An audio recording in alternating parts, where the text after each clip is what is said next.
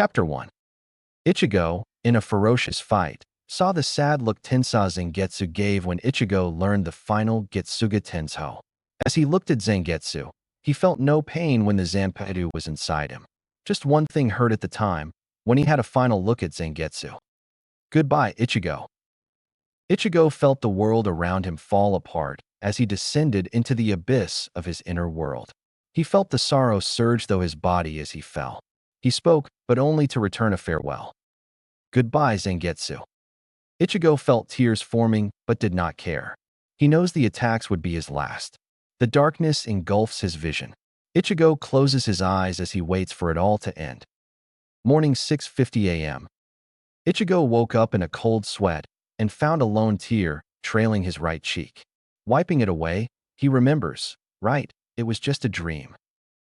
He sees his substitute Soul Reaper badge on his desk. Ichigo picks it up, takes a deep breath, and exhales. A year has passed since rescuing Rukia, and now he was back in the world of the living.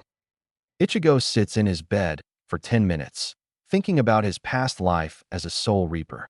All of a sudden, Ichigo is attacked with a flying kick. Still having his sharp as ever reflexes, Ichigo grabs his assailant's leg and tosses him out the window. Irritated, Ichigo yells out the window, "Damn it, Dad, you're still going to keep doing this?" Ishin, with a huge grin, yells from a small crater formed due to his fall, "Got to keep you sharp, son." Ichigo let out a small smile and said to himself, "Yeah." He went downstairs to eat breakfast and sees Yuzu and Karen eating breakfast. Yuzu calls to her brother in her happy tone. "Morning, Ichigo, hurry and come eat breakfast. It's going to get cold." Karen sits there eating her meal in peace, not saying a word. Ichigo grabs a piece of toast. "Sorry, I have something to do at school early, so save the rest for me later." Yuzu is a bit stumped about his behavior. "Okay," she whispers as he walks out the door. Walking to school, he still can't shake the thought of that dream. It felt so real. Damn, well, it can't be helped, he thinks to himself. Still, he cannot help but smile because he finally was done with fighting with the Soul Society. He would still need to do the city clean up for Hollows, but for him, it was no big deal. At school, he bid hello to Orihime, and they left to class together. Orihime started the conversation by asking him if he is ready for the new school year and what he had been up to. He replied, "You know, the little things." They arrive at their class. Chad nods hello as he walks by the two to his desk. Yuryu pushes up his glasses slightly when he sees Ichigo. The teacher finally arrives. "All right, class, sit down and let's get started." With that, the students sat down and prepared for the lesson. Ichigo could not focus in class because of the dream. It was as if he knew it was going to happen. But it was a dream, right? Or was it trying to tell me something? Ichigo was thinking calmly because he did not want to stress himself out, but found it hard not to. He had that thought in the back of his head all day. Lunchtime came and Ichigo went to hang out with his friends on the rooftop. He tried to get the thought out of his head. Orihime came up to Ichigo and noticed that he was down. "Ichigo, are you okay? It seems something is bothering you today," she asks with a concerned look. Ichigo saw her look and quickly got back from his thought. "No, I'm fine, Orihime. Really just distracted." He does not want to worry her. Orihime felt he was holding back, but she did not want to push it. Walking towards the stairs, Yuryu and Chad caught up and talked about what they did on the weekend. Ichigo was happy that he was hanging out with his friends, but the thought about losing Zangetsu was a parasite eating him. School ends and Ichigo walks out with his friends. He felt that he had to find out what this dream was about. Ichigo says in a serious tone, "I have to do something today, so I have to head out early." The only one to reply was Orihime with a confused tone. "Okay, Ichigo. See you tomorrow," she said as he walks off. Orihime asks Chad and Yuryu, "Did you guys notice that Ichigo was acting different today? Like he was worrying about something?" Yuryu spoke up in a calm manner. "I also noticed this, but what would he be lost in thought about?" Chad just nods. He knows Ichigo is troubled. Ichigo arrives home and goes straight to his room. He drops his bag and lays on his bed thinking, "Man, I need answers now." So he focused into his inner world with a determination to get answers. He was standing on top of a skyscraper. There were dark storm clouds forming. The orange-haired boy looked on as Zangetsu was right in front of him. Zangetsu was looking at him with his brown, narrow sunglasses, his long flowing overcoat that flares out into ragged ends, and his unkempt facial hair and long, ragged black hair. He finally said in a serious tone, "Ichigo, I have been expecting you." Ichigo looked at him with a serious face. He then saw his hollow with his smirk. "Yo, King, it's been a while, and I thought you didn't care about me," saying in a cocky manner with his smile to piss him off. "Shut up. I have something to ask both of you," Ichigo said in a serious tone, getting their attention. Although his hollow still had his cocky grin on. "I wanted to know." Ichigo started out strong but ended in a pained tone. "What my dream was about, and why was it so real?" Zangetsu and his white double looked at each other and decided he needed to know what that was. "Ichigo, what you saw in your dream was the last thing we can teach you. It's called the final Getsuga Tensho, and it is the ultimate attack that will destroy anything or anyone in its way," Zangetsu said in his normal tone. His hollow finished it with a dead serious face but still grinning in his cocky manner. "But if you use it, King, then your power will be gone and you will be powerless, and that's why we will not show you." Zangetsu saw Ichigo's eyes widened at the thought of the sheer power the attack has and at the fear of the huge sacrifice for that power. "So you guys were showing me what might happen if I ever wanted that power?" "Yes, and that's why we won't teach it to you, unless it ever comes to that point. But we hope it never does." Ichigo looked at both of them with determination. "It will never get to that point. I will get stronger, and in time hope to never ask such a high price to pay." The hollow saw how determined he was. "You're damn right. Not while I'm here still alive and kicking ass. But remember, you have to earn my power." Zangetsu looked at Ichigo. "Then prove it to me that you are a man of your word and get stronger." Ichigo was hearing his name called. He started to leave his inner world, but not before his hollow said his last words very clear with a widening grin and maniacal laugh. "If you ever fail in battle, I will take your body and destroy everything in my way." Ichigo awakens. Ichigo gets up from his bed, looks out the window, and thinks about what was said in the hollow. "Yeah, I have to get stronger so that sacrifice will not be made." He felt better about the fact that he will get stronger so that will never happen. Just after he thought that, a hollow is detected in Karakura town. He grabs his badge and presses it to his chest. His body fell onto the bed, and he leaps out the window. Inside Ichigo's inner world, Sodi no Shirayuki stayed hidden from Ichigo until the time was right. The hollow yells out, "Hey, you can come out now." He grinned when she came out. She was beautiful. She wears a white kimono with a huge light pink ribbon on her back. Her emerald blue hair complemented her emerald blue eyes. Her face and body are pale, and her lips have a touch of pale rosy red, very light. She sighed in sadness. "How much longer till I can face him?" Zangetsu saw the saddened state that Sodi no Shuyuki was in. Soon. He just needs to get stronger so he can handle two Zanpakutō within his body. "We must not stress his body out, or it will start breaking down," he said with a small smile. Sodi no Shirayuki was still sad about not seeing her master, even though she has barely been with him since the transfer of energy from Rukia. "Still feeling sad," she said with pride. "I have been there since Ichigo got his power, so why was I still dormant, and you were active?" Zangetsu remembered that day and then looked at her with a calm face. "At the time, Rukia was still there, so you could not be shown because she would have went into a depressive state. Also because of that risk, I decided that you remained dormant till the time was right." Sodi no Shirayuki understood the situation but at least wanted a word in it. Deciding not to argue about it, she went down from the skyscraper and into her part of the inner world. Sodi no Shirayuki's part of the inner world was a valley of snow. No flowers could grow because of the cold temperatures.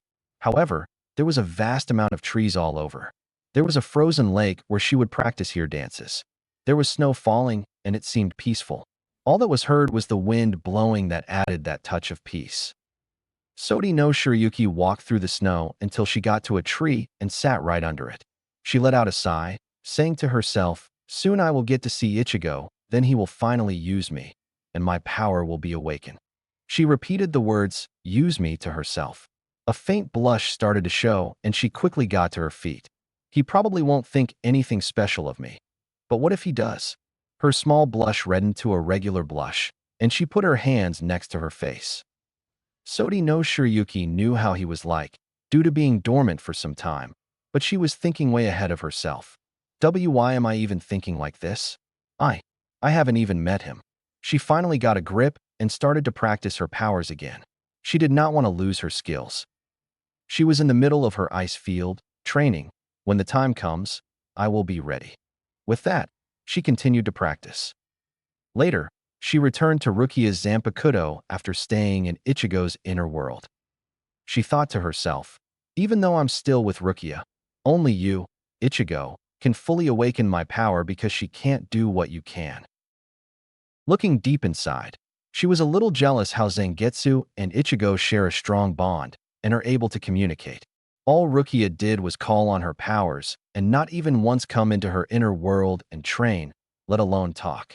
Rukia's inner world was not as peaceful as Ichigo's because she was not in full control of her emotions or master Sodi no Shirayuki's powers. She has only been using 30% of it. She never came in to unlock her full power. She blushed again at the thought of Ichigo and let out a sigh. If only I can have a chance to show Ichigo that he has more than one Zanpakutō, one more soul waiting to become one with him. Still blushing, she let that thought sit for a while until she finally said, I will find a way to see you, and we could become one. Her blush died down and just sat on a log as the winter wind blew by. She felt a pull from out of nowhere. She was forced out of her Zanpakutō and was in front of a tall man. He said in a cold tone, Welcome to the rebellion. What is your name? She stood up, Sodi no Shirayuki. Inside Ichigo's inner world, Zangetsu felt a slight disturbance. He could not pin it, but knew something was wrong. The white man notices this and then for once had a straight face. Hey, old man, what's wrong? Zangetsu looked at him and said in his usual tone, I sense that there will be great trouble coming our way. The hollow let a huge grin come to his face and started to crack his fists. Then let's get ready to destroy our enemies. I have been itching for a good fight. Zangetsu nodded to him. Then we will stand ready till that time comes. Back at Karakura town, Ichigo arrives to the detected location and finds a regular hollow destroying a construction site. Ichigo let out a smirk. Man, at least I won't be bored anymore. The hollow is 8 feet tall with a hole in his chest. His mask looked like a bull skull. His light purple skin-toned, humanoid body was very muscular, very wide. Ichigo was not fazed by this and pulled out Zangetsu and sensed his rapier. It is nothing to him. It was so low that one good swing with Zangetsu would get rid of it. The hollow notices Ichigo and charges to him. When he got close enough, he threw a huge punch toward Ichigo in attempts to flatten him. Ichigo did not flinch. At the perfect time, Ichigo sidesteps the attack and cuts the huge hollow arm off clean. Losing his arm, blood flowed out, and a puddle of blood forms under his feet. The hollow sees red and charges at him. Ishigushes his blade through the hollow. He is gone. Ichigo looks at the night sky and says, at least something happened today. A smile came to his face. In the Soul Society, Muramasa is sitting in a cave with some of the rebel Zanpakutō, just to name a few. Gejet Tsuburi, Hozukamuru, Heiniko, Suzumabachi, and Kaiten Kayakatsu. Muramasa stands up to address the Zanpakutō. The era of Soul Reapers is coming to an end, and we will set our other brothers and sisters free from their prison. Muramasa looked to the stairs and saw someone descending them. Welcome, Sodi no Shirayuki. The others look at the newcomer. Hello everyone, and welcome to the Soul Society. I hope we can be strong allies. Some looked pleased with the response. She walked to the nearest boulder and thought to herself, this is the chance that I have been waiting for. Soon I will show myself to you and unlock my true power. Her face remained the same, calm and beautiful. The determination that she has will pull through for her. It's just a matter of time. Chapter 2. Karakura Town. Ichigo was about to leave till he felt a surge of Ryatsu come from the river. His eyes widened at the fact that it was brief. Then when he shunpa to the river, he sensed it again, but saw the Sinkaman open and saw Rukia fall out of the gate. Ichigo ran to catch her and then caught her with no trouble, But he had no time to ask what happened because the Sunkai gate opened up and saw a woman come out of the gate and walked onto the grass. When she touched the grass with her feet, the grass turned into ice. Ichigo saw this and jumped out of the way with Rukia in his arms. Then he noticed that Rukia was breathing really heavy and had had a deep cut that ran down her left shoulder to her lower right abdomen, then a stab on her back, and it was close to the right shoulder. The stab was not as deep as he thought, but there was blood still coming out at a fast rate. If he did not get her help soon, she would bleed out. Ichigo was so worried about Rukia that he forgot the woman that stood in front of him.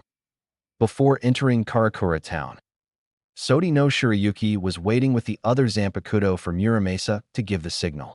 As they waited, she noticed a little fairy fly around till it stopped in front of her. She had a huge yellow and black stinger on her right arm, then her outfit was a little black and yellow. It covered her chest, but left the middle and stomach. Then her legs had two little black and yellow puffy shorts that went all the way to before her knees. The fairy asked in an upbeat tone, "So you're the newbie, huh? So what's your name?" Sodi no Shirayuki looked a little stunned, but it also showed on her face as her eyes widened at the sudden introduction. Relaxing again, she looked at the little fairy and said, "Sodi no Shirayuki, you?" The little fairy said, still upbeat, "Suzumabachi, and don't let my size fool you. I can still do as much havoc as they could." Sodi no Shirayuki could not help but to giggle a little, and then a warm smile came to her face. Then she asked, "How was your master like?" Suzumabachi started. While she was not much a talker, always kept her emotions in, never sharing anything that was wrong with her. She looked at her then to the ground as she finished, "It's not that I don't like her, it's just that I'm more of a tool than a partner. I mean, yes, she's strong, but a real connection is not there." Then Suzumabachi looked at her with a cute pout. "I wish I had a connection with her. So how about you? How was your master like?" Sodi no Shirayuki thought about this. She really had only one true master, but Ichigo will be her true master once he knows there a hidden power within him.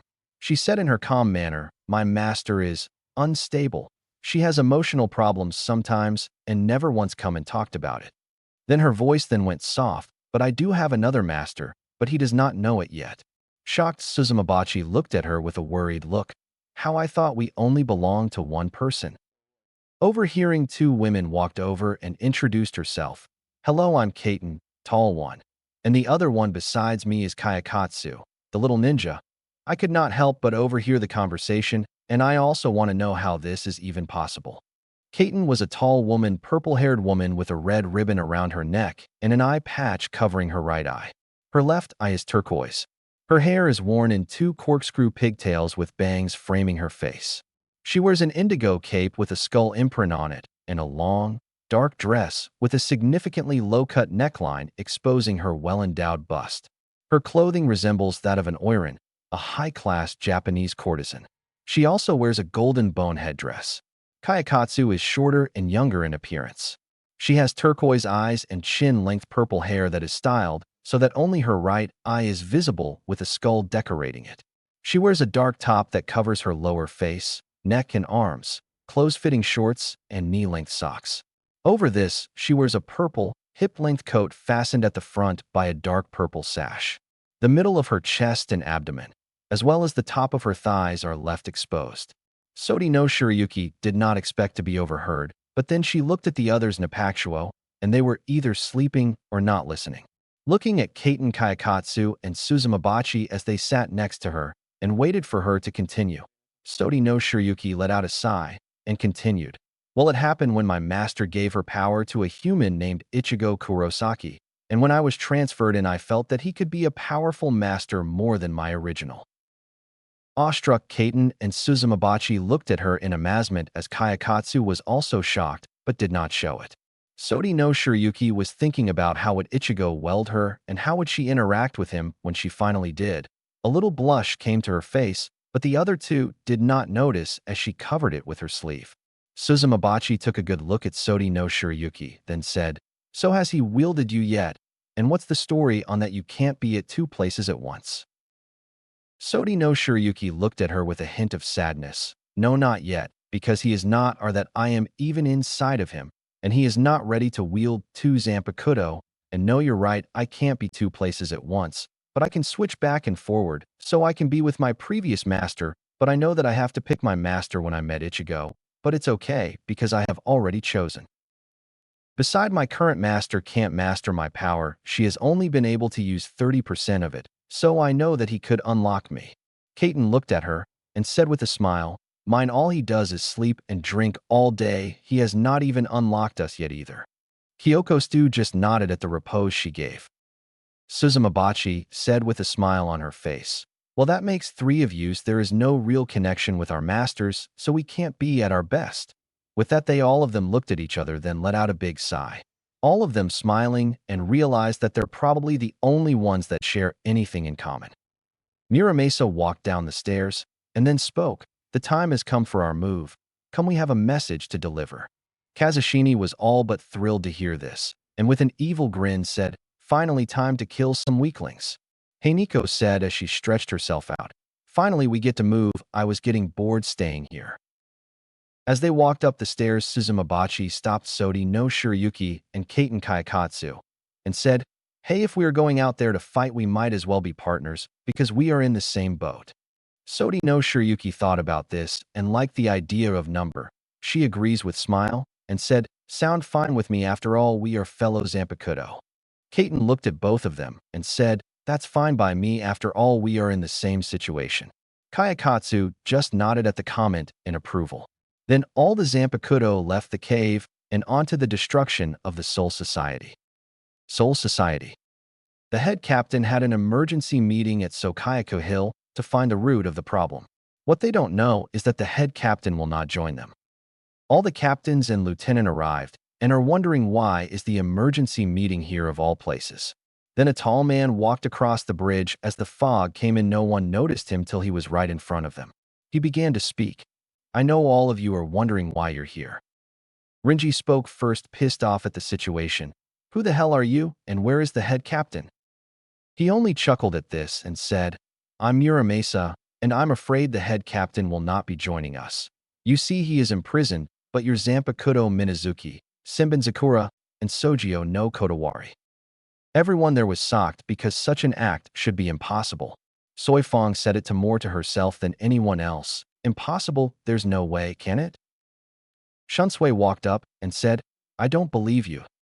Muramasa said rather smug, it doesn't matter if you do or not, but one thing that is true is that your Zanpakutō are free from their prison. Kamamura stood in front of Muramasa and said with anger, so the head captain will not join us, then you're going to tell me where he is. Bankai, Kakujo, Tenjin Yu. Out came this giant armored warrior with a huge blade ready to strike down, but not on Muramasa.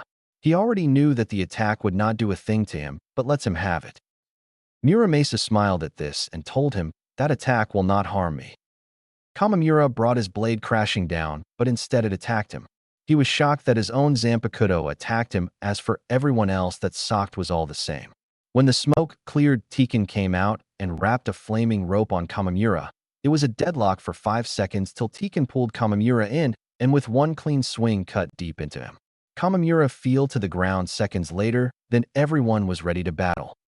Then Hitsugaya said, jumping into the air, sit upon the frozen heaven Hiramaru. Renji said, determined to break him apart. Howl, Zabamaru. Soifong came in after, sting all enemies to death, Suzumabachi. Ranjaku came in, growl, Heiniko. Lastly, Ikaku came in, grow, Hozukimaru. Everyone was shocked at their Zanpakutō, none of them are working. Renji said in anger, what the hell is wrong with this thing? Byakuya walked up and stared straight into Muramasa. Who are you? Muramasa smiled at that comment. Like I said, I'm Muramasa, and here are you Zanpakutō you had enslaved. Just then, all of the Zanpakutō came, and they were looking at their former masters. Just then, the urge to fight was growing as Muramasa made the ground underneath grow. Just then, the signal was given for an all-out war. All of the Zanpakutō rushed to an enemy. All that was heard were the clash of metal and the roars of warriors fighting. Just then, the Shinigami made a retreat, because they knew that fought here will just lead to their downfall. Everyone split up and stared to run from the Zanpakutō. Rukia and Renji were running for their lives till she was stopped by Sodi no Shirayuki, Suzumabachi, and Kaiten Kaikatsu. Renji was shocked at the fact that 3 Zanpakutō stopped them.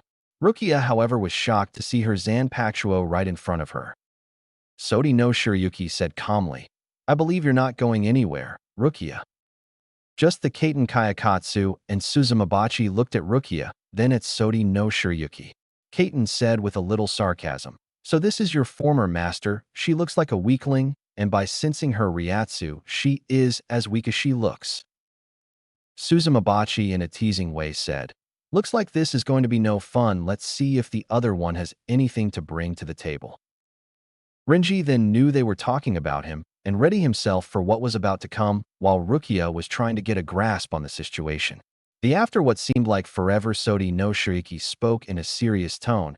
"If you don't attack first then," she was right in front of Rukia, and her eyes widened at the fact she was so fast that she could not see it.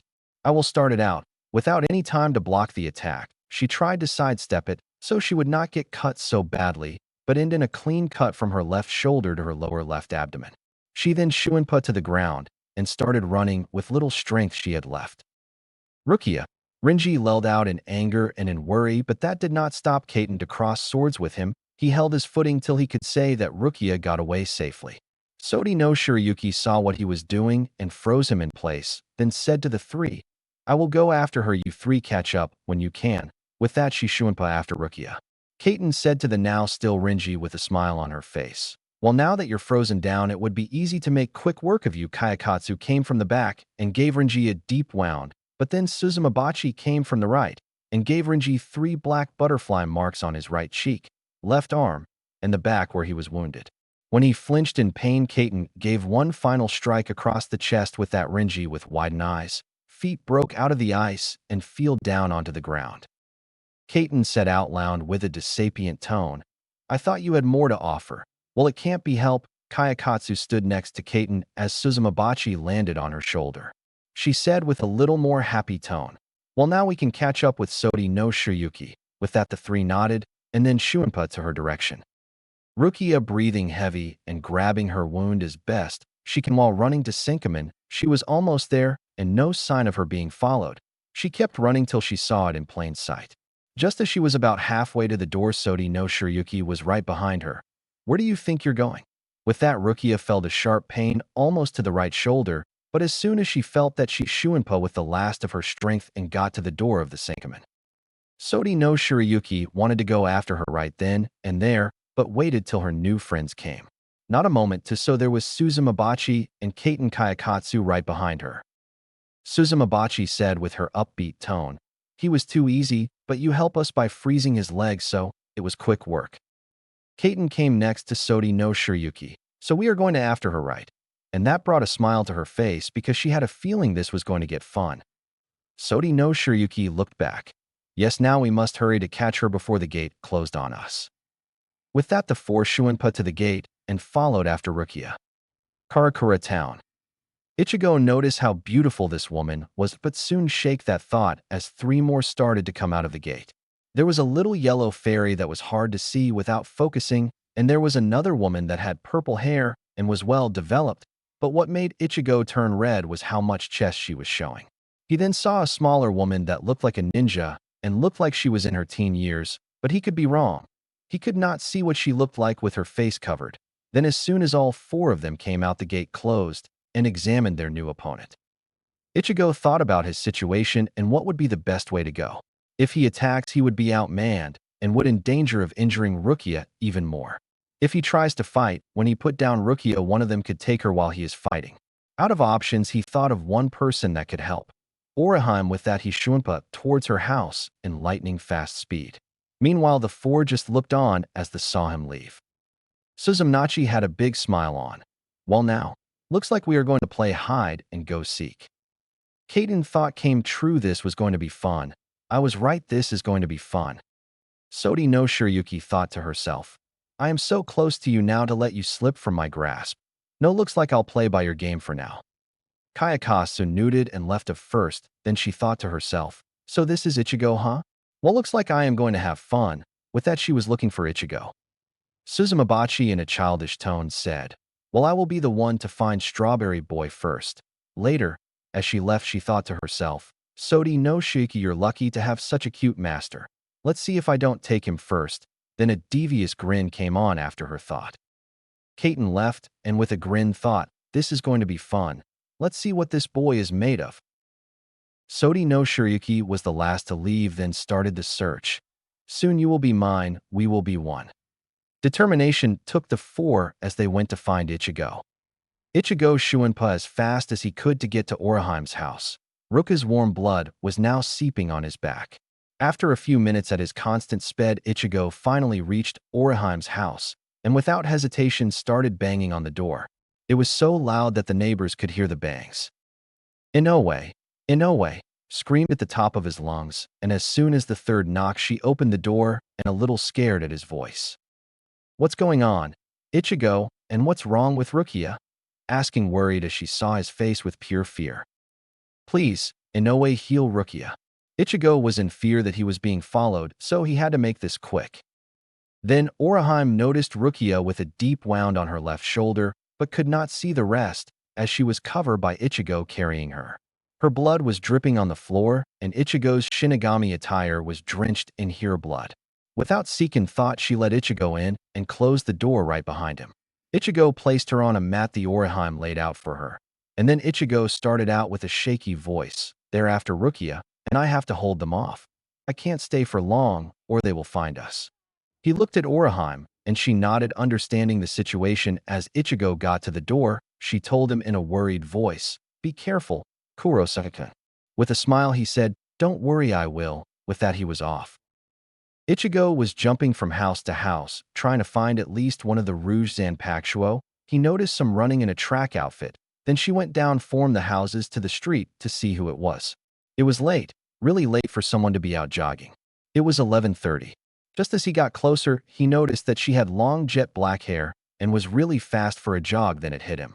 He noticed it was Ryo Kaneda from his class. She was ranked second in her grade on the school exams at Karakura High School and able to run 100 meters in 12 seconds. That's pretty damn fast. Then he noticed a spike of Ryatsu coming in, so he Shuinpa right behind her and grabbed her and went off into an ally. She was struggling to loosen the grip of the attacker, and then she kicked him in the groin. Ichigo let go and was trying to breathe for dear life, but noticed something that should have happened. She was looking right at him. Ichigo propped himself on the wall next to a light post and started to talk when she cut him off. Ichigo, what the hell are you doing, and what's with the Shahakusho?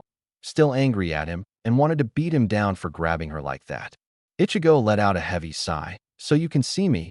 Well, sorry about that, it was instincts that took over.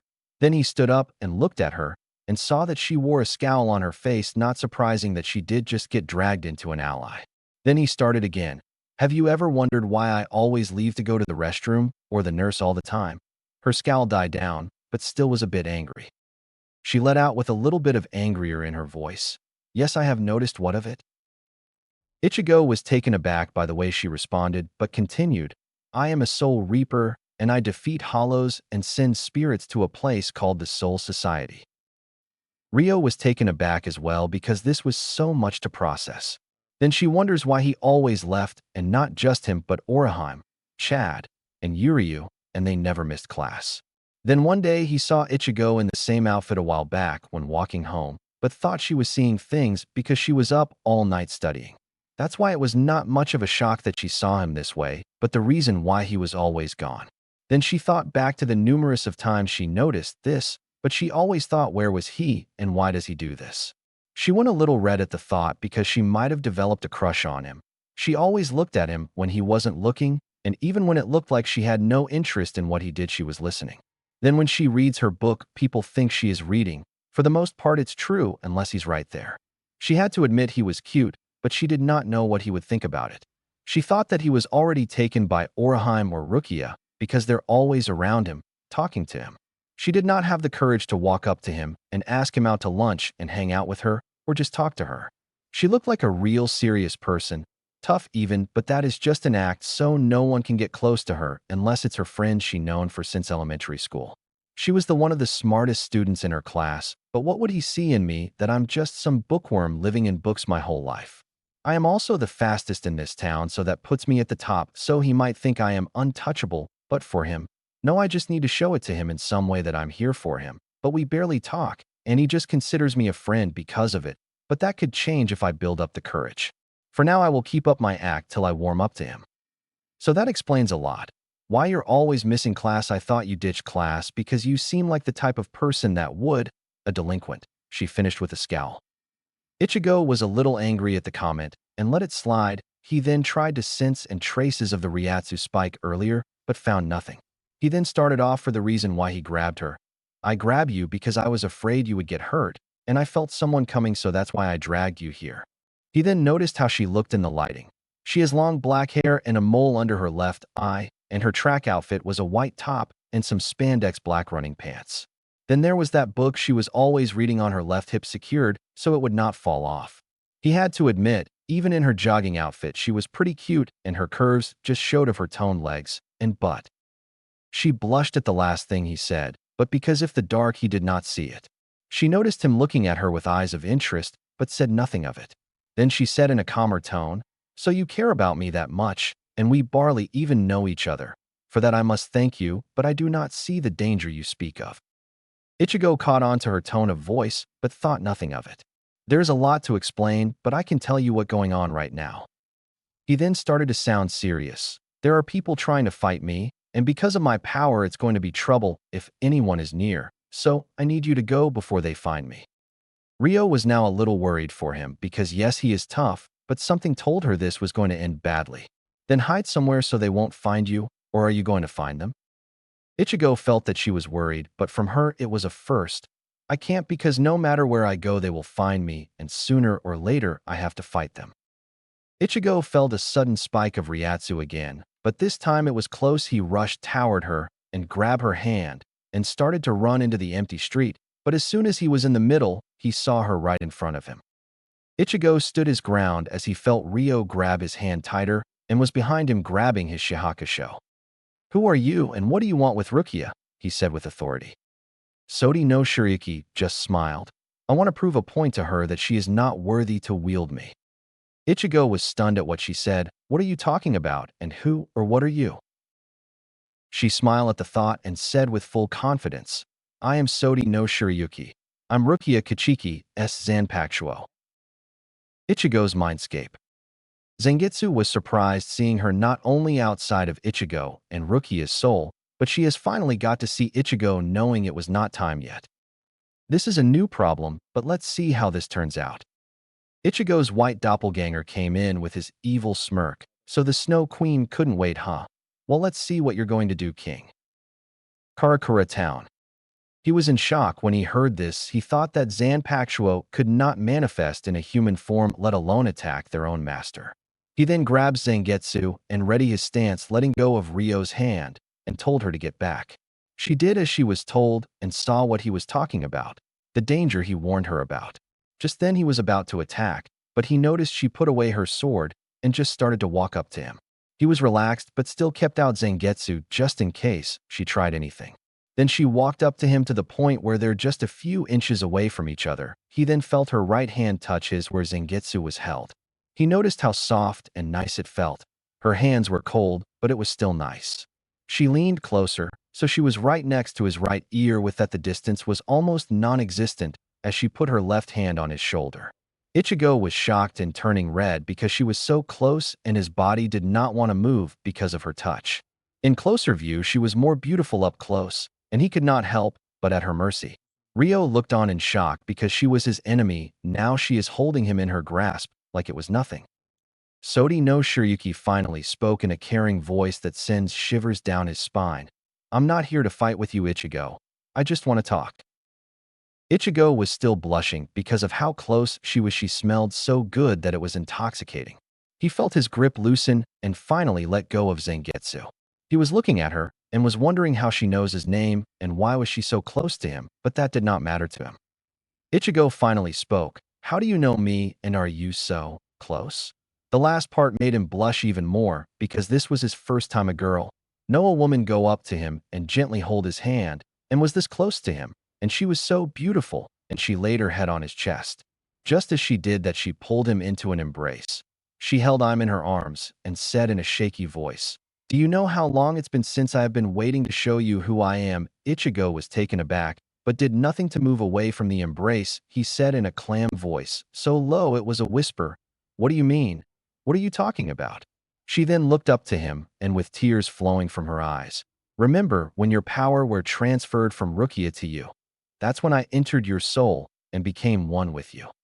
Ichigo could not believe what he was hearing, but let her continue as her tears started to slid down her cheeks. "I was ready to show you your newfound power, but Zangetsu held me back, because if Rukia saw me in your hands, she would have gone into depression because of losing me. So I waited till the time was right, and when you became stronger you would be able to wield me, but I knew from the start you had what it takes to wield me." She finished with her last word that struck Ichigo in his heart. "Ichigo, you're my master. Ever since that day, I was your as Zangetsu is to you now." This started to break his heart, see a beautiful woman cry on his chest, and learning that was another Zanpakutō in his soul that he did not know about. He then did the unexpected. He wiped her tears away with his hands and cupped her face to see her face up close and to see her sorrow melt away. He then wrapped his arms around her and laid his head on her right shoulder. This took both Sodi no Shirayuki and Ryo by surprise. Sodi no Shirayuki because he had accepted her even though she hurt Rukia to prove a point. Ryo because she is seeing her crush in another woman's arms. At this point she wanted to drag him away from her, but it took all she had to resist the urge. Sodi no Shirayuki was blushing furiously because this what she always wanted, but at the same time she never expected him to be so welcoming and warm. Ichigo was still next to her ear and said almost in a whisper, "So I'm your master. Then why attack Rukia, and why tell me this? She also needs her Zanpakutō." As soon as she heard that, she pulled back to just be a couple of inches away from each other. Then in a soothing tone, she said as she placed her right hand on Ichigo's right cheek, "I told you already, she is not worthy to weld me, but if it makes you feel better, I will leave most of my power with her sword, but my true power will be unlocked by you." Then she walked up to him again and pressing her hands on his chest, which made him still keep his blush, but it's not a red as it was the first time, it was just a regular blush. These's word touched Ichigo, but he didn't know why, but he felt what she said was true. He then put his hand on top of her hand and removed it gently and said in a low voice a little shaky, so Ryo could not hear, "Then if you're my Zanpakutō, I ask you to come with me, and then when we get there we will talk about this some more." He then looked at her with caring eyes. "Sodi no Shirayuki, come with me, and I'll see if I could unlock you to your full potential." She then looked at him and whispered in his ear, "Yes, my master." With that she gave him a peck on the cheek and then materialized to her form of a Zanpakutō in his left hand. He felt the blade in his hand and gently got a hold on it. He then noticed that even the Zanpakutō was beautiful. It is pure white with a hollow snowflake like tsuba, and a white ribbon forms from the pommel from the end of the handle. Shocked at what happened, he finally got his body to respond to his command. He then sheathed Sodi no Shirayuki to his left hip and then walked to Ryo, still shocked at what happened to her, and to Ichigo. "Sorry about that, Ryo. You must have tons of questions now, and some that I have not answered." Ichigo said in a calm tone. He looked at her and saw that she was calm about the situation. Ryo thought to herself and said, "She is just a sword, and I'm a real, so I still have a chance with him, and we do see each other at school every day, so that's when I'll do my move. If she could be that straightforward, so can I." She was snapped out of her thoughts as Ichigo got closer to her, but he wasn't as close as he was with her. He was at a comfortable talking distance. He then picked up Zangetsu and then walked up and put a hand on her shoulder. "Well, if you want answer, come with me. We have a lot to talk about." As they walked to Oraheim House to check on Rukia, he sensed a high amount of Ryatsu that put Ryo to her knees and was trying to breathe for dear life. Ichigo saw her pass out and then picked her up bridal style and saw there was 3 women on of the rooftops there where the women for earlier and had an idea of what they wanted. The tall woman spoke, "So we finally found you, Ichigo Kurosaki." Enjoy Chapter 3. Chapter 3. Ryo's Inner World. She was walking into darkness. There was darkness everywhere. The only thing that was heard was the sound of her walking. She did not know where she was going, but just continued to walk till a figure stood right in front of her. There was a woman with a Gothic Victorian dress gown with a red corset. She also had long jet black hair and had gray stormy eyes that showed dominance. She was also a bit taller than her, but just a bit. Her skin was a Caucasian tone, but a little paler. Just a little. She walked toward Ryo till they were face to face. She started out with a calm tone. I believe you do not know who I am, correct? Rio just looked at her with mixed emotions but just nodded as she continued. I also assume you are not aware of where you are, correct? She said as she stared walking up to her and looking at her and started to walk around her in a circle. Rio finally spoke up a little scared and confused. Where am I and who are you? I'm. Rio looked confused because she knows that she heard her talk, but did not hear the last words. She noticed, so you can't hear my name? It is shame really. She walked away while holding a black book in her right hand. She opened it and said in a calm tone, I know everything about you, Rio. Rio was shocked to hear the word coming out of her mouth, how she knows my name and everything about me. She looked back at Rio shocked, not suppressing because this is the first time you've seen me. Rio looked determined to get answers. Who are you? She just looked at Rio till she closed her book and looked at her dead on. I'm your Zanpakutō spirit, and I'm part of your soul. That is the reason I know everything about you. For example, that you're number 2 in high school, that you're the fastest in Karakura town, and that you have an infatuation over that boy Ichigo Kurosaki. As soon those words left her mouth, Rio was bright red, trying to hide it. I don't know what you're talking about, denying it, but it failed. Don't try to lie to yourself. Remember, I am part of your soul. The way you look at him over the book you always read, or when he walks by, like I said, I know everything about you. Rio was still shocked at the fact that everything she has done she knew, then with her face, changed back to a calm state. If you're my Zanpakutō, can I wield you? Remembering Ichigo's encounter with his other Zanpakutō. Still looking at Rio, she put her book up, and then it started to materialize into a black sword. It looked like a regular blade, but then it started to widen from the middle by a ½ inch, then the tip curved to the right, and it had a 3-inch chain at the end. Rio looked amazed at the book, transforming into a blade. Then she started to spin the blade with her index finger. It looked like it was no effort for her. It was easy as walking for her. You see, this is our power. Because of your speed, I am able to move at a faster rate than other Zanpakutō, and with the logic that you possess, it is easy to read movements of the opponents and to do such things like this. She stopped spinning the blade and held it at the grip, which has a curve at each side, so it would protect her hand in combat. I must thank you for such intellect that you have. I enjoy knowing the outside world and being this proper. Remember, I am a reflection of your soul. I also have another form, but we can have that chat another time. Do you feel that warmth? It's coming from Ichigo. It must have happened when you were unconscious, formed the enemy and his spiritual pressure. Rio had a little blush creep up her face, but pushed it aside for what was happening now. I must thank them, because if it was not for them, you would not be here to see what your soul looks like. Take a look. What do you see? Rio looked, but saw nothing, just darkness. All I see is darkness. She then turns around. You are correct. It's been like this for some time because you did not know of me. Now that you do, time to show you what your soul looks like. With a flick of the wrist, the darkness started to fade away. Instead, there was a garden of well-kept flowers and grass. Then in the middle was this huge building that resembled a mansion. It was at least 5 stories high and the doors were 10 feet high. When the doors opened, there were tons and tons of books everywhere. It was like being in a library, just more floors. The entrance was pure marble and the staircase was magnificent. There was too much to take in. She cut in her train of thought. Amazing, isn't it? This what your soul created to fit yourself. It's also called your inner soul. These books are from all the knowledge that you have obtained over the years, and the place in itself fits your personality. Now you must find the spirit ribbon that unlocks me, and you can wield my power. If you don't do it in time, this beautiful place will fall to pieces, and you're going to be stuck here forever. Once this starts, it can't be stopped. Oh, and one more thing, you must focus on what you're trying to find. That's all the information I can give you. With a flick of the wrist, something started to happen. The floor started to shake and the books were falling off the shelves. Tick-tock, Rio. It has started. You better hurry. I will be here to observe. Rio was lost as to what to do, but she remembered what she told her to focus, and it will come to her. Then there was thousands of spirit ribbons coming from where the books were. There was many. Rio wondered which on to get, but it came clear when out of all the ribbons there was a red one. Pull it now, or be stuck here forever. Rio then pulled and noticed that it was the same book that she reads every day. Without hesitation, she pulled it, and a handle started to form from the cover. She was stunned to see this, but there was no time to think about it. She pulled out the Zanpakutō. She said at the top of her lungs, "Call out to me. Say my name." Rain Terror Shingetsu, New Moon.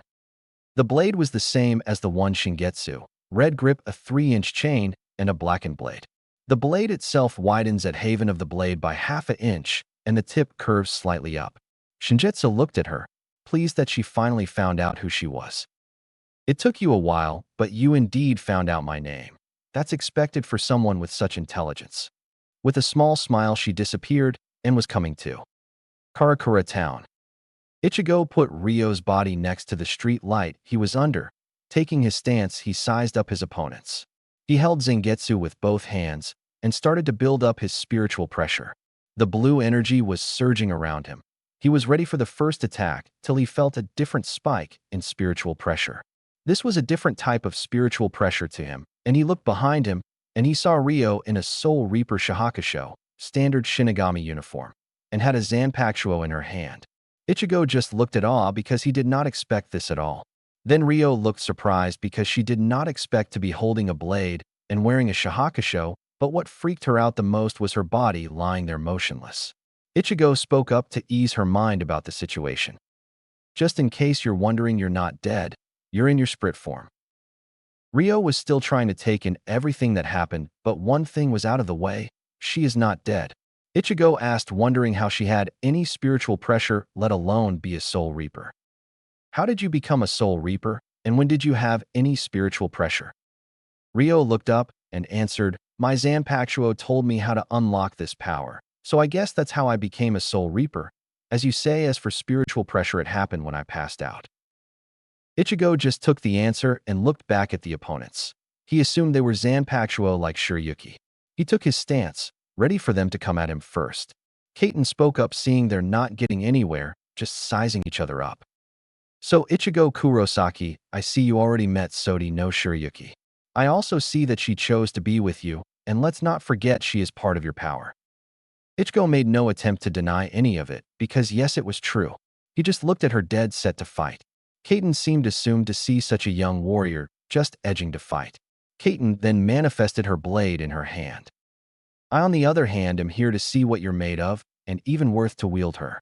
We are her allies, and want to see if she chose correctly." Then a devilish grin crept on her face. "If not, we will just tear you apart and take her back." With that, she started the attack and was in a deadlock with Ichigo.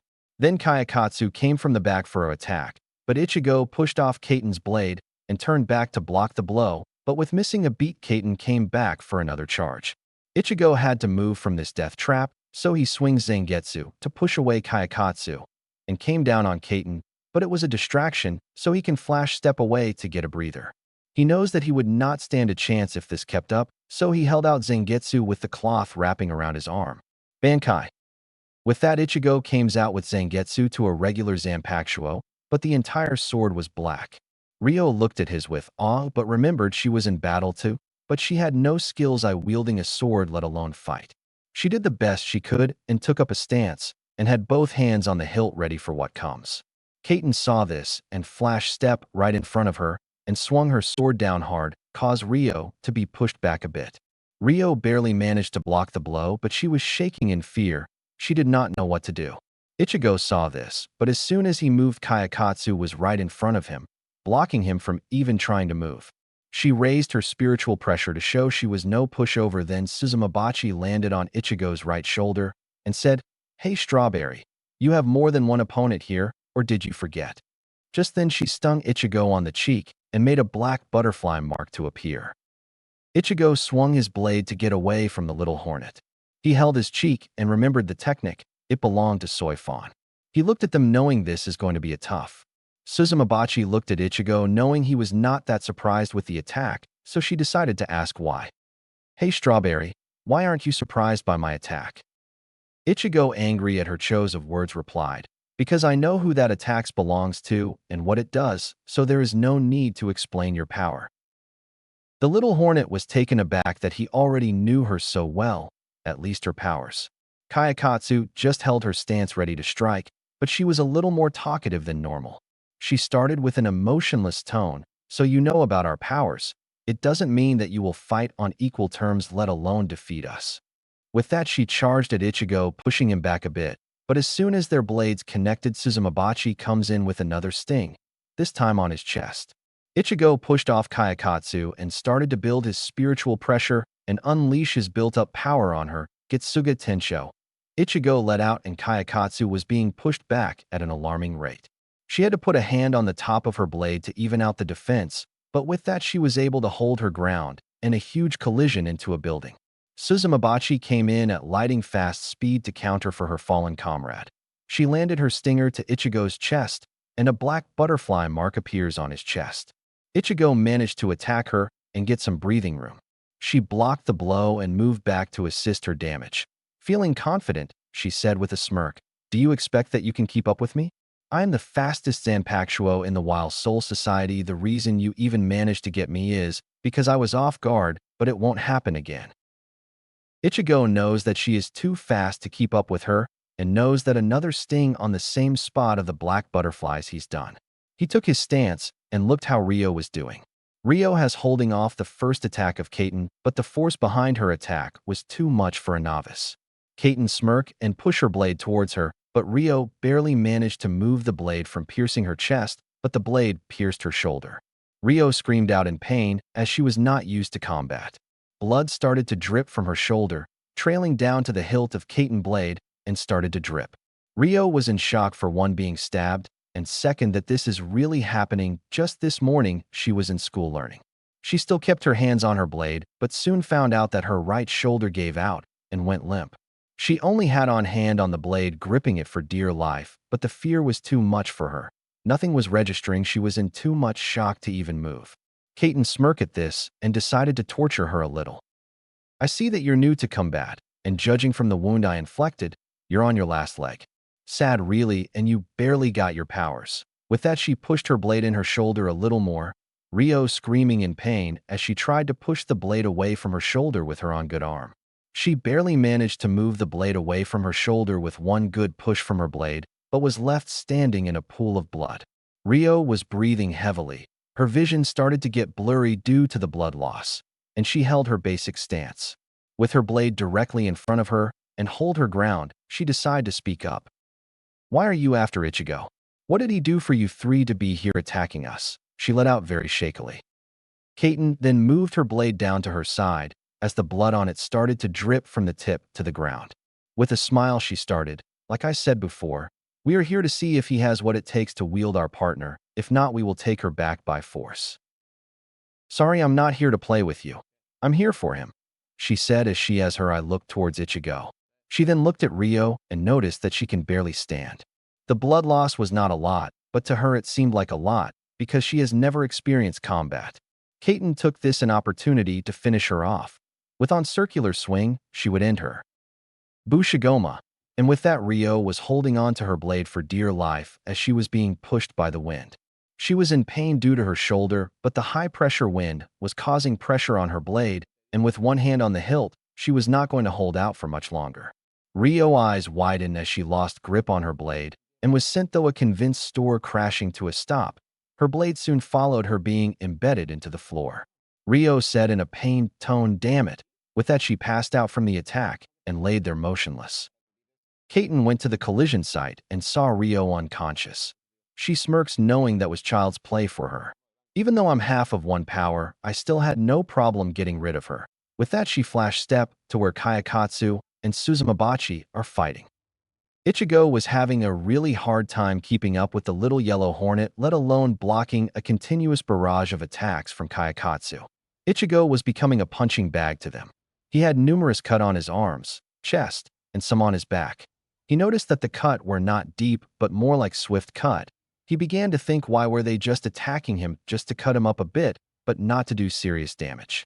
As he was thinking, Suzumabachi was flying circles around him and was just messing with him. "Hey, Strawberry, I thought you were stronger than this," she said with big smile across her face. Ichigo was not thrilled being called a strawberry. "Hey, my name does not mean a freaking strawberry," he said with anger and annoyance. Suzumabachi just landed on his shoulder like he was harmless. "Really? I don't see any power behind you to back that up, berry boy." Ichigo tried swatting her, but ended up hitting his shoulder with nothing under it. It's Ichigo. At least remember the name of the person that is going to defeat you. That caught Kayakatsu and Suzumabachi attention and noticed the seriousness in his face to now take this seriously. Suzumabachi then said with a smirk, "Well then if you think you can defeat us, then you would have to fight all three of us, right Kaiten?" Just as she said her name, Kaiten appeared and smiled at Ichigo and said, "That's right, and we are not going to go easy on you because you have our partner with you." Ichigo then remembered he had Sodi no Shirayuki with him and now had the ability to wield her. He then moved his left hand towards Sodi no Shirayuki hilt and had a firm grip on her. He then pulled out Sodi no Shirayuki and held it out in front of him. He never had fought with two swords before, but he knew he had a better chance to stand up to than just Zangetsu. He then tightens the grip on her, and the words for her release came out like he had already wielded her before. Ichigo's inner world. Sodi no Shirayuki was finally able to reveal herself to him, and he'd taken her, and he was as kind by just looking into his brown eyes. They were so warm and comforting. She then thought, I was too upfront with my emotions towards him. I never acted like that in front of anyone. This made her blush because she knew she was out of character around him. She then looked up to the sky and noticed it was clear. She was on top of one of the skyscrapers looking on at his inner world. Then an unwanted guest showed himself. So you could not wait, could you? The white hollow led on as he walked closer to her till he was in a talking distance from her. I saw what happened out there, and let me say this, you were like a schoolgirl talking to your crush and admitting you're falling to him. The hollow ended with a huge grin across his face. I bet you could not wait to get your hands on him. And when you finally did, you partially fell into his arms, and as you curled up to him you felt your heart pounding out of your chest, huh? The white hollow continued as he found it amusing to torture her because of her actions. He then was laughing in pure joy to see her so worked up about her encounter with Ichigo. Shirayuki was infuriated with him, but inside she was blushing madly at what he said. Everything he said was true, and it was an amazing feeling, but she would not show it to him. Shirayuki then looked at him with a killer glare and said, I believe you should watch your tongue before you end up dead, she said as she manifested her blade and pointed her blade to him. The white hollow looked pleased with what he did, but the blade was a welcoming party for him. He soon pulled his version of Zangetsu from his back and said, So it looks like I pissed off the Ice Queen and wants to pick a fight with me. He then took his stance with his blade in his right hand ready. Bring it on, and don't even think I will go easy on you. But before the two moved, Zangetsu was in the middle of them, stopping the fight. You should not interfere with Ichigo's new power. If you do, then I will have to intervene. Zangetsu said as he faced the white hollow as he sided with Sodi no Shirayuki. The hollow looked disappointed because he was not going to let loose, but eased up as he put away his blade. Fine old man, but it would have been fun to test her skills. With that he turned around as nothing happened and walked away. Zangetsu looked over his shoulder and noticed a hard cold look she was giving the white doppelganger and knew that this was going to be a battle to cooperate with each other. Zangetsu then started to walk away before saying this. You are now a part of him, so lend him your power and he will become stronger. With that he walked off and disappeared, leaving her to think about what he said. She then looked at her side of the world and noticed that it was merging with the skyscrapers till there was snow falling from the sky and the temperature was colder. She now knows that her power has merged with him, finally. She then started to talk to Ichigo to finally tell him her release. Ichigo, can you hear me? Ichigo, noticing the new voice in his head, he answered quickly. Yeah, I could hear you. So you're Sodi no Shirayuki? Shirayuki smiled at his question. Yes, I am, and I am here to tell you that you can now wield me and my power. Ichigo was happy to hear that, but was wondering how to do that. He was going to ask, but Shirayuki beat him to it. I know what you're going to ask, and I am going to tell you this. You already know how to release me, just think. Ichigo was not so happy with the answer he got, but then started to think back to when they met, and she said that she was already inside me and was dormant. He then got the hint and thanked her. Okay, I think I know how to do it, but don't I need to do some training or something? For this, no, not yet, but for my Bankai, yes, you would. Ichigo was now excited to use her in battle, but he was going in blind. Then he remembered what she said earlier and to think about it, and it will come to him. With that, Ichigo was ready to give his hunch a try. Thanks, Shiraki. She just smiled back, and then he was back into focus on the battle at hand. Karakura Town. Ichigo held the blade in front of him and started to turn the blade. In doing so, the blade started to turn into a beautiful white, and the cloth at the hilt grew at the rotation stopped. The cloth was pure white as the rest of the blade hilt and all. Just before the rotation stopped, Ichigo said the words that felt like he had said it before, but it was the very first time. Dance, Sodi no Shirayuki. Ichigo looked at the blade with awe as he saw how beautiful the blade was. This is why Shirayuki looked so beautiful, because even the blade was the same. The three noticed that Ichigo's spiritual pressure grew at an alarming rate, and that made Kaiten have a smile of excitement. So, I was right, this is going to be fun, she said as she manifested her blade into her hand. Looks like it's time to get serious, and I was having so much fun with you, Berry Boy. As Suzumabachi's smile turned into a serious face. Kayakatsu just nodded and took her stance next to Kaiten. As soon as Ichigo pulled his blades into a stance, he felt comfortable and he held Zangetsu in his right and held Sodi no Shiryuki in his left, and it was more pulled back so Zangetsu would be the first thing they hit, as Sodi no Shiryuki will follow up as a counter. Kaiten then lunged, followed by Kayakatsu, and in one fluid motion attacked. Ichigo blocked the first blow, but it was followed up by Kayakatsu coming in from the right. Then Ichigo was managed to block the blow with Shiryuki, but noticed that the cloth wrapped around his arm tightly. He wondered why, but as soon as he thought about it, he was wide open, but for a second, and it cost him. Kaiten came though from the opposite side and slashed his shoulder. She managed to get him, but quick reflexes help him to not take the full force of the attack. He looked at his wound and noticed it was just a flesh wound, but it could have been worse. There was another follow-up by Suzumabachi, which he forgot about, come from the back. She struck him on his back and was going to go for the second deadly blow, but Ichigo managed to turn around and swing Zangetsu, but hitting nothing but air. This left him open as Kaiten came with a slash for his back, but manages to block with Zangetsu, and tried following up with Sodi no Shiryuki, but his blade was blocked Kayakatsu, and he was in a deadlock with the two. Ichigo started to build his black spiritual pressure into Zangetsu, and was trying to figure out how to use Sodi no Shiryuki. He noticed that Shirayuki cloth tightened again and wondered why that happens every time he attacks with her, but he will ask her about that later. Ichigo built up his spiritual pressure and holding his deadlock stance with the two Getsuga Tensho, but what happened next surprised him. Kaiten and Kayakatsu slide their blades so Ichigo stumbled forward, and from both his side Kaiten and Kayakatsu kick him. The air kick out of him and noticed that he was flying into an office and crashed into a couple of desks and computers, finally stopping as he crashed into a wall, laying there as his grip tightens on his blades. "Hey King, you're getting your ass kicked," said his doppelganger as he was amused with this. "Shut up, you damn hollow," Ichigo angrily said back to his hollow. "Hey, I'm saying the truth, but you know what will happen if you get beaten to a pulp, right, King?" "Yeah, like I'm gonna let that happen," Ichigo said as he staggered to get to his feet, using both of his blades for support. He was bleeding from his head, blood trailing from his forehead to his chin. He was breathing heavily and knows he is getting his ass handed to him. If he doesn't do something quick, he is going lose, and he can't let that happen. He leaned to the wall for support and noticed the blood trailing from his shoulder to Zangetsu's hilt. He also needs to learn his new Zanpakutō's abilities. He called out to his Zanpakutō for answers.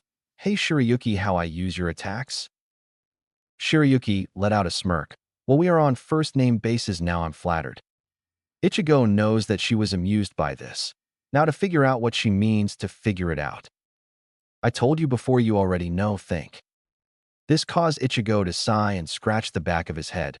"You're not going to make it any easier for me, huh?" She just smiled at his comment. "No, because you need to figure it out yourself. You will never grow if I give you all the answers."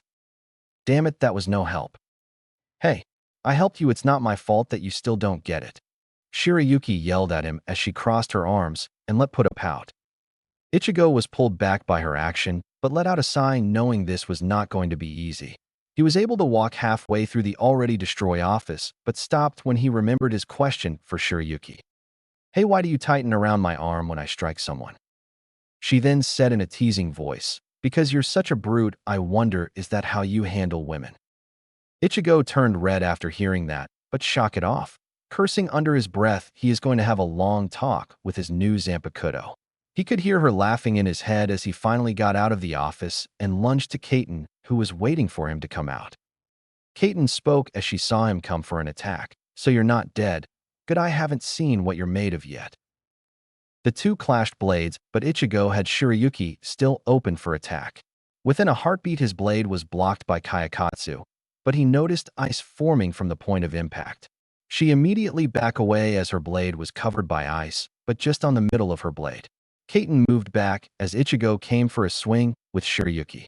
He did not know that Suzumabachi was coming to finish him off, but some happened that shocked everyone there. Bring them to the twilight, Miro Komaru. Then a tornado came and caught Suzumabachi, and she was sent flying, but she was able to get her ground and flew back to Kaiten and Kayakatsu. Suzumabachi looked stunned because her speed was nothing when her tornado came to play. Ichigo looked shocked at whom he was seeing before his eyes, the woman that despaired 1 month ago, and now here she was. Ichigo was last for words as Senna walked towards him and without any warning whacked him in the back off the head. Hey, what was that for? Ichigo said as he was a little angered and confused about it. Because when I came back you never once said hi to me, or even tried to, and I passed that bridge every day, she said as she crossed her arms and turned her head to the right to prove her point. Hey, I didn't know you were going to be the same person when you came back, and I didn't think you would remember, so I didn't try, Ichigo said as his face softened. Senna saw this with one eye open as she still had her head turned the other way. She then straightened herself and put her hand on his shoulder. Hey, at least you kept your promise even though I was the one who was the one to come first, she said as she had a sweet smile on her face. Ichigo turned his head and said yeah. Senna noticed Ichigo had something under his right sleeve, but it was tucked under his shahakusho, and saw it was red. She was going to pull it out because she had an idea it was the ribbon that he gave her. She smiled, think about those wonderful times together, but remembered she was in a battle and decided to talk about it later. She took her stance, and so did Ichigo, but Senna also noticed that he was holding another Zanpakutō. So many questions to ask, but now we're not the time for question, it's time for action. Kaiten looked a little surprised, but then turned into a smirk knowing this was going to escalate quickly. The three ready up and was looking forward to an all-out brawl. Kaiten took off first, then followed by Kayakatsu right behind her. Suzumabachi was flying around in a zigzag pattern towards them to see who slips up first. Ichigo and Senna held their ground. As they came closer, three swords were ready to attack. Ryo's inner world. Ryo noticed that she was inside her inner world, but was wondering why. She was lying on the carpet next to a couple of chairs, then she noticed Shingetsu sitting down on a red leather chair reading her black book she carried. She then noticed Ryo laying there and closed her book and stood up. Ryo propped herself next to the railing and was holding her right shoulder, remembering the wound she had. Shingetsu walked towards her and put her book to her side and stated at the damage Ryo was in. No surprise by this, she spoke.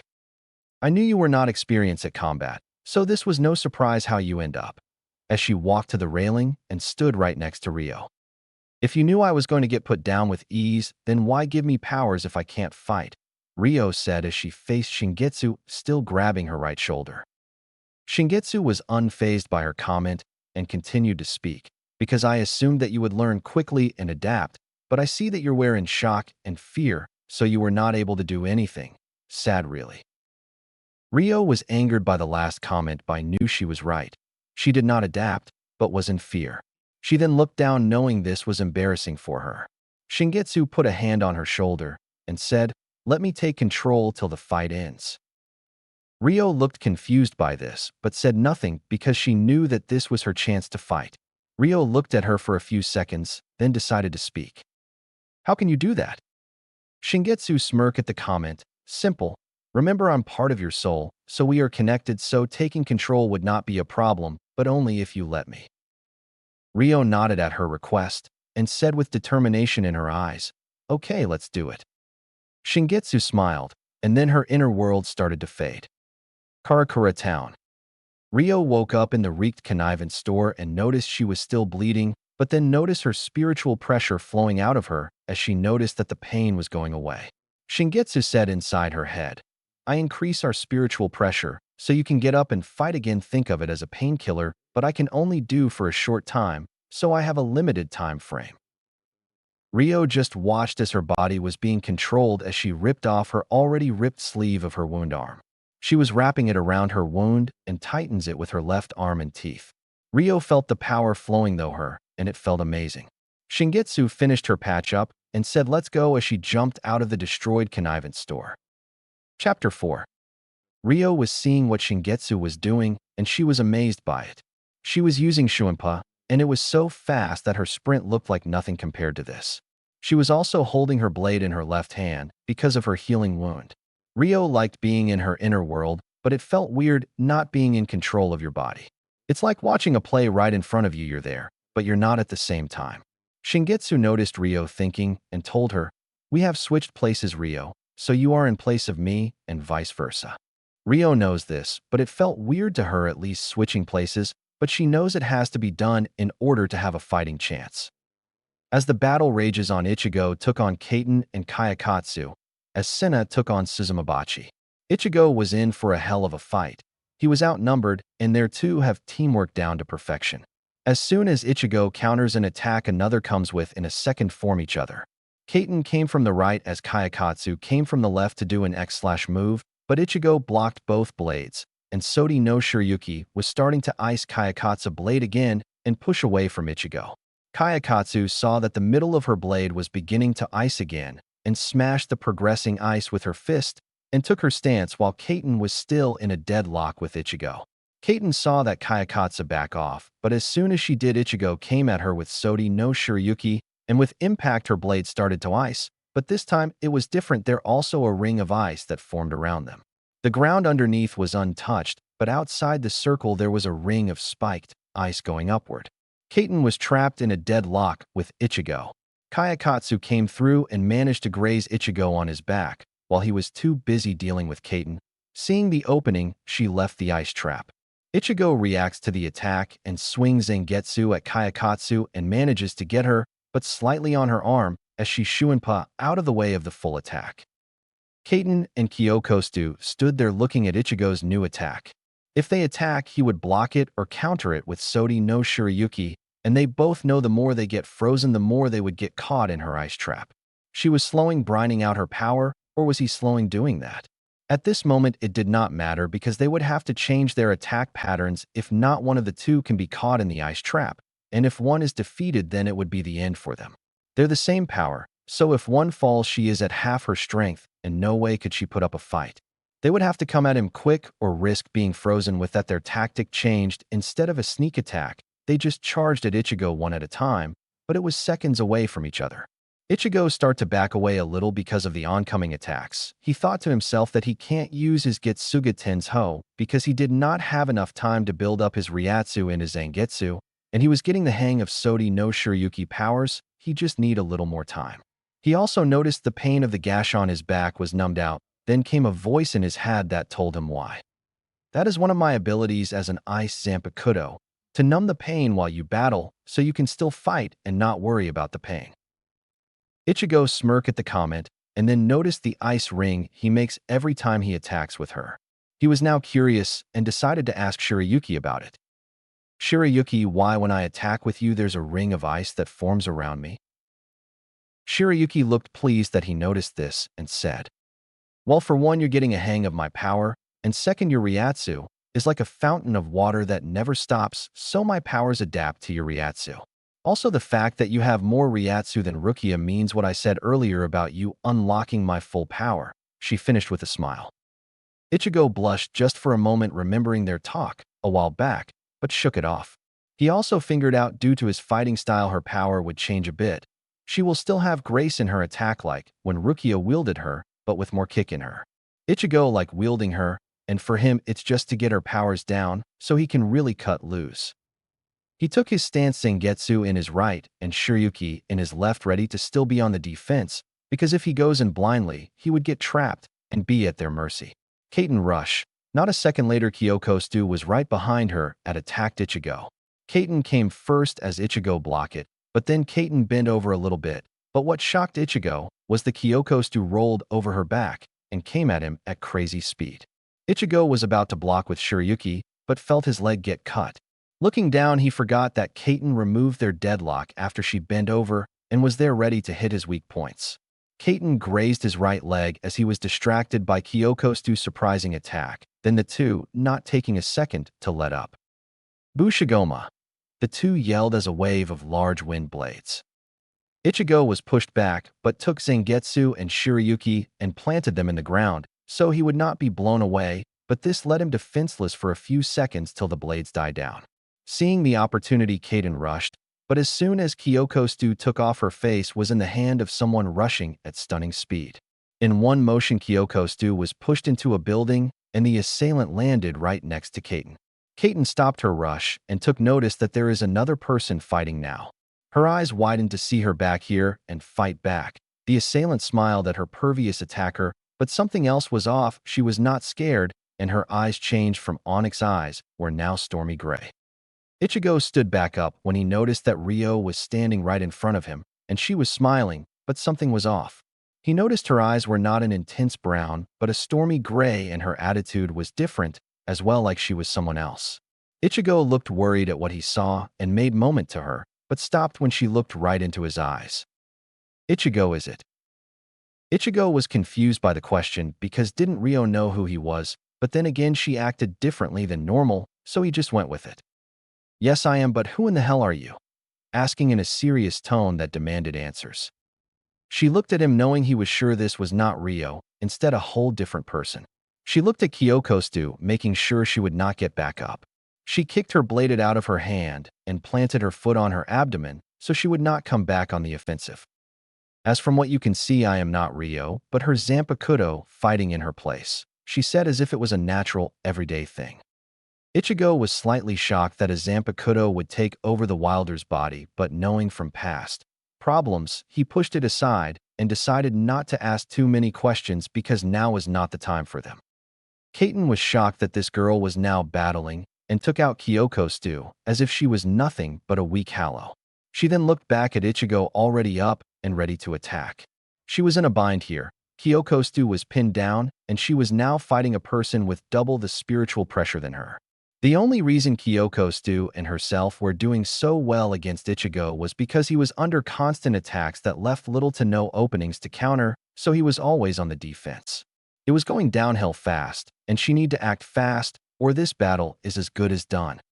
Ichigo looked at Kaiten, noticing her distraction, and charged forward and attacked her with Zangetsu. Kaiten noticed his attack and was barely able to block the attack. Ichigo looked at her straight in the eyes and noticed a slight change in them. Instead, the fierce and dangerous they were fear.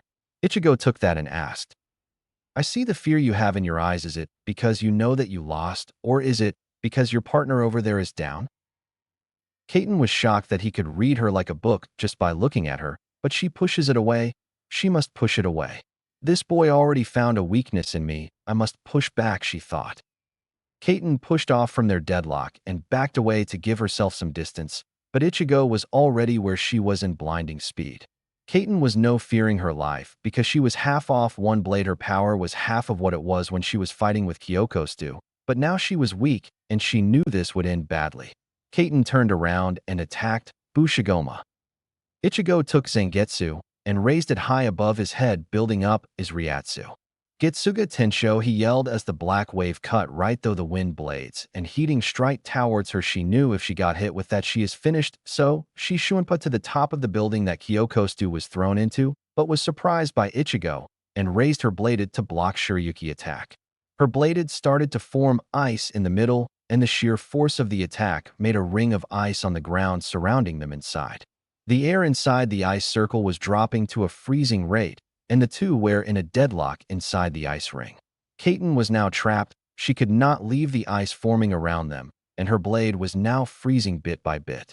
She knew Shirayuki power were awaking inside him, and the ice on her blade, and the ice around them. She knew he was close. Ichigo was feeling power build up in Shirayuki, and then in his head a voice saying, "You are ready." With that, Ichigo planted Zangetsu on the roof and grabbed Kaiten's wrist, making sure she will not escape. Kaiten tried to shake him off, but their blades were connected by the ice, and he had a firm grip on her. Ichigo looking at a now scared Kaiten, and he felt a little guilt doing this, but it had to be done. He knew that. "Some no mai, Suki Shiro," he yelled as the ice around them started to break around them, and the ground around them was glowing whitish blue. Kaiten noticed the ground was turning into ice and her legs are now trapped in ice. It started to build up slowly and now was at her waist. Ichigo let go of her wrist and looked at her, but what he noticed was a smile on her face, and she crossed her arms underneath her large breasts. She was looking at him, knowing her answer to her question she asked at the beginning of the battle. "Well, it looks like you are worthy to wield our friend, Ichigo.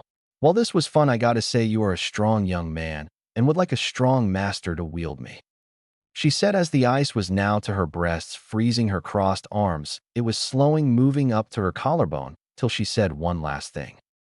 "I would like you to wield me, because you proved to me that you are more than capable to wield me and Shiryuki.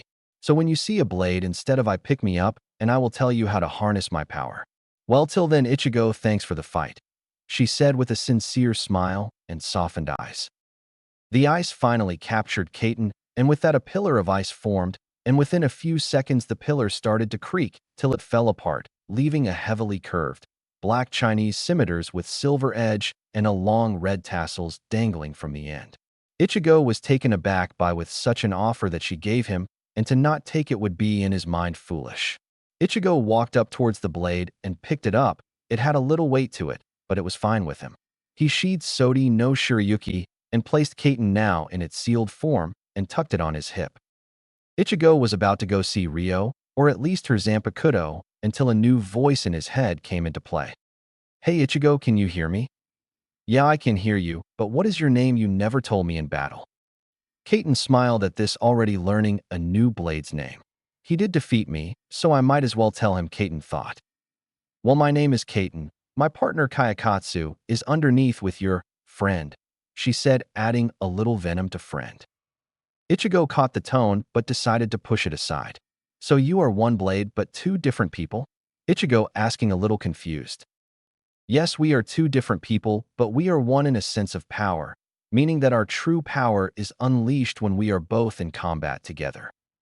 Ichigo was now getting why they attacked in a team then by themselves, and their clothes looked the same, so that explains a lot of things on his mind. Kaiten added, "Also, you need to stop her from dealing the final blow to her, or it's over for us, because we needed to be defeated by the same person. If not, she will break in half, rendering her useless, and you will not be able to harness our true power." Ichigo did not waste time asking any other questions, because if what she was saying is true, then it's over for her. Ichigo jumped down after hearing her to find Ryo, pulling her blade up to strike down on Kayakatsu. Ichigo grabbed Ryo's wrist as she was about to bring her blade down. Ryo looked to see who stopped her, but saw Ichigo with stern eyes, sending a message to stop whatever she was going to do. "Stop, Ryo, I need her to complete the process," he said, adding a little bit of pressure to her wrist, saying he meant it. Ryo pulled away her wrist. As soon as he let go, she looked at him with a scowl and said, "I do not know what you're up to, but make the mistake to cross me again, I will show you no mercy." She finished as she left the area, but only to turn around hearing her name called out. "I know you're not Ryo, but don't think, because you have control now means you can do what you want. You better start leaving, I will clean up here." Ichigo looked at her with a scowl. Ryo did not even say anything. She turned around and started walking off to her house. Ichigo keeps staring at her till she was out of sight, then turned to the semi-conscious girl and looked down at her. His eyes softened, see her look back at him, beaten and tired. His instincts came into play and pick her up gently bridal style, and took his thumb and gently wipe off the bloodstream flowing from her mouth. Kayakatsu's body tensed a little because he was fighting him not so long ago, but here he is showing her compassion. Her eye never left his face as Ichigo finished wiping away the blood and some dirt around her face. He noticed that her expression was serious, but as soon as he finished, her eyes softened, and she looked a little happy that he was taking his time to clean her up. Ichigo looked at her and said, "Kaiten told me that you're part of her." He smiled at her when she nodded. He noticed she was shy, even though she is always serious, well, from all he saw in battle. "It's time to join Kaiten, and then we need to talk about what is happening." She nodded and closed her eye and started to glow into a bright purple light till she was no longer in his arms. Instead, a blade that looked identical to Kaiten rested in his hands. He took the blade and put it with Kaiten on his left. Ichigo remembered there is one more fight going on. As he thought about this, he heard a crash into the building and dash away to the location with Senna and Suzumabachi. Senna blows Suzumabachi into a building, but quickly got up and started to fly around Senna to see an opening. The problem was Senna's Mirokumaru has the power to create and control tornadoes, and it is pushing against Suzumabachi's flying pattern, so she is either thrown off course or can't fly close to get a hit. Suzumabachi was getting mad because he was either blocked from moving forward or she was blown away by the strong wind. It did not matter that she was the fastest Zanpakutō in the Soul Society if she was blown away from even getting close to her. Hey, quit using your wind and fight for real, Suzumabachi said, trying to sway her to stop her attack. Oh, and let you come in and kill me, not likely, Senna said with a smirk. Senna knows that as long as her tornado is active, she just has to spin around her, so Suzumabachi can't come in for the attack. She also noticed the little bee getting frustrated and was trying everything to find an opening. She was having fun just toying with her, because speed means nothing if you wait almost nothing. Just then, Ichigo appeared right next to Senna and took in the situation that was at hand.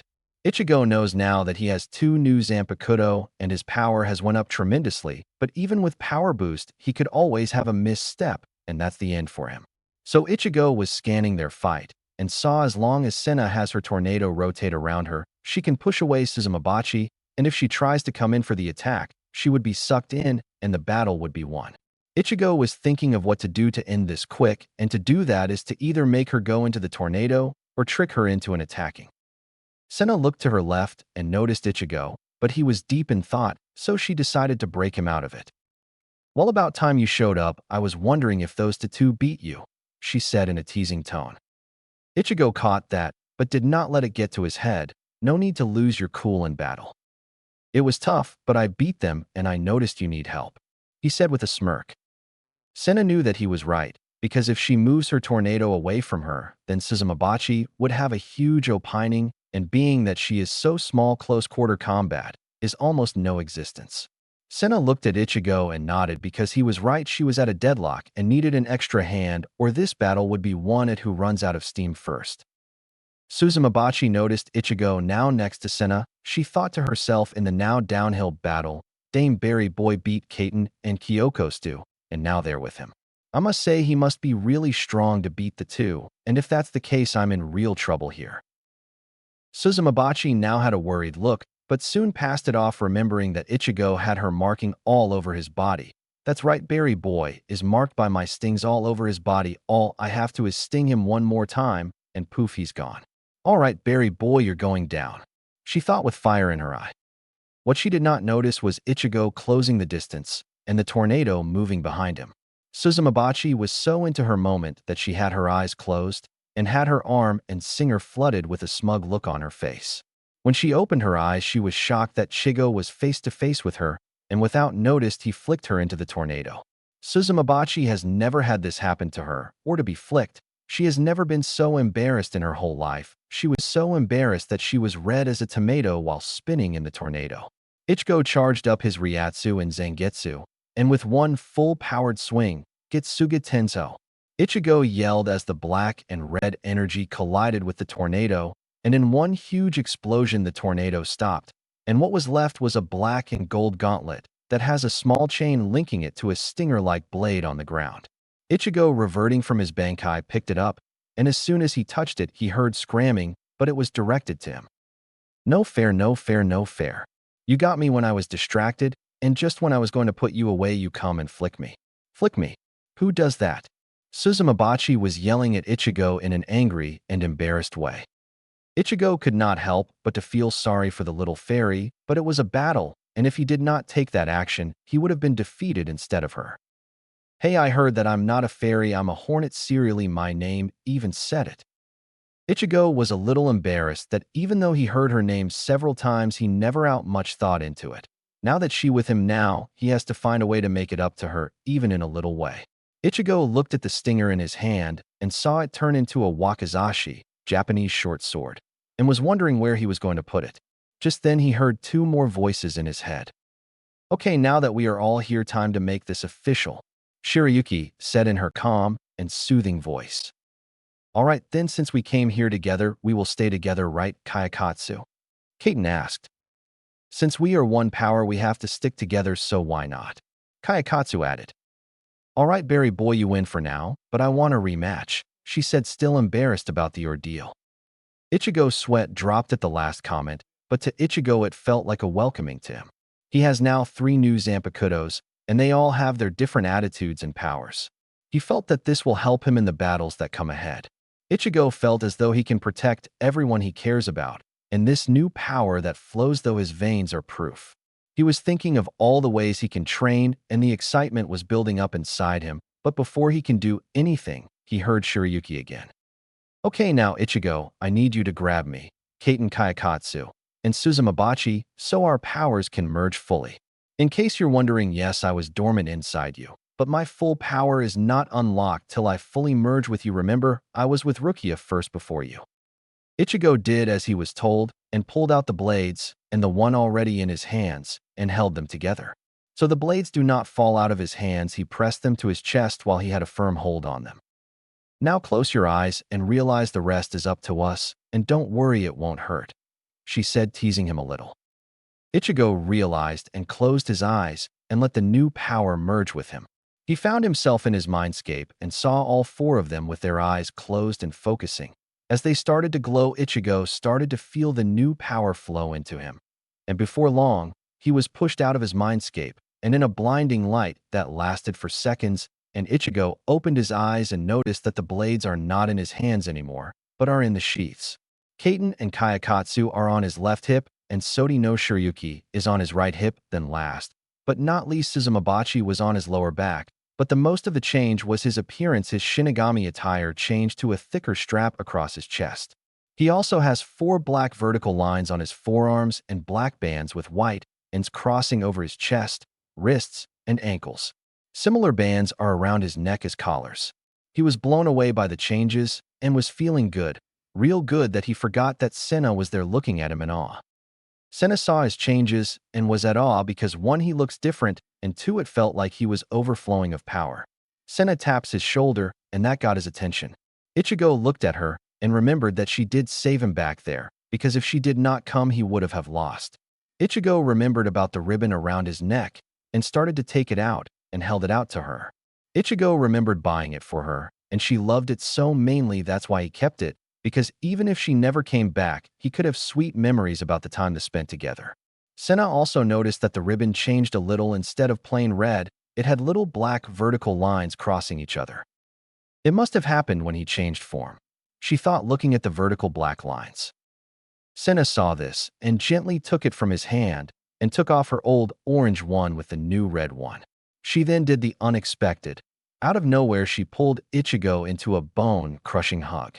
Ichigo was having trouble breathing, but hugged back when she loosened her grip on him. Senna looked up at Ichigo and saw a smile on his face. She then said 3 words, and that told him everything. Thank you, Ichigo. Ichigo then took his right hand and placed on top of her head and ruffled her hair a bit. Letting go of the hug, she punched him playfully on the arm and noticed he has not changed personality-wise. Ichigo rubbed the area where she hit and mock hurt, then said, I said we would meet up again, and look at us now, but you were the one who came first, Ichigo said as he was rubbing the back of his head in embarrassment. Senna had an idea why he did not come up to her the first time he saw her on the bridge, because he was not sure it was me, and at the time she did not remember him. She felt like she knew him, and she knew she felt protected when he passed her. She looked at him at the bridge to try to trigger something to come up till she saw him one day in the afternoon with a red ribbon in his hand. He looked like he was deep in thought, and then some memories started to come back to her, like when they played tag all over the city and when he took her out to dinner. But the one memories that stood out the most was the ribbon he had in his hand. It was the one he bought for her. And then his name came up, Ichigo. Then tonight she saw him flying tough the city, and then all the memories started to flood back in, and with that she dropped to her knees and held her head in pain because of everything that was passing in her mind. After what felt like hours, she got back to her feet and realized she was a soul reaper and she had to help. She left her body at her apartment and went into the fight. She was happy to see him again, and he was still here to keep his promise. Ichigo looked happy with her return. Ichigo wanted to ask her questions, but he knew right now was not the time, at least not in this moment. Told you I will be back, Senna said with a smirk. Well, now that the Zanpakutō are gone, where are you off to now? I'm going back to my apartment, but it was really nice to see you again. Have fun with your new girlfriends." She laughed as she went into the dark of the night. Ichigo rubbed the back of his head, formed the implication, but there was no time to dwell on it. He went towards Oraheim apartment to hopefully get medical attention. Oraheim apartment. Once he got there, he knocked, and within moments Oraheim opened the door. Ichigo saw her clam, so that means she finished healing Rukia, but Oraheim had a little surprised look when she him with a new look. Ichigo saw this and put a hand on her shoulder and said, "I will explain when Rukia wakes up." Oraheim just nodded and let him inside. Ichigo saw Rukia sleeping soundly and was covered in a blanket. Her wounded shoulder and back was completely healed, and all she needed was some rest. Oraheim sat down on the couch as Ichigo noticed Rukia moving in her sleep and knelt right next to her, as did Oraheim. Rukia opened her eye and saw Ichigo and Oraheim and knew that she did not die. Then Rukia got up and got into a sitting position and noticed 1. Ichigo new attire, and 2. He has 4 more Zanpakutōs. Rukia's eyes widened as she saw her blade on Ichigo's right hip and now wanted answers to why he has her blade and 3 others. Rukia now was in shock because she has never heard of a Soul Reaper that can hold more than 1 Zanpakutō, let alone 5. Ichigo saw this and sat at the couch and started to speak. "Well, you might want to get comfortable. This is going to take a while." As Oraheim sat right next to Rukia, just in case if she starts to have pain. Rukia shifted a little bit, then looking at Ichigo to continue. Ichigo noticed that they're ready and placed all of his Zanpakutō to the side of the couch and started to speak. "Okay, so it started when you came out of the Senkamen and Shiryuki came out looking for you to finish you off." Rukia's eyes widened not by the fact that she was attacked by her own Zanpakutō, but the fact Ichigo knew the name of her blade, meaning that he has control over her blade now, and that saddened her a bit, but continued to hear Ichigo. "Then Kaiten Kayakatsu and Suzumabachi came out right after, and then I had to carry you out of harm's way before I started to battle them. As for the Zanpakutōs, I beat them just barely, and with the help I got, I would have been defeated or worse dead." That rang into their head that Ichigo could have died, but luckily he was saved. But the helper, they were wondering who they were, but would ask later, because there are more important questions to ask. Just then 4 lights flashed through the apartment, and then 4 women appeared before them. Rukia already knew that her blade Sodi no Shiryuki was the woman in the white Furusode kimono, but the others she did not know. Ichigo was stunned because he did not know that they could come out in free will. As the 4 women came out, Shiryuki sat to the right of Ichigo, and Kaiten sat to his left. Kayakatsu sat on his lap, which Ichigo tensed up, and Suzumabachi on his top of his head. Shiryuki and Kaiten moved closer till they were lay their heads on each of his shoulder and wrapped their arms around each arm, and Kayakatsu leaned back till her back and head lay on his chest. Ichigo was in a sea of thoughts right now and wondering why come out and first off cuddle up to him, and second in his mind it felt nice to feel the warmth of the women. He could just drift off to sleep because he was so tired, but he needed to tell the rest of the story to Rukia. Rukia and Oraheim were shocked to say the least, because there are 4 women that are next to Ichigo, and they are cuddling up to him. Oraheim felt heartbroken because the little chance she had to come close to Ichigo was taken, and in Rukia's perspective it was just a shock. No word could describe this. Ichigo was still tense till he felt the warmth and his body calmed down, and felt Suzumabachi move around in his orange hair. No, she might use his hair as a bed and cover. He smiled at that, feeling this new sensation, but snapped back at what was at hand, and looked at Rukia and Oraheim with their shocked looks, and decided to explain. "Well, these are the women I had to fight, and as soon as I beat them they decided to come with me, because they said I'm strong." He said as he was feeling a little uneasy because even though he beat these ladies he could feel those glaring daggers at him, but just for a moment. "On my right is Shiryuki, on my left is Kaiten, on my lap is Kayakatsu, and the one on my head is Suzumabachi." As each of their names were called, they either nodded or waved to let the 2 women know who they were. Shiryuki looked at Rukia with a bit of disgust and anger because she was so weak when she was wielding her, but let that emotion go because she was now with Ichigo, and he will prove to her he has what it takes to control her powers. Shiryuki decided to speak as the 2 women took in the information. "Just in case you are wondering, Rukia Kachiki, you are still able to use my power only because I am letting you. The reason is because when you gave your power to Ichigo on that night, I was also transferred. It made a link between you and Ichigo, so till you regained my power back, I was dormant in Ichigo's mindscape. Ichigo was listening intently because this was all news to him, and now more things are being clearer. Rukia started to get the picture when her blade was no longer hers. Instead, she was Ichigo's. To be able to use her power after she left is nothing but a blessing, because when she used her, she had to give her power to her, because she was forced to, but now that Ichigo has her, she could take her power right back. Orihime was listening to the whole conversation, but decided to stay out of it and not ask questions. You may have noticed that you were not able to use my powers back in the Soul Society because I refused to let you use them, but now I do. The same goes for the others. A connection was made with Ichigo, so if they decided to not let their previous masters to use their power, then that's their decision, but the only reason I did is because Ichigo asked me to. Shirayuki finished off in a somewhat cold manner that did not go unnoticed by the two women. Rukia was now a little angry because one, she said in a way that made her seem weak if she did not have her power, and two, the way she is all over Ichigo. Shirayuki felt Rukia stare at her, but Kaiten decided to speak for them all. We decided to come out of our Zanpakutō state and clear things with you too. The reason we are like this is because of the previous battle. We are very tired, and what better way is there to bond with our new master than though direct contact? Isn't that right, Ichigo? She finished in a sing-song voice, and it sent a blush to his face, because the way she said it seemed that there was more to it. Then on top of his head, Suzumabachi said in a half-sleepy voice, "Berry boy, you smell very sweet," as she rolled on her back and lay there comfortably. Ichigo did not know how to react to this, as the other women just nodded to that comment. So he still had a blush on his face and decided to change the subject before something else happens. Well, that should be it, and we should go see Urahara tomorrow and find out what else is happening in the Soul Society. As Ichigo made a slight move to get up, the others understood, but not so willingly got up except Suzumabachi, who was still on his head. Rukia looked at him, and then nodded and started to get up and looked at Orihime, letting her know she was a light. As Ichigo picked up his new Zanpakutō, he was wondering if the ladies are going back into their Zanpakutōs, so as he waved of Orihime and told her good night, he walked down the stairs, then turned around and looked at them. "So, you guys are not going back into your Zanpakutōs, huh?" he asked as they gave a look of, "What did you just say?" which made him start sweating bullets. He did not want for them to kill him for the question. Then with a sigh, Kaiten decided to speak as she looked at him and Rukia, who was right next to Ichigo.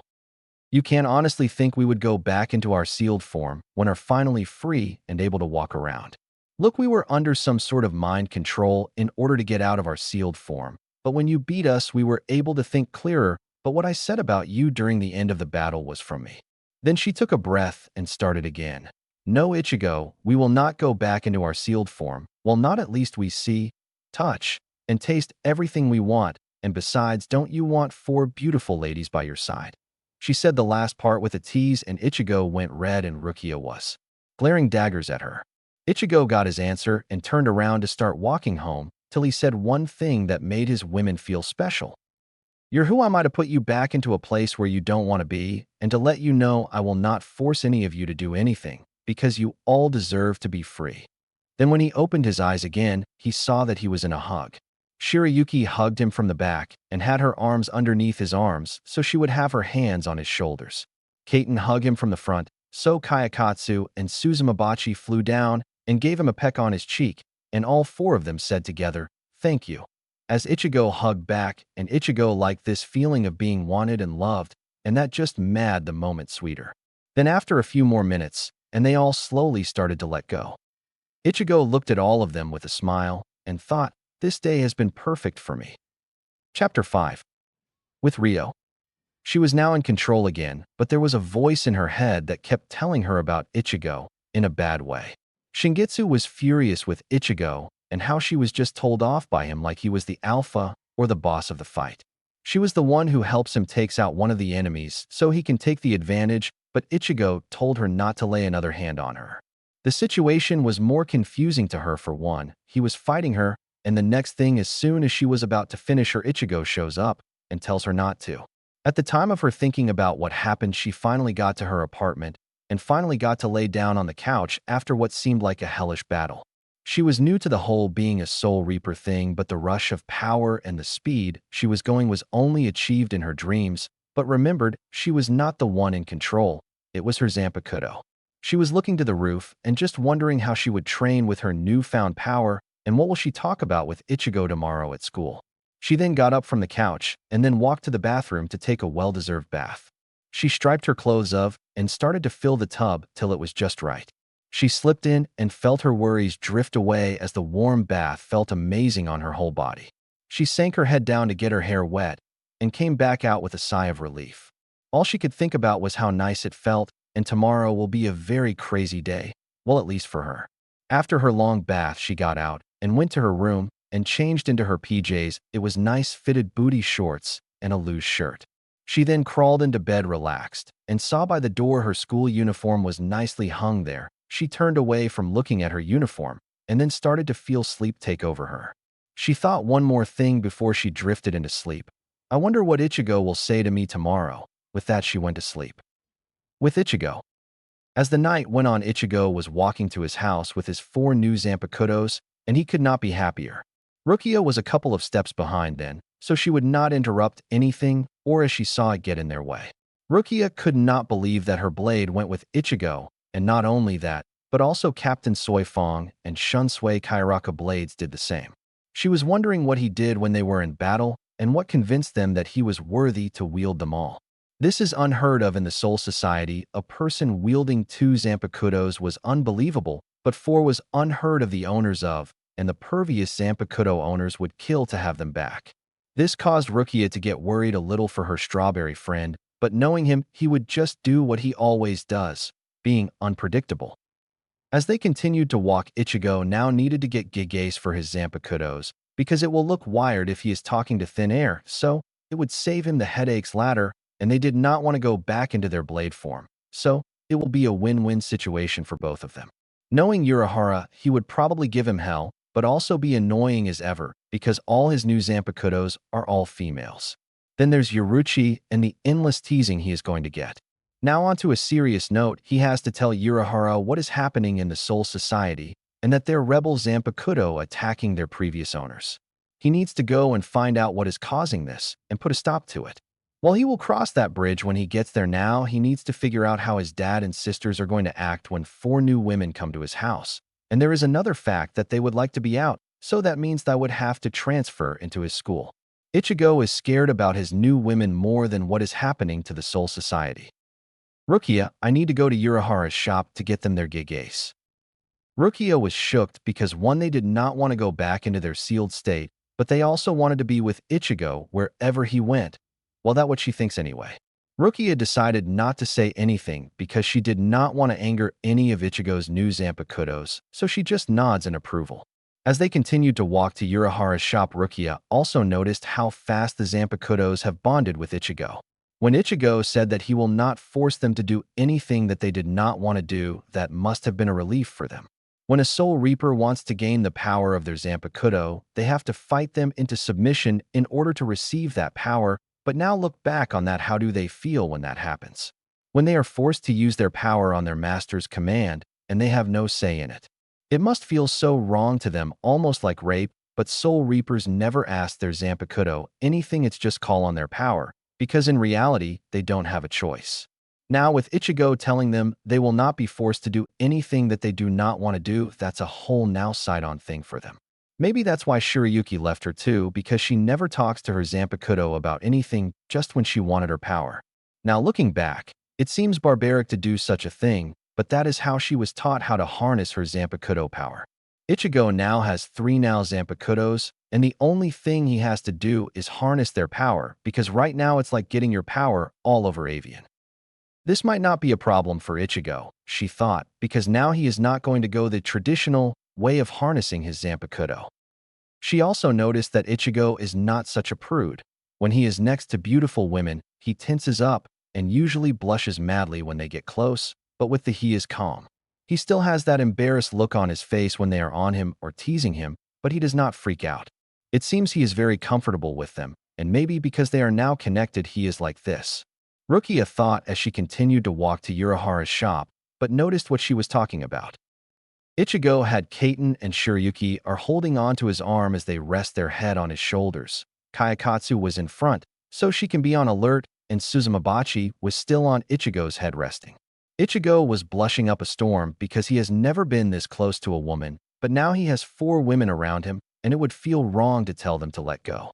They also said that they were tried, so it did not bother him much. Urahara's shop. They finally arrived at the shop and knocked. A couple of minutes later, Urahara with his huge smile. "Oh, Kurosaki, what bring you?" He was cut off by what he saw. Ichigo was at his front door with 3 women around him and his face with a huge blush. He wanted to tease him about this for years to come, but now he was wondering who these 3 were. He still had his smile on and was thinking of a way to tease him right now. "Ah, Kurosaki, I did not know you were such a player, and here I thought you were not so bold," he said with a huge grin behind his fan. Ichigo wanted to bash his face in, but Kaiten and Shirayuki were on each arm, but before he could ask them to let go, Kayakatsu manifested her blade and was just inches away from Urahara's neck. Kaiten knew this was going to happen because Kayakatsu is very overprotective, and now since Ichigo is her new master, she is very impulsive to attack anyone that might insult or in this case tease him. Kaiten let go, as did Shirayuki, and walked towards Urahara, who was still a little shocked at the speed of the girl and for the fact that his favorite is broken again. Not to mention that the blade was going through the fan, but that is not what bothered him. It was the blade she was holding. It had the same curve at the top, and it had a long red tassel at the end, and then it hit him. That blade only belongs to Shunsui, but how does she have it? Unless he was taken out of his thoughts as the other 2 women came up to him, and Kaiten gripped his shoulder ever so tightly and said, "I would let us in and ask question later," she said with a menacing glare. Urahara gulped and made the motion to welcome them in. Rukia was now more shocked because of what Kayakatsu did, who knew she was overprotective for her master. It made her wonder if the others are the same or just waiting for a real problem. As they walked inside, Suzumabachi stirred and stared to wake up. She held a strand of Ichigo's hair to balance herself on his head, and because he is moving, it just makes it that much harder. Ichigo noticed that Suzumabachi has awakened and decided to ask her how she slept. "Hey Suzumabachi, did you sleep well?" "Why, yeah, I did, and you smell sweet," she said with a blush coming on her face. She has never slept next to a man, but in this cause on his head. She decided to fly off his head and landed on his right shoulder, still with her blush, but Ichigo did not notice it.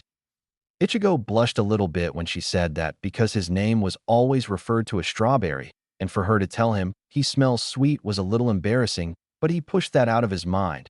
He has more important things to talk about. Urahara sat down and motioned them to sit. Rukia sat on the far right as Kaiten and Shirayuki sat next to him, and Kayakatsu sat on his lap, as to prove it point to Urahara. It is to not cross her or her master. Ichigo stiffened a little bit, but relaxed into it, because it was the same as in Inoue apartment. He assumed that she really liked to sit on his lap, well, in this case in between his legs, but it did not bother him as much, but it was new to him. To feel women around him, but the constant contact with them was foreign to him, but he did not reject it, and why would he? He is a grown young man after all, but he was no pervert. It reminded him of Kigo and his constant talk about women. Not that he minds, but the way he talked about them. It seemed to him that women were a piece of meat. In Ichigo's eyes, that was no way to look at women. In fact, he would look at women as these fierce, determined, and fragile people that in a relationship have a say in almost everything. That's because of how scary they can be when they're angry. Oh man, his face went pale remembering Tatsuki getting angry at Chizuru for groping Orihime and then ending in a mess on the floor. Now Ichigo imagines if he does something wrong, and then he is getting attacked by his new female companions.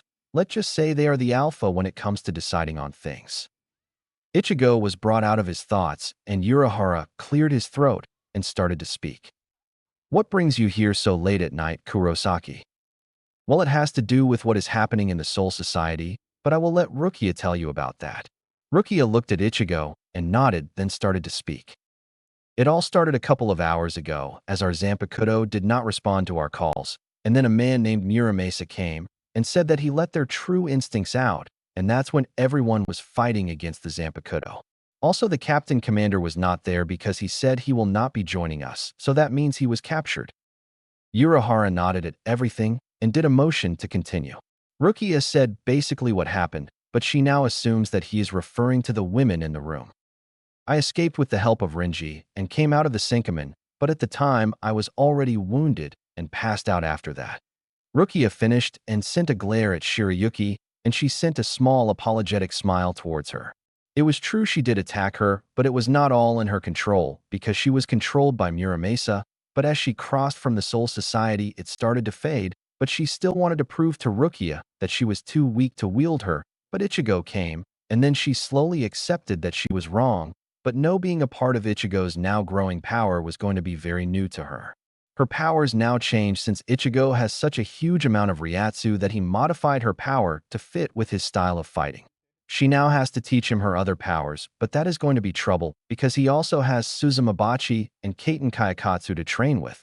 This is going to harder than she thought. Now for the women in the room. One of them used to be my Zanpakutō, and she is the one in the white kimono, and the rest, well, you can guess where they're from. She finished as Urahara's suspicions were right on. Now there is one thing that bothered him. Why leave their pervious master for Ichigo? Now Urahara is looking at Ichigo to explain his part of all this. Ichigo took the glance as his turn. Well, like Rukia said, Shirayuki was her Zanpakutō and now resides with me, as well with Suzumabachi and Kaiten Kayakatsu. Urahara eyes widen at this because there can't be a person with more than one Zanpakutō spirit with them. Now here is Ichigo with 4 Zanpakutō spirits. He also has Zangetsu, which will make that 5 in total. This on a whole new level from the ordinary Soul Reaper. When he masters all 4, he would be able to go toe-to-toe with Yamamoto, but that amount of power, it's just monstrous. He was broken from his thoughts as Ichigo continued to speak. Kaiten Kayakatsu and Suzumabachi wanted to see if I was worth wielding their friend Shirayuki, so that's when the fight began. After everything was done, they decided that I was worthy of wielding her, and they also decided that I was worthy of wielding them. I got to say it was hard to believe at first, but they start to bond with me, and now here we are. As for them to go back into their sealed state, they decided not to because they want to be able to be outside and enjoy everything I do, so who am I to say no? Urahara was still in shock because here are the Zanpakutōs of the 2nd and 8th Division captains. This will not end well when they find out, and how is Ichigo going to explain that to them? Oh, and since we forged a connection, my appearance changed, so that's why I'm wearing the new clothing. Rukia, is everyone okay in the Suriidii okay? Rukia looked down and shook her head. Now that explained the new attire and why there are 4 new faces here. Now for the problem at hand is to enter the Soul Society with so much chaos. Just then a familiar voice started to speak. Don't worry about it, they're just fine. Yoruchi, I did not expect you to come so soon, Urahara said in mild surprise. Rukia took the moment to ask for her brother and to see if he was all right. Yoruchi, is my brother all right? She asked in a tone that exhibited worry. I will tell you everything that I know, she said in a calm tone. As I got there, the whole Suriidii was in shambles, but it looks like the fighting has ended. I went to the 4th Squad's first aid cent to see if someone could fill me in. Everyone is staying at the 4th Squad's barracks. There were a lot of people injured, but that's about it. It seems they left as fast as they came. Sorry, Rukia, but there have not been any signs of your brother yet. Yoruchi now made her attention on the 4 women in the room. She knows she has never seen them before, so who are they? She looked at them and asked, who are you people, because I have never seen you before? Shirayuki decided to speak for them since they all came together. She shifted just a bit so she can look at Yoruchi while she talked. While I do believe introductions are in order, my name is Shirayuki, the one on Ichigo's shoulder is Suzumabachi, and the last 2 are Kaiten Kayakatsu. We are now under control by our new master, Ichigo. As she finished, Yoruchi was shocked, just as Urahara hearing this. There has never been a Soul Reaper that can have more than 1 Zanpakutō spirit with them. Ichigo has now a total of 5. This is going to be trouble when he goes to the Soul Society because the previous masters will want their Zanpakutōs back, even if that means by force. She then noticed Suzumabachi flying towards her and flying around her till she stopped in front of her. Did you know Soi Fong is super obsessed with you? I mean, she thinks about you all the time, it's so annoying. That is one of the main reasons I left her, and the other is she is too uptight. That's why she will never find a boyfriend. I mean, come on, who would want a stiff? I know I would not if I was a guy. She finched and flew back to Ichigo's shoulder, and Yoruchi looked a little amused because it was so true. She explained everything that was wrong about her little bee nut. It did not bother her because she knew about the obsession she has with her and how many times she tells her to stop she doesn't. Seems like she will never learn, and the funny part about that was her own Zanpakutō. Yeah, that does sound like her. So what are your reasons for leaving? She looked at Kaiten and Shirayuki. She was also looking at Kayakatsu, but she seems like the one that does not talk. Kaiten decided to speak first. I left my master because he is lazy bum and a drunk.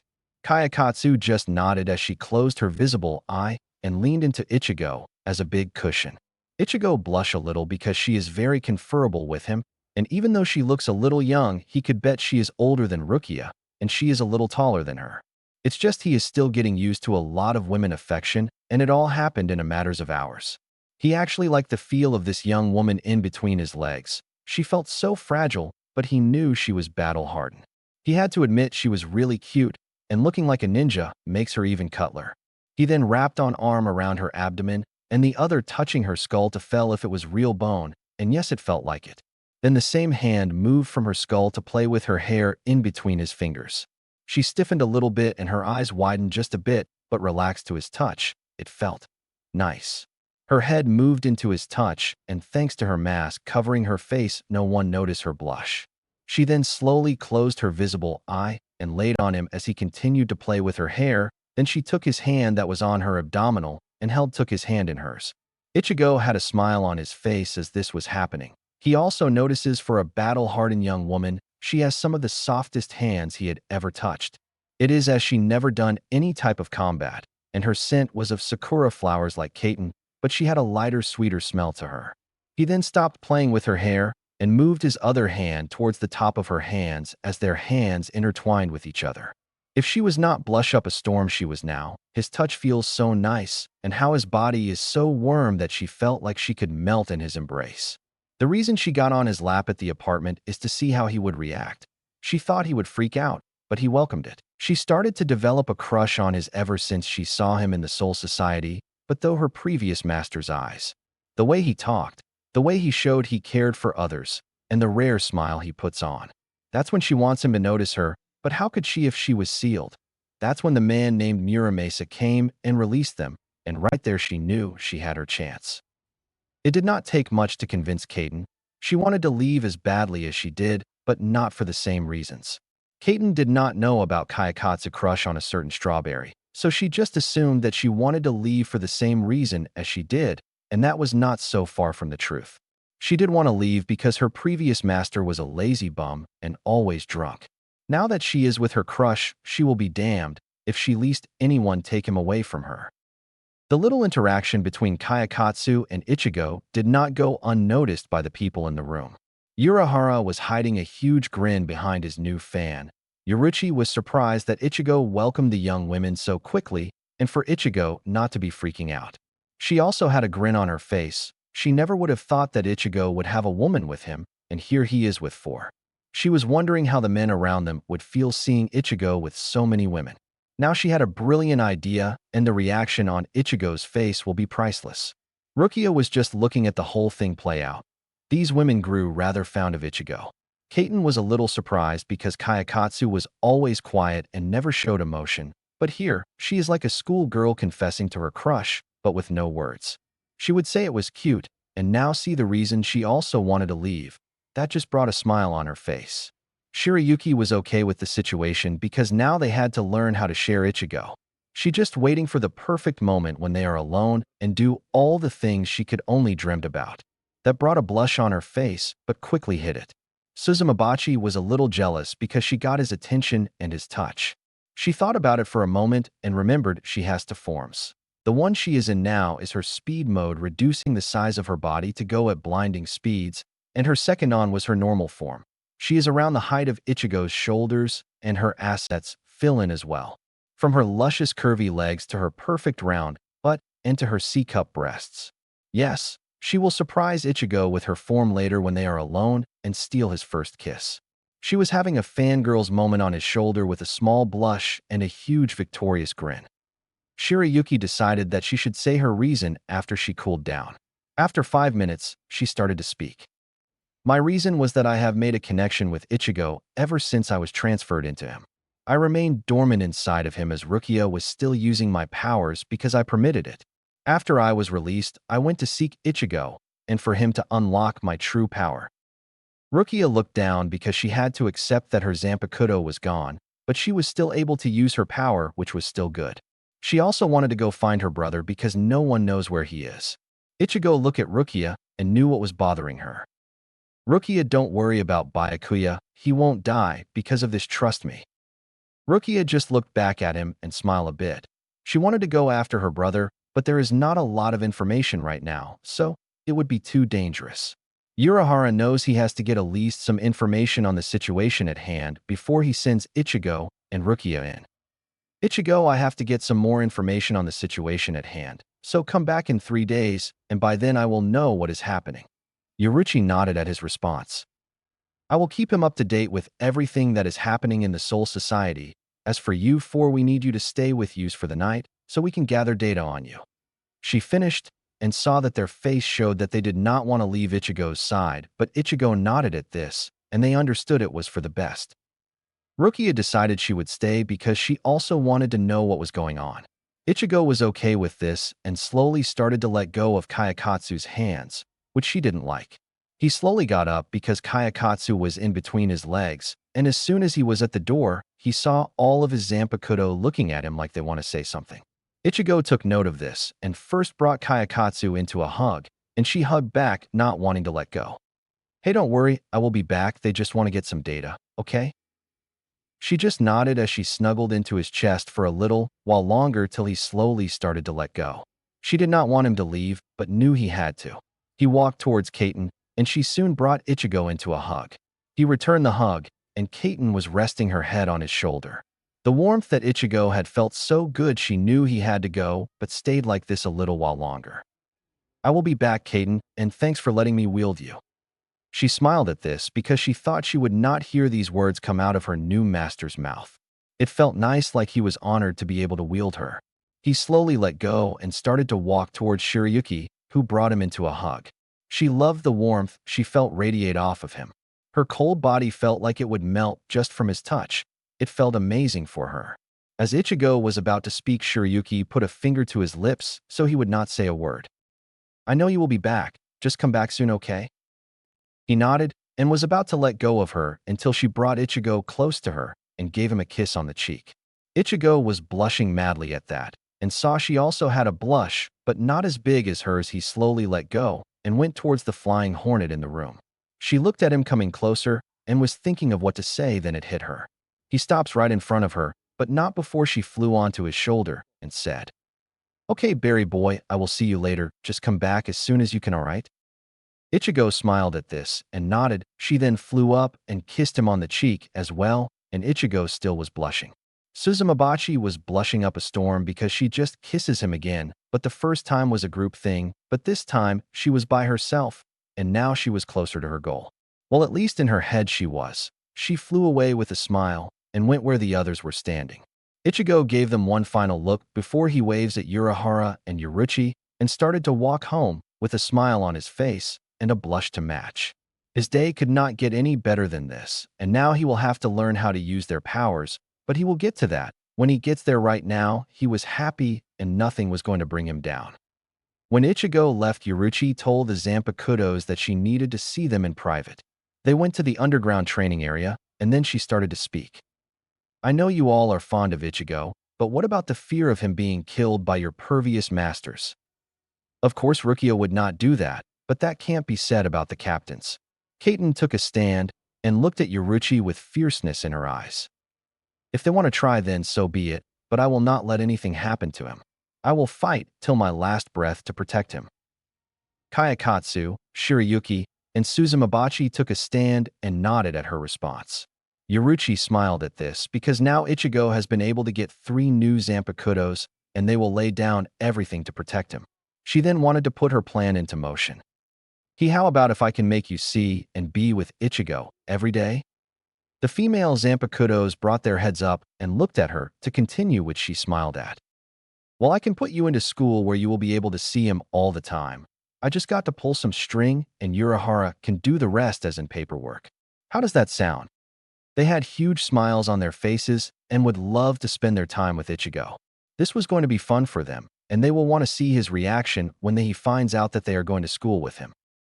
Yoruchi now was sure this was going to be funny, and she wanted a front row seat to see his reaction when these four are going to be in class with him. Okay, now we have to get you your gig ace. They nodded and followed her up the ladder to get their gig ace made. Poor Urahara will have to work all night to get these gig ace done before morning. With Ichigo. Ichigo finally got home after a crazy and then awesome day, and he can't wait to start training with his new Zanpakutōs, but also needed to get ready for the counterattack against the Rouge Zanpakutōs. He opened the door and noticed that the lights were off and that the dishes were already washed, so that meant he missed dinner. He looked at the time, and it was almost midnight, so he quietly walked up the stairs and went into his room where his boy was and got in. He then brought the blankets over him and slowly started to go to sleep, but not before he had one final thought. I wonder what will happen tomorrow. With that, he fell asleep, and he will be in for a surprise tomorrow. Chapter 6. With Ichigo. Morning started to come as the sun's rays started to go through the curtains of his window. Ichigo started to wake as the sun hit his face. The sudden warmth felt well. Ichigo forgot something. Put what? He did not get to answer that because his clock hit 7 a.m. Ichigo paled because that could only mean one thing, his dad. Ichigo was about to get out of bed when his father comes in and does a drop kick to him. Ichigo, thinking on his feet, got up and sidestepped his attack, and Isshin went flying out the window and landed straight into a garbage can. As his father was yelling at him for why did he do that, he got dressed and went downstairs and saw his sisters already eating breakfast. He waved at the two with a smile and sat down and ate. Karen and Yuzu were surprised that Ichigo of all people would smile at all. Now this brought up some red flag because this happened never. Something good must have happened, the two thought. Karen was bolder in these kinds of situations, so she decided to find out what was with that smile. Okay, Ichigo, what's with that smile? Because for one, you never smile? She asked in a more demanding tone than a question. Ichigo was taken back a little because did he really not smile as often? Well, maybe yeah, he did not smile a lot, but why ask about it if he felt like he wanted to smile today? Nothing is going on, I just woke up in a good mood because this is the first week of the new semester. I got a new person to talk to in class. He said, going back into his signature scowl. Karen saw this and wanted to push a little more, but it would be like move a brick wall. It's not going to happen. She just went back to eating with a humph as he got a small glass of orange juice and a piece of toast. He really did not eat a lot in the morning, so just a quick snack does the trick for him. As Ichigo finished his orange juice, he started to walk towards the door with his bag over his shoulder and the piece of toast in his mouth. He gave a wave and was out the door. He was wondering why he did in fact smiled, maybe because he has so many new Zanpakutōs and they are so nice and warm with him. If it was with any other girls, he would have freaked out because it would have just been too quick and weird, but with them, it feels different, but he welcomes it. So far, he knows that these spirits chose him to be their new master, and he welcomed it. He was not power hungry, nor did he want to use them for ill use. He just felt it was the right thing to do. Ichigo continued to walk to school unaware of the four beautiful women following him in the distance. The four beautiful women had a fun night with Yoruchi and learned how they needed to act with the other students at school. The material they might talk about was not an issue because all of them can pick up on things quick, not to mention they remembered the material from Ichigo. Yoruchi also gave them their clothing and their material that they needed for school. Poor Urahara was too tired to notice that most of his school supply were gone. He was up all night making them their gigas and barely finished before the sun came up. Yoruchi had fun telling them to not stand out so much, but seeing that they're the new girls at school, it's impossible. The four continued to watch their new master from a distance, making sure that they are not spotted. They were excited to be with their new master at school, and they can't wait to see his reaction when all four of them and Suzumabachi in her normal body. The data that Urahara got from them was a really big help and came up that only the Zanpakutōs in the Soul Society are the only ones affected by this type of hypnosis. What if Berry Boy gets mad at us? Suzumabachi asked, afraid a little of what Ichigo gets mad. I highly doubt that. He would be shocked then mad, so don't worry so much, Kaiten said as they continue to spy Ichigo. How will Ichigo's friends take it? The only ones that knows is Orihime, Shuyuki said, and noticed that they were getting close to the school. I don't know, but they will need to know, Kaiten said as they stopped across the street from the school. We need to wait till Ichigo is in school, so we can go in with him seeing us beforehand, said Kayakatsu in a calm manner. The other three nodded in response and now got used to her talking. Kaiten remembers Kayakatsu never talked, maybe she never felt like it, and now she talks more, and that's a good thing because people were going to think she was mute. Now the four waited across the street waiting for their master to be out of sight. They don't want to reveal themselves before making it to class. With Rio, she woke up with tons of questions, but she will have her chance to ask some during their break. Shingetsu told her that they are partners and that now she is a soul reaper. That was a lot to take in on an early morning, but she accepted it since everything that happened last night was all new to her, and she would have to train. She needed to train because she was so inexperienced with a sword, and she can't have Shingetsu always take control. Right now, she would have to put that aside because she was now getting close to school, and she would see Ichigo in class today. She walked into school and went straight towards the school building straight to class. Back with Ichigo. Ichigo got into the school grounds and went straight into class. He got to class and saw there were only a few people here, and the first person he saw was Rio reading a book. Ichigo did not know whether to approach her or wait till she did, but he knows for sure that she is going to ask a lot of questions about yesterday. Ichigo, deciding it's better to talk about that in a different setting, just went to sit down after giving a wave to her. Ichigo has a lot to think about, like what he will do when he enters the Soul Society and who this Muramasa guy is. He seems to have made a mess in the Soul Society, and the Soul Reapers are having a hard time dealing with it.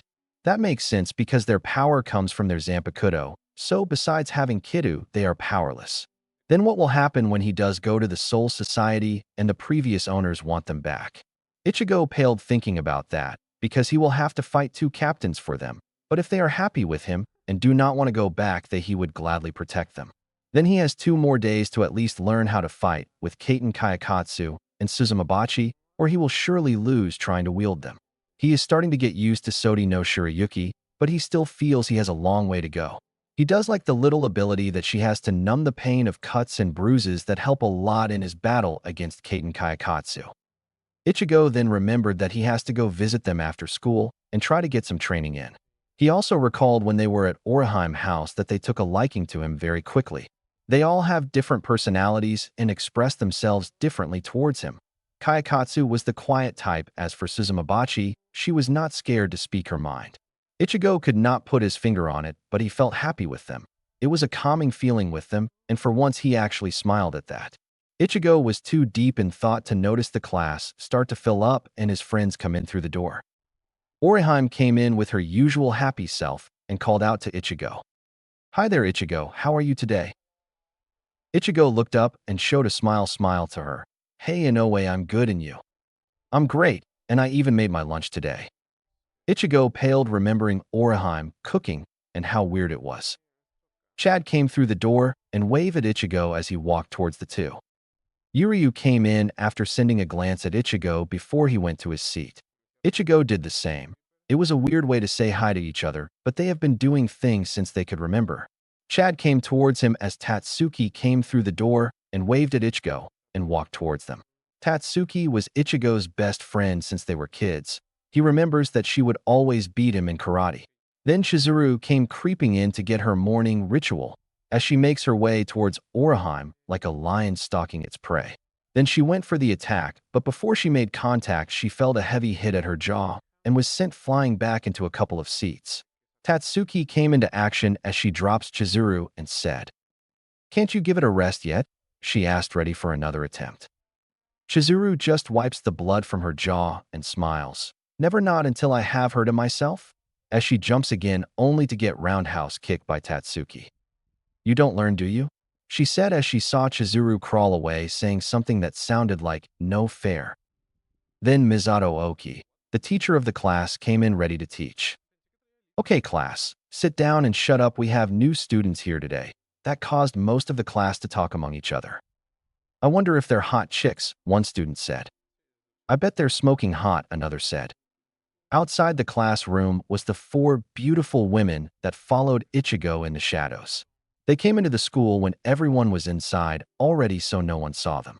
They were excited and a little nervous being in front of a class of students. This is all new to them.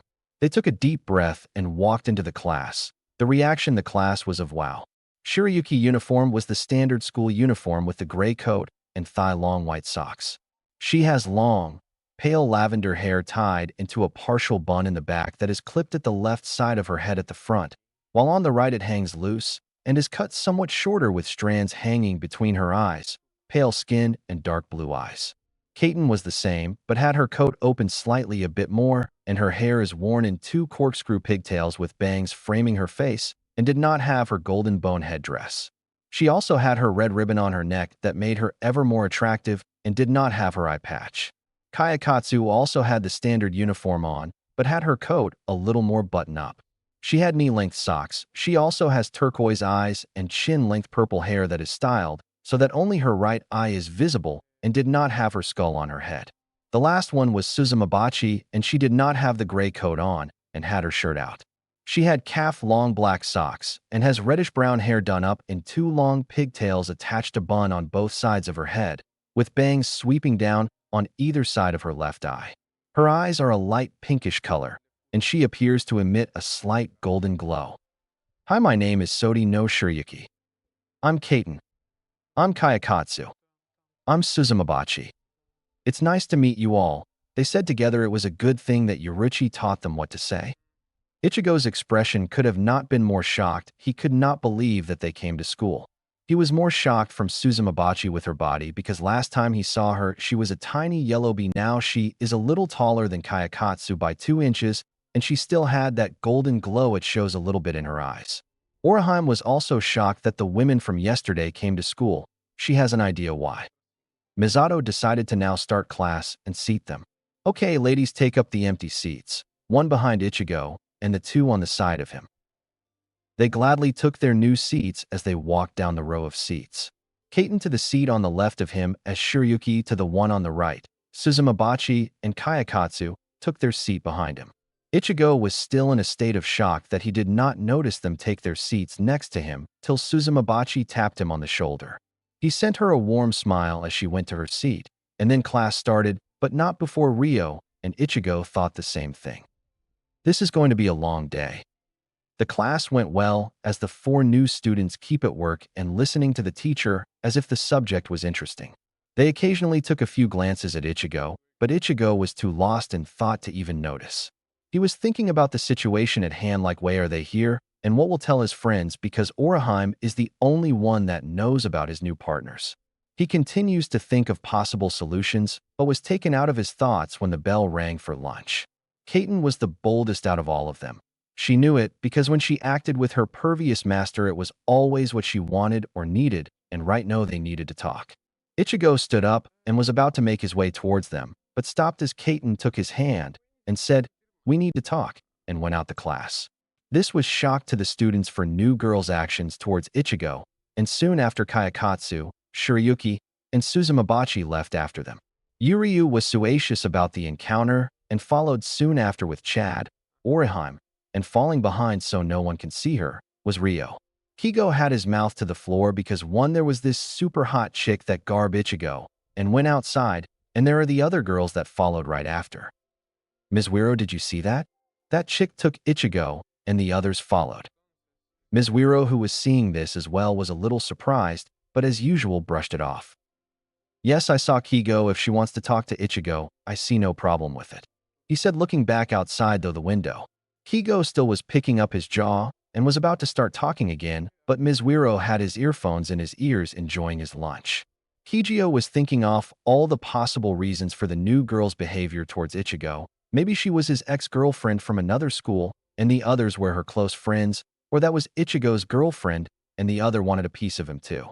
All the possible situations, but none seemed to fit all he could think about how lucky Ichigo was with women. Lucky dog. Chizuru saw the new girls and saw how well-endowed bust that Kaiten and Shiryuki had, but was too beaten down to get up from her seat.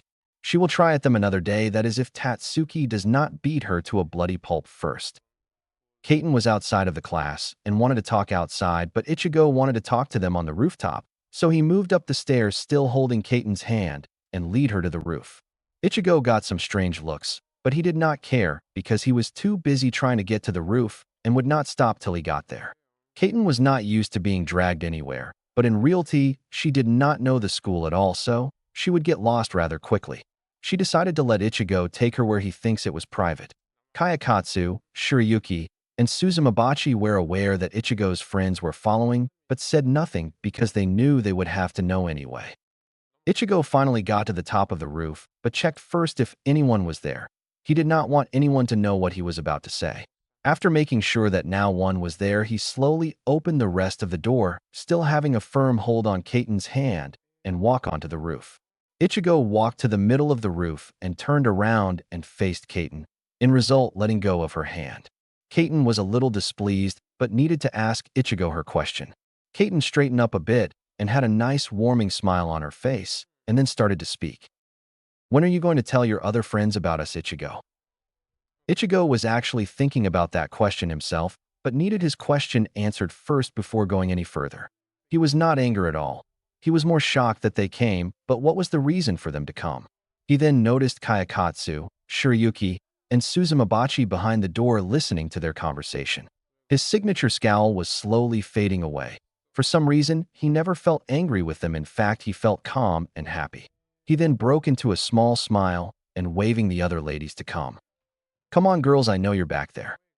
They opened the door and came towards them to join in the conversation. Ichigo was surprised with the new form of Suzumabachi. She was not this tiny golden glow. She was now this young lady with a slight golden glow around her eyes.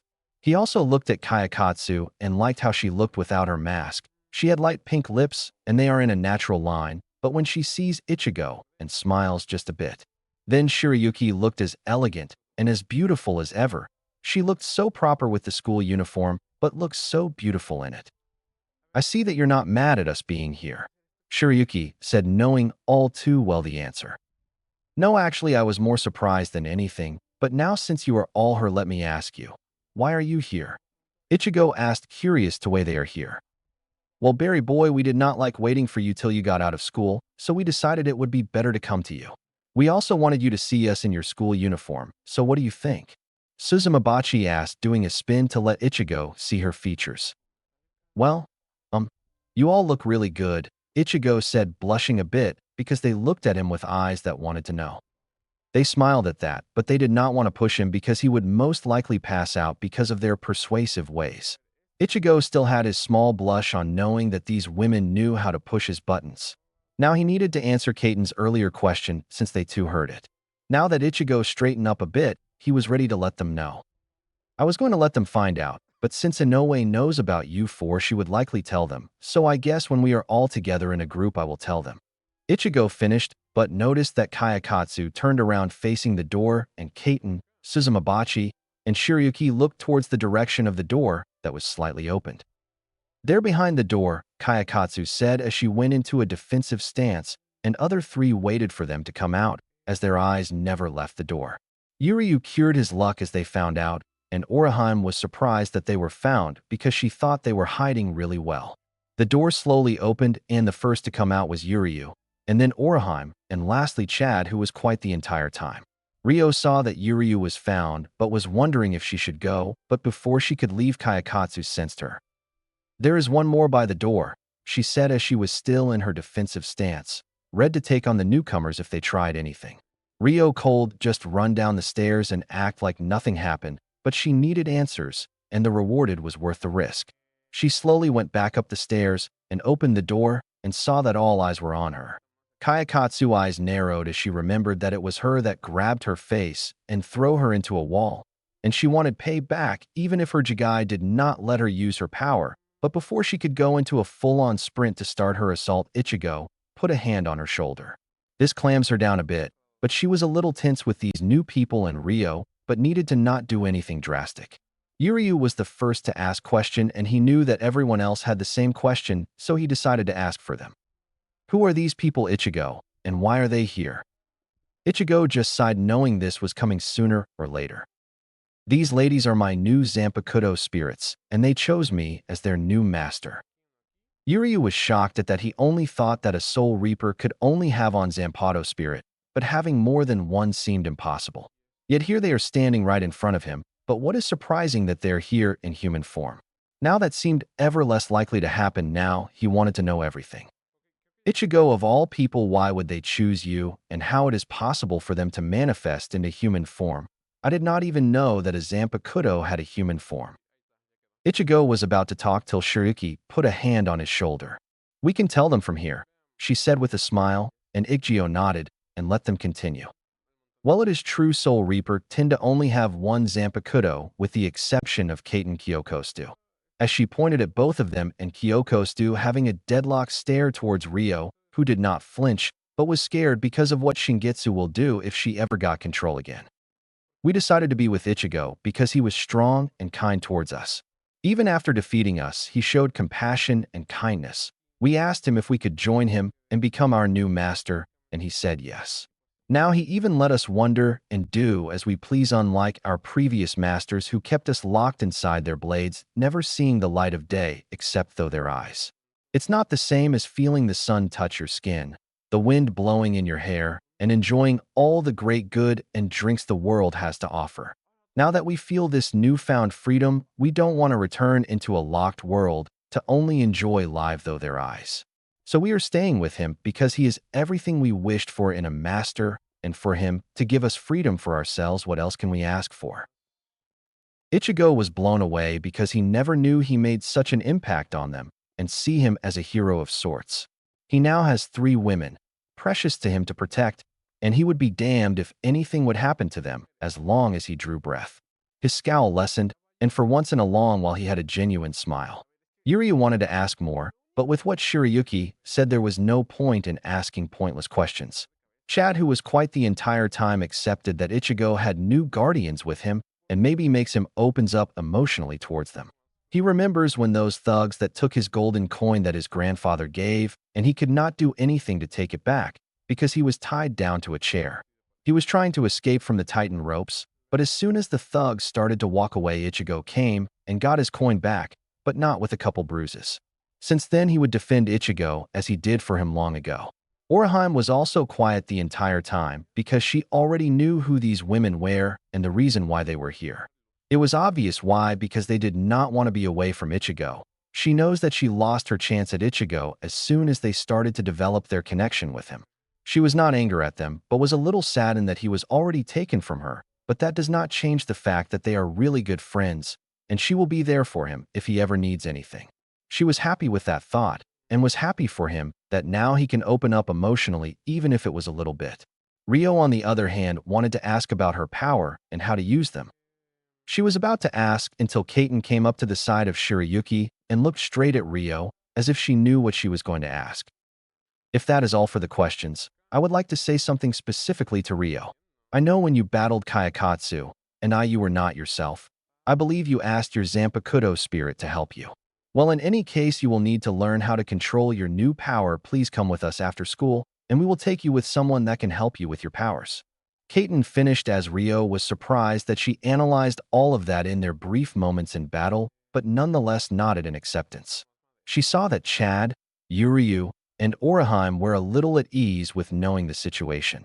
Well, at least while they are here, the other situation at hand will be difficult because Ichigo does not know any of their powers except Shiryuki. Even then, that put him at a grieved disadvantage. Knowing just one move will do nothing against Muramasa. Even though we can come and go as we please, we are at our best when we are one with Ichigo, so he has to learn at least a minimum of some of our powers before we go be into the Soul Society. If not, and we do try to battle outside, we would just get in the way. Kaiten thought, and that meant he would have to train for the next 2 days without break because they will go back in 2 days, so time is of the essence. If any of you need more training, please come by with Urahara if you ever do. Shiryuki added as the bell sounded as they started walking back to class. Everyone there was thinking different things about the situation, but Ichigo was thinking along the same lines as his Zanpakutō spirits. I need to get ready. The rest of the day went well except a couple of the males. While most of the males were staring at the new girls like a piece of meat, but did not dare make a move while Ichigo was there. School let out and Ichigo said goodbye to his friends, seeing that they did not want to go with him to train today. I'll see you guys later then, Ichigo said as he waves at them as he walked away. Chad nodded, and Yuryu left to do training by the waterfall that he is gowned accustomed to. Orihime waved off Ichigo and called out at him. See you later, Ichigo. With that, she started her way home. Rio came with Ichigo and felt great that she will learn how to use her powers, but a little intimidated because these are the women that she fought defending Ichigo when he was almost down and out. Ichigo saw Rio and how tense she was, so he decided to break the ice. Hey Rio, about yesterday, thanks for helping me out. If it was not for your help, I would have been done for. Rio now felt good because he said thanks for saving him. On the outside, she waved it off as it was not such a big deal, but on the inside, she was happy that Ichigo was looking at her. It was nothing, Ichigo. I would help any way I could, Rio said in a calm tone. The girls had their opinions about Rio, but Kayakatsu wanted to get payback even if it was her Zanpakutō spurred helping her. She will get day, but for now she would wait it out. Shirayuki could tell that she had a crush on Ichigo, but she doubts that Ichigo see her in the same light, and the same could be said for Kaiten, but she was also waiting to see how well she fares against Kayakatsu. Suzumabachi did not really care about the girl. She was too busy thinking of a way to get Ichigo alone and work her feminine charm on him, and then share a passionate, heated kiss. She had a huge grin on her face thinking about it, and her plan will come together as soon as the other leaves. Ichigo continued to walk till they got to Urahara's shop. Kaiten slid the door open slowly and walked into the room where Urahara was waiting for them. Since they now live here for a short time, there is no need for them to knock. Urahara saw them come in and also brought a new face. He was always ready to help anyone that needs it. Ah, Kaiten, I see you brought me a new face. So who is this young lady? Her name is Rio, and just became a Soul Reaper yesterday, and she would like you to train her, Kaiten said as Rio nodded with her statement. Please, I would like you to train me and help me control my powers, Rio said with a determination in her eyes, and Urahara saw this and made him smile. It's like when Ichigo asked him for his help when he became a Soul Reaper. Of course I will help you, but you need to come here every day after school and weekends in order for my training to work. Do you understand? Yes, and I'll be here, don't worry about that. Good, training starts tomorrow, don't be late, Urahara said as he wiped out his fan.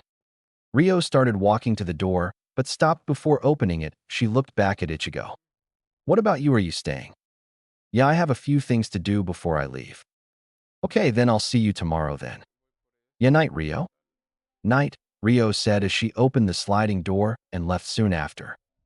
Ichigo sat down, and as soon as he sat down, Kayakatsu got into his lap and laid back as her head lay on his chest. She closed her eyes as she intertwined her left hand with his. Ichigo sighed, knowing that this will become a habit, but did not complain because he liked the little moment himself. He rested his chin on top of her head as he took right hand and started to play with one of the bangs that hanged from her hair. Kaiten sat down on his right as Shirayuki sat on his left, and Suzumabachi landed on his head.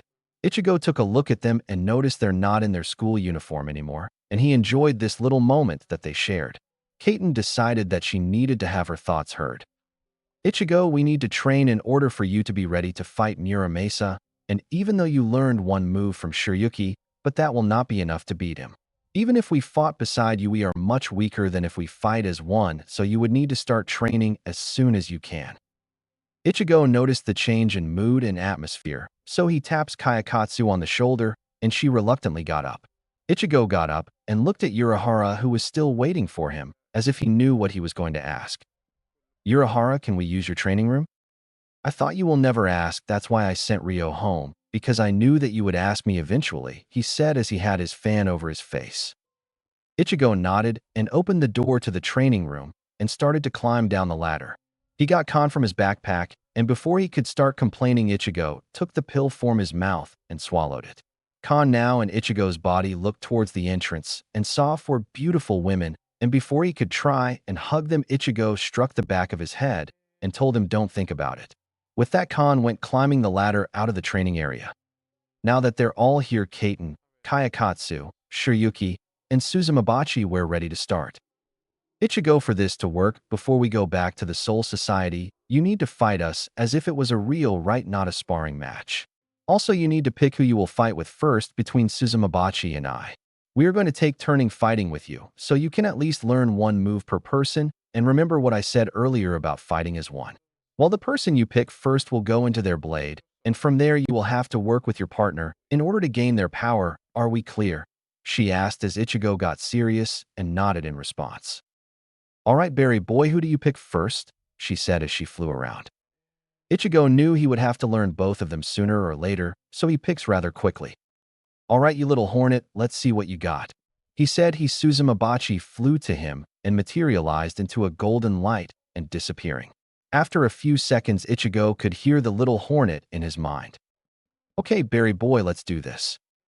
Ichigo unsheathed Suzumabachi and felt raw power coming from the blade. He got into battle stance and went over the command that Suzumabachi telling him to release her into Shirkai. Now that he has it memorized, sting all enemies to death, Suzumabachi grasping onto Suzumabachi with his right hand. The entire sword will glow white and shrink in size. When the emitted glow dies out, it is revealed that Suzumabachi has now taken on the form of a black and gold gauntlet that has a small chain linking it to a stinger-like blade on Ichigo's middle finger. This stinger is about twice as long as the normal length of Ichigo's fingers, slightly increasing his striking distance. The colors and pattern of the Shirkai resemble those of a hornet, fitting for her name. Ichigo took a good look at Suzumabachi and her Shirkai form, and this was way beyond his comfort zone. He never fought with such a small weapon, not to mention it seemed a little girly. Suzumabachi hears his thoughts and got a little mad that he is saying that her Shirkai is girly. Well, Berry boy, I know that this is not what you're used to, but suck it up, and no, it does not look girly, at least not on you. You still look like a stone-cold warrior, and don't worry about sword attacks, I can still take them, just use the gauntlet on your forearm. She said, adding a little venom to the word girly. Okay, sorry about calling you girly, it's just new for me, that's all, Ichigo said as he rubbed the back of his head. Kaiten took her stance with Kayakatsu. Kayakatsu took a lower fighting stance as Kaiten took a regular stance. Ichigo saw this and got into a comfortable stance with Suzumabachi. He bended his knees and took a grappling stance as Kaiten and Kayakatsu raised their blades. Fight with everything you got, Ichigo, Kaiten said as she charged with Kayakatsu. Well, let's get this started, Ichigo yelled as he also charged. Shirayuki sat on a rock watching from a distance as they charged. Now the fight begins. Hope we can finish the training on time, if not we are in a world of trouble, she thought as the three were about to clash. Chapter 7. Ichigo was now training and having a difficult time doing it. It's not because Suzumabachi's attack was hard to understand, it's the way that he fights with her. Ichigo is used to having a huge sword that works as a great offense, but also a great defense because of how big the blade is. Now it's a different story. He was not used to having to fight with a small gauntlet with a metal stinger on his middle finger, and the worst part is if he blocks an attack it would hurt to a point that his hand starts to have many spasms. He had to admit he was not used to this new way of combat, but he always found a way to adapt to anything, but learning to ignore the pain, that's a different issue. Ichigo learned firsthand that his previous fighting stance was not meant for a 2-on-1 fights, so he adopted towards his right arm positioned in front of his chest, and his left arm pulled back balled into a fist. He was breathing heavily as Kaiten and Kayakatsu took their stance again. One thing he had to admit about the two, they knew how to work together. Their attacks leave little room to go on the offensive, and even then he is left open for an attack that he narrowly block or gets hit by. His right hand to his arm is cut up, bruised, and starting to lose feeling in his fingers as the rest of his body is covered cuts and bruises. Hey Berry boy, when you're using me you dodge the attacks, remember? I'm a speed Zanpakutō. Suzumabachi said, a little annoyed that Ichigo is getting all bang up because he does not dodge the hit, instead, he takes them head on. I know that, Ichigo said as Kaiten and Kayakatsu began their attack. Yeah, right? And you let yourself get cut up, you're lucky, they don't want to hurt you too badly, because if they did you would be on the ground. Suzumabachi said as Ichigo blocked another attack with the gauntlet. Well, I'm not used to fighting with my fists, and these two keep adding pressure on me. Come on, Berry boy, if you can't learn how to fight with me, how do you expect to fight with two swords? I did when I fought them the first time. I did not see you fight, but remember we were weaker because we detached from our old masters, but now that we are connected to you we are way stronger, so don't get cocky, Suzumabachi said as she was trying to get her point across. Okay, I get it, don't go getting all mad at me, besides I need to get a hang on your type of combat style, and I can't do that if you're all mad at me, Ichigo said, trying to cool down her down. Yeah, I know we don't have time to be messing around, but it bothers me to know in that you think that you're hot stuff just because you bet us when we were weak. Suzumabachi said, getting irritated at Ichigo's cockiness. Look, I know I was wrong to think that, but we need to focus, because if we don't, we won't be ready in time. All right, but you have to make it up to me, Suzumabachi said as she started to cool off. What? Okay, fine, whatever, let's just get this over with, Ichigo said, trying not to get beaten into a bloody pulp. Kaiten pushed Ichigo from their deadlock as Kayakatsu came in for a quick uppercut with the hilt of the blade, but Ichigo narrowly sidestepped the attack, and Kaiten came back for a horizontal slash. Ichigo had no choice but to block the attack with his gauntlet, but as soon as he blocked, Kayakatsu came in with a roundhouse kick to the stomach, which pushed him back a couple of feet. Ichigo was struggling to get back up, but he was not going to let this stop him. Ichigo took his stance again, but took a deep breath and closed his eyes. He started to focus, and everything seemed to come to him better. All noise faded away as Ichigo looked forward and saw the two ready to come for another attack. He let out a huge breath as now he was more focused on the task at hand. He needed to get this down even a little bit because time is ticking away. Kaiten came with a horizontal slash. Ichigo blocked it, but then sidestepped for a quick counter with his left fist. Kaiten saw this and moved aside as Kayakatsu came in and blocked the hit and pushed Ichigo back. Kaiten noticed that Ichigo now is focused and anticipating her attacks, but even though he is still not as fast as Suzumabachi Pervious Master, he could put up a good fight in terms of speed. Ichigo must know by now that Suzumabachi is a close combat Zanpakutō, so he must have adapted to taking more hits than usual. Ichigo took his fighting stance again. He felt little sparks inside his body every time he blocked the incoming attacks. It was the soft feeling he felt when he was battling with Shirayuki. Ichigo is now getting the hang of it. Well, at least he was not getting trashed as much, but the pain of the hits that he blocked still bothered him. He knows that Suzumabachi has an execution type of attack and two stings in the same area, and a black butterfly design comes into view and then disappears without a trace. That would come in handy against bigger hollows, but in an actual fight, it would not sit well with him to kill off an enemy, at least so quickly. Kaiten came in for a vertical slash, but Ichigo just barely sidestepped the attack and came for the quick counter, but Kayakatsu came in for the quick block. Ichigo came in with downward sting. Kayakatsu did not have time to block the attack on such short notice, so she moved her body so her shoulder took the hit.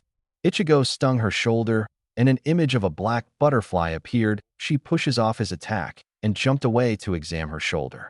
It did not hurt as much as she thought it would, but as she moved her hand to touch the mark, it started to sting a bit. Kaiten saw that Kayakatsu back away quickly. She then noticed the marking on her right shoulder. So you finally got a hit on one of us. Looks like you finally are learning how to use her, even if it's still a little rough around the edges, Kaiten said with a smirk. Ichigo noticed the change as well. It was small, but these little jolts of speed in his body. He can now keep up with their barrage of attacks, but he himself is starting to feel drained. Even though he has a huge reserve of energy, but the new ways of attacking and the demand of his new Zanpakutōs is starting to take its toll on him. Kaiten noticed that his stance is more refined, but it is also a bit staggered, and his breathing is more labored. Kaiten jumped back to where Kayakatsu was and saw the black butterfly on her shoulder. Are you okay, Kayakatsu? Kaiten asked, looking concerned. Kayakatsu nodded her head yes as she slowly rotates her arm, showing she is fine. Ichigo was deep in thought. He has to end this quickly because if it keeps going like this, then he will be too exhausted to continue training. Ichigo needs some type of advantage here, something to give him even the slightest edge. He thought as Kaiten and Kayakatsu started to ready themselves for an attack. What if he lures them to a closed area where they would have to fight him up close, but that would also put more pressure on him? That or continue this fight and see what happens. Either way, this does not leave him with a lot of options. Kaiten and Kayakatsu came for the charge, but Ichigo did the one thing they did not expect. Run away. The two of them sweat-dropped at this. Berry boy, what are you doing? Suzumabachi shouted as Ichigo started to run away. I need to get some type of advantage, if not I will hit the floor before I can beat them, Ichigo said as Kaiten and Kayakatsu were hot on his trail. This better work, Suzumabachi said, hoping that this is not some dumb idea. It will just trust me, Ichigo said, trying to calm down his Zanpakutō. Suzumabachi huffed at that and hoped this does not end up into a beatdown. Kaiten noticed that the terrain around them started to become closer. Either Ichigo does not know where he's going, or he might actually have a plan. She decided to let this little run go its course and see what the orange-haired boy had up his sleeve. Ichigo was now running, and he hopes this plan would work. There were now walls around them as they ran. This was starting to look grim for Ichigo because it looks like he wants to trap himself like some type of rat. Ichigo, on the other hand, liked this, as this would give that edge he so desperately needs, but this plan is like a double-edged sword. If he does not have this plan thought, then he would be cornered by the walls and the two beautifully deadly women after him. As this was going on, Shirayuki got up from her spot and followed from a distance. She was thinking along the same lines as Kaiten. Ichigo was going to lure them into a narrow area, so he could get in close and give them little time to block, let alone come back for a counterattack. It also leaves Ichigo with very little room for error. This training is for Ichigo to start bonding with his new Zanpakutōs and learn the basics from them, also to learn different forms from his brash fighting style. Shirayuki continued to watch this little plan unfold and hoped for the best. Ichigo's body is ready to fall over now, but he had to keep going and beat these two. Ichigo finally found what he was looking for and slid down the rock wall down into a one-way path. Kaiten saw this and motioned to Kayakatsu to cut Ichigo off as she got behind him, so there would be no escape. Ichigo was in the middle of two deadly women, and there is no way out. He could Shuinpa up and over these walls, but that would take a good portion of his remaining energy, and he would fall down from pure exhaustion, but no, this is what he wanted. Ichigo leaned on the wall behind him, so he could have a good view of Kaiten and Kayakatsu, and see who will attack him first. There is no way out, and it looks like you will collapse at any minute, Kaiten said as Ichigo's stance was failing greatly.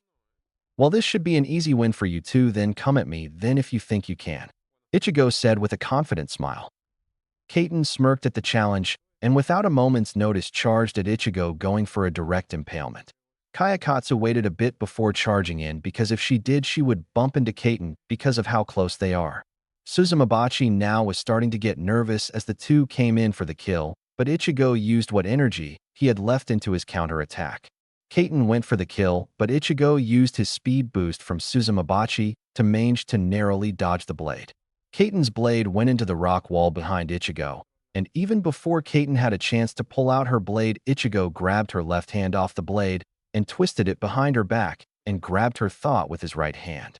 He then lightly stung Kaiten on the neck as a black butterfly appears. Kaiten winced at the sudden pain, but it was not unbearable. Kayakatsu stopped her frontal attack after seeing Kaiten in the hold and knew that no matter what angle she came at, he had Kaiten as a shield.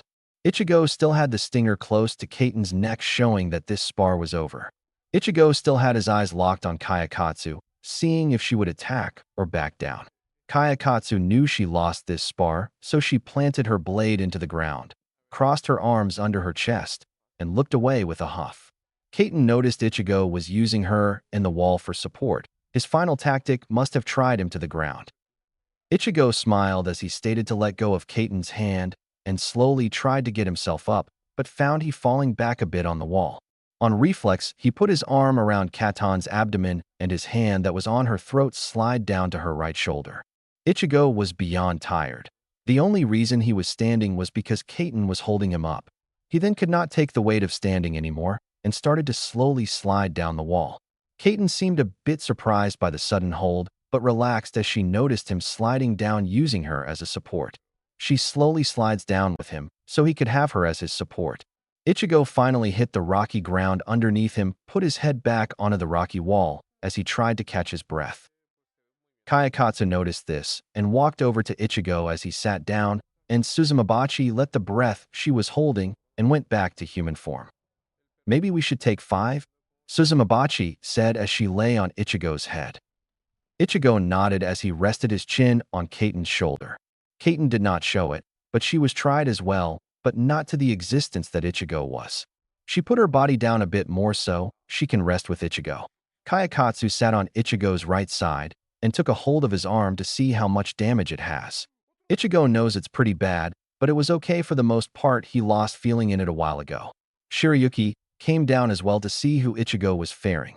She walked up to Ichigo and leaned on the wall next to him. Ichigo felt calm and relaxed in the position he was in, and the sweet smell of women around him added more to the relaxing sensation. Well, you did well for your first day of training, and I was impressed that you did not fall after taking so much," Shirayuki said as she saw Ichigo enjoying his company. "Yeah, these two are really tough, but I managed to get a lucky break," Ichigo said with his eyes half open. Kaiten was enjoying this wonderful piece, but needed to get Ichigo bandaged up, so she slowly got up and motioned for the other two to help him up. Kaiten started lifting from the left as Shirayuki lifted from the right, and Kayakatsu made sure he would not fall forward. Ichigo fully opened his eyes and saw his lovely Zanpakutō carrying him. He had a smile after seeing such a display of affection towards him. "You know, I am really lucky to have you four as my Zanpakutō. I mean, I barely know any of you, but here you are helping me get stronger bit by bit, and you even help me up when I fall." Before they could respond, Ichigo was not finished. "For that I thank you, all of you, for deciding I was even worthy to wield you." After hearing that, they all had a simile on their face and quietly walked towards the entrance of the training ground. Before Ichigo could go up the ladder, he needed his wounds to be treated, so the girls gently set him down on a boulder as they slowly took off his top. Ichigo would have freaked out and told them what were they doing, but he felt calm around them, like it was like a blanket of warmth that wrapped around him. Kayakatsu left to go get the first aid kit, while Shirayuki was putting her hands on his back and started to numb away the pain. Her hands were very soft, and her gentle touch sent chills down his body. Her hands were cold, but not as much as he expected. Kayakatsu returned with the first aid kit and pulled out the bandage wraps and started with his right arm, and Suzumabachi flew off of Ichigo's head and went towards the first aid kit to pull out a cotton swab and flew towards Ichigo's face. Ichigo wanted to laugh at this cute display that Suzumabachi was doing, cleaning his small cuts on his face with a cotton swab. He did smile a bit as she started working on a cut he had on his left side of his face. Suzumabachi saw his smile, and it did warm her up inside, but she will not let him know that. Her cheeks tinted a bit as she saw Ichigo look at her with that smile, and her best guess is because she is cleaning his cuts with a cotton swab. "I know what you're thinking, and it's only for your own good. I mean, it's not like I want to clean you up." Ichigo knew better than to argue with women. He always ends up either getting hit or yelled at. Either way, he comes out the loser. He knows that she is kind-hearted, but has a different way of showing it. "Thanks anyway, Suzumabachi." Her cheeks were now burning red by his comment, but she turned her face away so he could not see her face. "Whatever," she finished with a huff and continued cleaning his cut. Kayakatsu finished wrapping up his hand and slowly started up his forearm as Shirayuki was still applying her icy touch. Kaiten started to wrap up his abdomen and the lower part of his back. Ichigo himself felt great, but after that intense training season, he just wanted to rest. He could not go another round even if he wanted to. As the Zanpakutōs were wrapping him up, he was tempted to just close his eyes and let sleep take over, but he knew he couldn't. He knew that he had class tomorrow. Kaiten noticed this and decided to start a conversation with him to keep him focused and awake. "You know, Ichigo, when we were set free, we finally free, and it felt nice to finally walk the ground our master walked." Ichigo saw that the others nodded their heads in response and continued their work. "But you see, we were not fully there, and most of our actions were not from our free will." Ichigo now focused on Kaiten as the others stopped wrapping him up. Their attention was now on Kaiten as she kept a calm demeanor, but inside she felt shamed for being taken advantage of. Her desire to be free had its price. Our freedom had a price, and it was our minds being clouded with anger and doubts. We just went on and attacked every soul reaper we could find. Kaiten said with a sad look on her face. Ichigo noticed that the others looked the same. "We were driven mad to get revenge on our masters, but that is not what we wanted. To destroy everything and to punish them was not our will." Shirayuki decided to finish up what Kaiten started. "The Zanpakutō that did this to us is named Muramasa, and his power to unbind us from our masters." She took in a sharp intake of breath and continued. "We did want to be free, but not like that. But it is because of you we came to our senses." Shirayuki said with a smile as her hands continued to do its work. Kayakatsu continued where she left off, which was mid-bicep, and Kaiten continued wrapping his abdomen. Suzumabachi finished cleaning Ichigo's cheek and flew into Ichigo's view.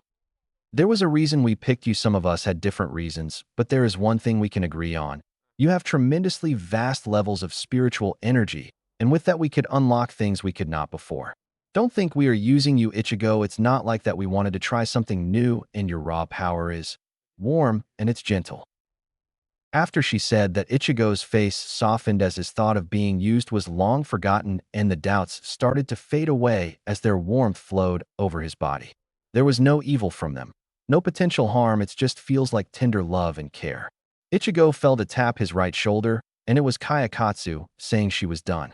Ichigo moved his arm just a bit and noticed that it was wrapped nice and tight, and Kaiten got finished wrapping up his abdomen, and Shirayuki took her gentle hands off his back as the bandages were properly placed and fastened. Ichigo tried to stand and almost was upright, but his tried legs gave out till Kayakatsu and Kaiten took hold of each arm, and Shirayuki wrapped her arms underneath his arms and around his chest so he would not fall back. The contact was nice, warm and gentle, and Ichigo blushed a bit at all the contact, but was able to stand up after their help. Slowly the women let go of him as the fingers trailed on his exposed skin, which sent chills down his spine. We thought that you could show us what it means to live outside of just being a Zanpakutō, to not just be used as power, but to be a person. Shirayuki finished as each of them had a nice loving smile on each of their faces telling him that is what each of them wanted. Ichigo felt his heart warm up to these women, and now he found something to protect, something to hold dear to him. He slowly moved towards them, and slowly as his tried body fought against it wrapped his arms gently Kaiten and Kayakatsu. As Shirayuki hugged his body a little tighter and nuzzled his neck, then Suzumabachi landed on his head, lay back, and closed her eyes as the tender moment was pure bliss. Ichigo blushed a bit with all the contact, but it felt great after the beating they put on him. He is now one step closer to face Muramasa, but he still needs to learn to fight with Kaiten and Kayakatsu, even if it's not much. Thanks girls for helping me with so much. Ichigo started as he looked down to see Kaiten and Kayakatsu closed-eyed and with a smile on their faces. He then wondered how lucky he was to get a one-in-a-lifetime opportunity to train with not just one, but 4 different Zanpakutōs. Since you all want to help me become stronger, I promise to each and every one of you that I will protect you, Ichigo said in a low and calm tone with a hint of determination behind it. Kaiten and Kyokostu nodded in approval as Shirayuki said a quiet thank you. You know, Berry boy, it's funny. Suzumabachi started as she half opened her eyes and continued, we are the ones that are supposed to protect you, but this change is nice for a change. She finished as a smile came to her face and closed her eyes again to enjoy the moment. Ichigo smiled at that because the roles have been switched, but he believes that this was right, and he would not back away from his word. He never has. Slowly, he loosened his grip around the 2 women in front of him, and Shirayuki slid her hands from her hold on him. Suzumabachi got up and flew off of his head as Ichigo was now standing up on his own.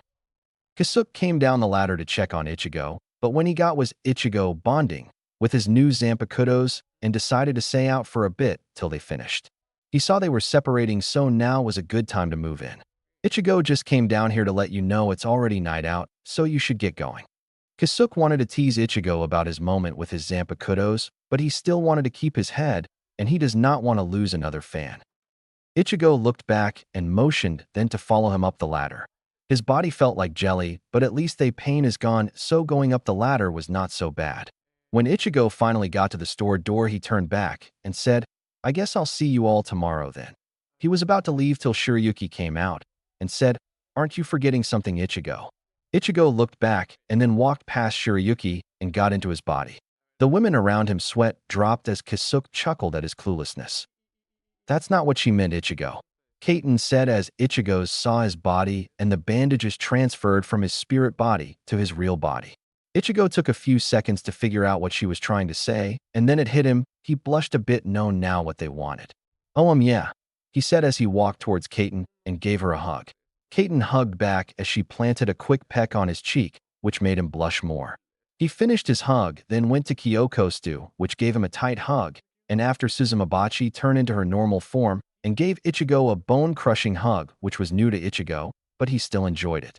Last but not least was Shirayuki, and she slowly put her arms around him as if to enjoy this brief moment of bonding she let go, but not before she gave a quick peck on his cheek. Ichigo walked back to the door, still blushing up a storm. I'll see you all tomorrow. Okay, he said as they gave him a nod. Ichigo walked out of the candy shop and put his hand to his face. These women will be the death of me.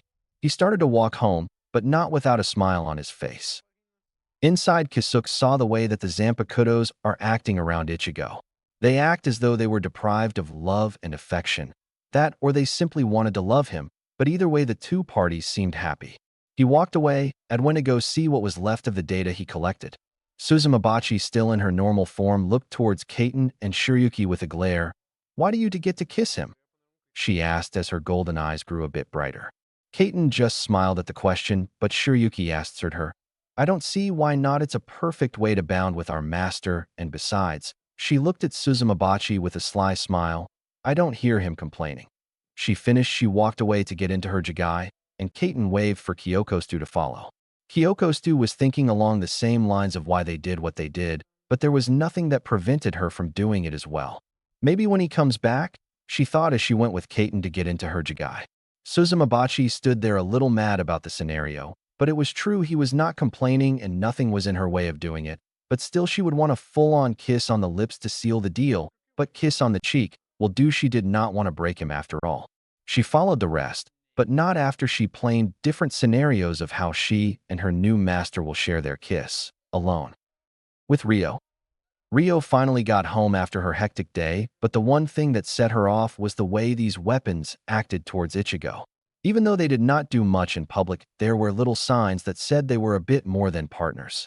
Shingetsu was listening to her thoughts as she pondered on the relationship of the women that chose to abandon their previous master and settle for this half-soul reaper.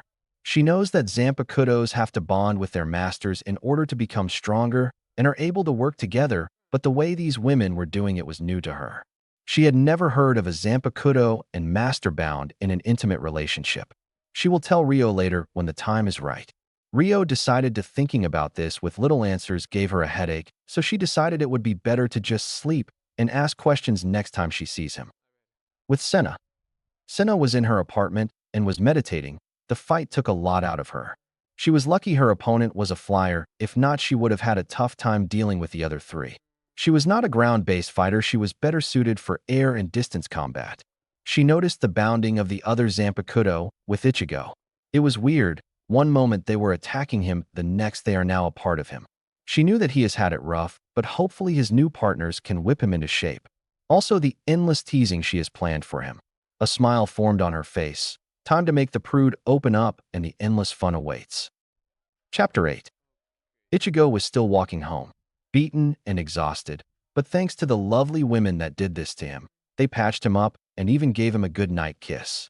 He kind of liked the idea, after a crazy training season, getting rewarded with a kiss. If it were with any other group women, it would have been way too fast or a "what are you doing" situation. However, with them, it's different. Ichigo continued to walk down the quiet street leading to his house, thinking about those women that came out of nowhere that became his blanket of warmth. People are scared of him because of the angry look he carries and the scowl that tells people to back off, or else. With those women, his angry, harsh persona transforms into a kind, caring persona. The only people that have seen this side of him was his family, but rarely. Even if he tried, he could not put his scowl on her or think of anything unpleasant near them. His dark mood would quickly vanish. Ichigo smiled at that.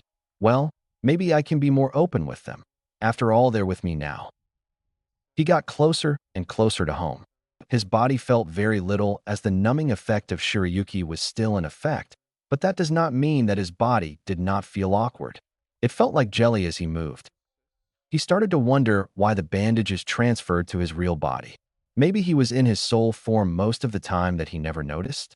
He was so deep in thought that he did not hear the faint voice in the distance. As Ichigo got closer, he finally looked up and a gentle smile came to his face. In the distance was a girl with long hair worn in pigtails that are held in place with ball hair baubles. She has a long fringe which hangs over the left side of her face and wears a collar dress that reached her knee. He remembered when there was a group of skating punks messing with her vase and knocked it over. Punks deserved it. Well, at least they never came back. Ichigo thought as he waved to her.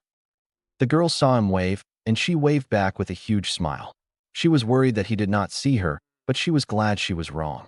She felt happy he came by to see her. He was the only one that could see her. She found out the hard way as she tried to talk to people passing by, but no one gave her a single glance.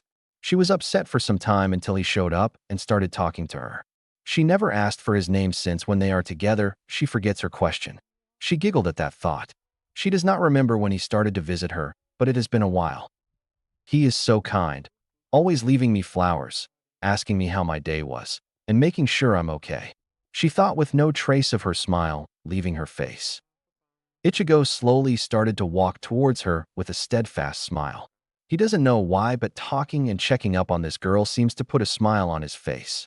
It could be because she was his first friend entering high school. Flashback. He first noticed her when she was sitting by the light post, with her head planted on her knees and her arms hugging her legs. She looked like she was crying. Ichigo carefully approached her to see what was wrong. He got on one knee so he could be at eye level with her. "Hey there, what's wrong?" The girl slowly looked up at him with teary eyes and a sad tone in voice. "Why can't people see me?" Noticing this, Ichigo felt bad for the girl. He had to find a way to explain the reason without making her feel any worse than she already does. "Well, do you remember how you got here?" The girl did not look up, her face still buried on her knees. Ichigo was now concerned. Usually when someone speaks to you or comes close, you would look up. However, she did not. She did not move or give any sign that she noticed him. Only when he started speaking did she give notice, but even then she did not move. "All I remember was a bright white light and ending up here." She tightened her arms around her legs. It seemed she was scared. Ichigo moved a bit closer, trying to find the right words to comfort her. "Well, you became a ghost," he said, not knowing what his question would bring. The girl's head shot up. Ichigo's blood drained from his face. Her left eye cannot be seen. It is covered by a large splatter of blood, which is also leaking from the side of her mouth. It looked horrid. Ichigo's heart sank. He could hear his own heartbeat. It was disturbing, but before he could think about what happened, he took off his backpack and his jacket and took hold on the girl. What? The girl was shocked about being a ghost, but more by his actions. Ichigo took his jacket and gently started to cleanse the blood off her face.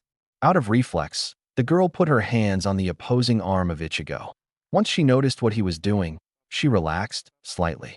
Ichigo slowly calmed down as the blood was slowly being cleaned off. Backstory. Upon waking up, she noticed that her left eye did not want to open. She touched her eye to see what was wrong. She felt a warm wetness. The girl looked at her fingers. It was blood. She was terrified. She put her whole hand on her face and felt the same warm wetness. She dreaded looking at her left hand, seeing it covered in blood. She started to panic due to the amount of blood she had on her hand. She tried to clean it off with her other hand, but no matter how much she tried to clean it off, it would not go away. Her hands were covered with never-ending blood. She tried to get help, but her frantic cries were not heard. She saw people pass her by, as if she was not there. She went up to a man with a business suit and pulled on his sleeve, but was greeted with the man pulling his sleeve and continuing to walk away. She was crushed. Even with her blood on his sleeve, he continued to walk away. She could not believe it. No one can see her. People passed by as her blood dripped to the ground. She ran. She did not know where, but anywhere from here. After running, for what seemed like hours, she finally stopped by a lamppost. She slumped down by the pole, hugged her legs to her chest, planted her head on her knees, and started to cry. In backstory, his hand was warm, and his body seemed to radiate a sense of protectiveness. She felt safe. She took one of her hands and touched her face. Her eyes widened. Her hand did not feel wet. She looked at her hand and noticed there was no blood. "It must have been when I grabbed him," she thought as a small smile came to her face.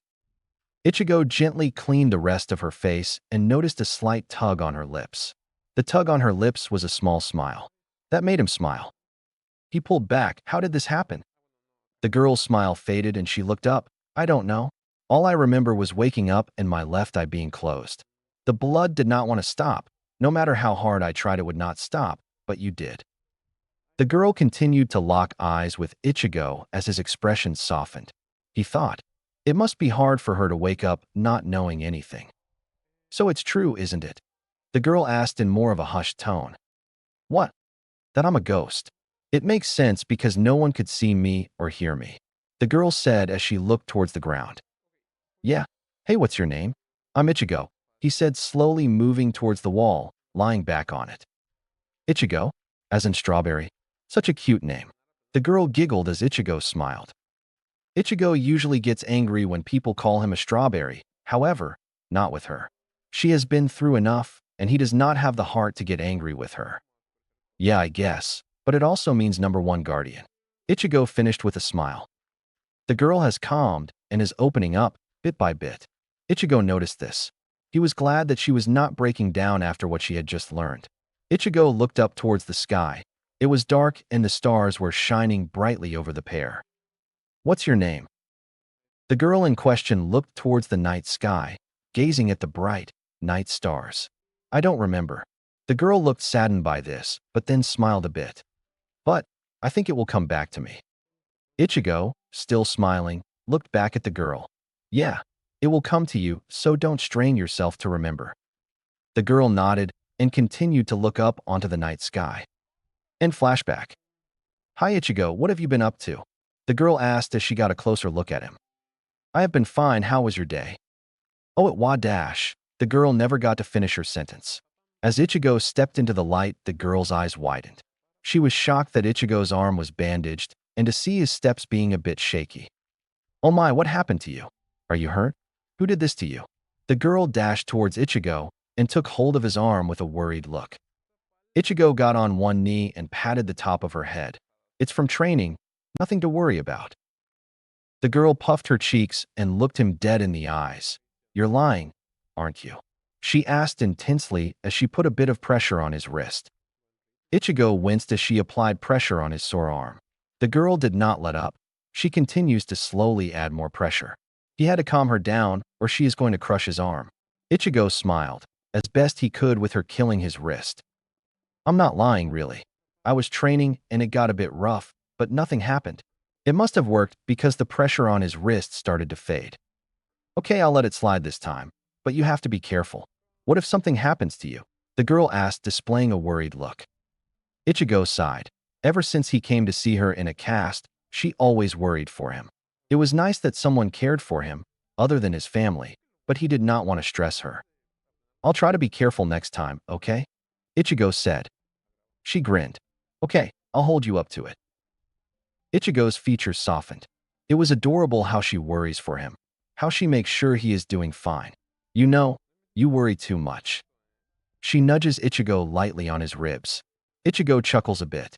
She looked up as Ichigo looked back at his bandaged arm. Hey, why haven't you passed on? Ichigo asked as he tightens his wrapping a bit. The girl smiled at him, which tells him that he did not upset her for asking. If I go, I won't be able to talk to you, she said. Ichigo was surprised, but knew that he was all she had in this world. She started to grow on him, and as time continued on, he did not have the heart to forcibly send her. As he finished tightening his wrappings, he looked back at her. You know, you were my first friend entering high school, Ichigo said as he waited for her response. Really? She asked with widening eyes. Yeah, it was my first day in high school, and you were the first person I talked to. That's when those bullies dropped my vase. Thanks again for helping me. I told you it was no problem. They did not come back after that. I have not seen them after what you did to them. The girl giggled, remembering their faces as Ichigo took care of them. Ichigo looked towards the light pole and noticed the flower in the vase started to wither a bit. Sorry that I have not been able to get you a new flower. I'll get you a new one tomorrow. The girl looked at her vase, noticing the withering flower. It's okay. As long as you come and see me, it's fine. The girl finished as she twiddles her fingers. Ichigo smiled at that. He slowly got up but slipped as his legs gave in. He regained his balance by placing his hands behind the wall. I guess my legs are more tired than I realized, Ichigo said as he straightened himself out. It's okay, just be careful, okay? The girl asked with a worried tone. All right, try to take care of yourself, okay? I will come around tomorrow in the afternoon, okay? Okay, good night, Ichigo, she said. Good night, Ichigo said as he turned around to continue his way towards his house. The girl waved him goodbye until he was out of sight. Ichigo was now closing in on his house as the night carried on. Ichigo was glad that he could make her day, or in this caused night. He wonders if she remembered her name yet. It must be a scary place for her, being all alone and the hollows picking up on wandering spirits. He was the first, and probably the only, friend she had, so to her the risks are worth it. It bothers him, but he knows she has low spiritual energy, so the hollow cannot simply pick up on her. They make each other's day by talking about things that go on throughout their everyday, and in his case are looking out for him. It is cute, but she knows he can handle himself. But it's the thought that counts. Since he had met her, he started to open up more, very slowly. This was then escalated by the 4 women, who are now bounded to him. It's not a bad thing, but to him it's new and foreign. His tough, rough exterior did not bother them, maybe because they know how he really is inside. Ichigo waved away the tough as he was a few steps from his house. One last though entered his mind as he was now in front of his house. Today was something else, but it was nice. Let's see what tomorrow brings. Ichigo thought as he looked up toward the night sky. Chapter 9. Soul Society. It has dawned on the Soul Reapers that they're not the ones in charge anymore. There are numerous Zanpakutō spirits running around exerting their method of revenge on their masters. Many were destroying buildings, others were hunting down Soul Reapers, and the very few just enjoy being outside their prisons. From a distance, one Zanpakutō is enjoying this destruction and chaos. This blade continued to wall up the hill towards his destination. Everything is going smoothly, and the Soul Reaper cannot do a thing about it, the Zanpakutō said with a satisfied grin. As the moonlight beamed down on the hill, the Zanpakutō came to light. Muramasa came from the darkness with a satisfied grin on his face, knowing that the Soul Reapers had their back against the wall. He has heard of a Zanpakutō to have the power of 1,000,000 Zanpakutō. It was known as the Sokaiku. However, in recent events, it has been destroyed, or so the Soul Reapers think. The rebel Zanpakutō knows that even if the spiritual body is destroyed, the physical will still be intact, but here is the catch. The physical body was a seal for the powerhouse Zanpakutō, so whatever was in contact with the seal carries its power. He can feel the power around this area. It is not a roaring power as he would expect, but a power as dense as this would not go unnoticed. That is, unless it only wants to be known by a select few. Muramasa made it to the top and closed his eyes to locate the once lost Zanpakutō. He feels its power, but it is below, far below. He opens his eyes and starts to look around the cliffside for anything out of the ordinary. He does notice several embedded marks on the ground below, carrying parts of its power. Then at the midsection of the hill's cliffside was an indentation, barely noticeable, but to the keen eyes can see that it was out of place. He closed in onto the now subtle cracks on the wall and placed his hand on it. As soon as he placed his hand on the wall, it fluctuated, and then it opened to show a small cave. He walked in a couple of feet before being stopped by a sword to his neck. The Rouge Zanpakutō did not even flinch, even though the sword was deadly close to his neck. "You must know a few things about me to come looking for me," the voice said in a liquid mercury tone that sounds distinctively woman. Muramasa's gaze now fell on a woman wearing an executioner hood, her face concealed by the darkness of the room, her extended arm covered by protruding, black metal gauntlet. The gauntlet looked menacing, being concealed in the darkness. The sword was a long, double-edged sword with a long leather strap hanging from the hilt. "I assumed you were destroyed by the Soul Reapers, but I can plainly see that they did not succeed," Muramasa said in a calm manner. The Zanpakutō did not so much move from her starting position, blade still pressed to the Rouge Zanpakutō's neck. "Those Soul Reapers thought they could simply get rid of me. What a joke," she replied in the same cold tone. Muramasa was calm on the outside, but inside he was nervous and scared for his well-being. He would have to word his words carefully. Even though she is still recovering, it would not matter. What unnerved him the most was the way she talked to him. So cold, heartless even. She did not show any sign of backing down or even lowering her weapon. The small cave had little lighting, so if things weren't worse enough, this was her playground. He had to think of something to prove that he is not her enemy. "I also know you are recovering from the attempt." She applied more pressure to his neck as the sword cut, though, with noticeable blood trailing the sword and down his neck. "Is that a challenge?" the concealed Zanpakutō asked in a menacing tone. Muramasa was still holding to his calm composition, but barely. He had to word his next sentence correctly, or it would be his last. Not at all. In fact, I'm here to invite you to wreak havoc on the Soul Society, to get revenge on the very Soul Reapers that tried to end your life. This seemed to get her attention, even if it was just for a moment. Her blade distanced away from his neck, but still keeping him in lock. Why should I go with you? For all I know, you're working with those Soul Reapers to finish me off. Raising her voice a bit, bearing a killing edge to it. No, I would not side with those monsters. They're the reason all of our kind are bounded to lives of servitude. Now the woman lowered her blade, but it was still visible and ready to strike him down if necessary. That is true. Our kind is made to be nothing more than slaves. It's disgusting, she said with hate laced in her voice. She then lifted her head, looking at him, her face still concealed by the darkness and the hood on her head. How did you escape your prison? She asked with curiosity. I was torn from my master, no longer bound to his word. This seemed to interest her, but she did not intend to follow up on it. Now that's interesting, but that is for another time. What I'm interested in is your interest in me, she said as she swung her sword to the side. To hopefully gain an ally against the Soul Reapers, and knowing your history with them, I would assume you would want to take revenge. The Rouge Zanpakutō said, finally making his point across. Now it's her choice to take the offer or not. The concealed woman noticed the change in his voice. It seemed like this was told 1,000 times over. She knows there is more than he is letting on, but she will not push information out of him. It would be his advantage to keep her in the dark, but that's where it can turn.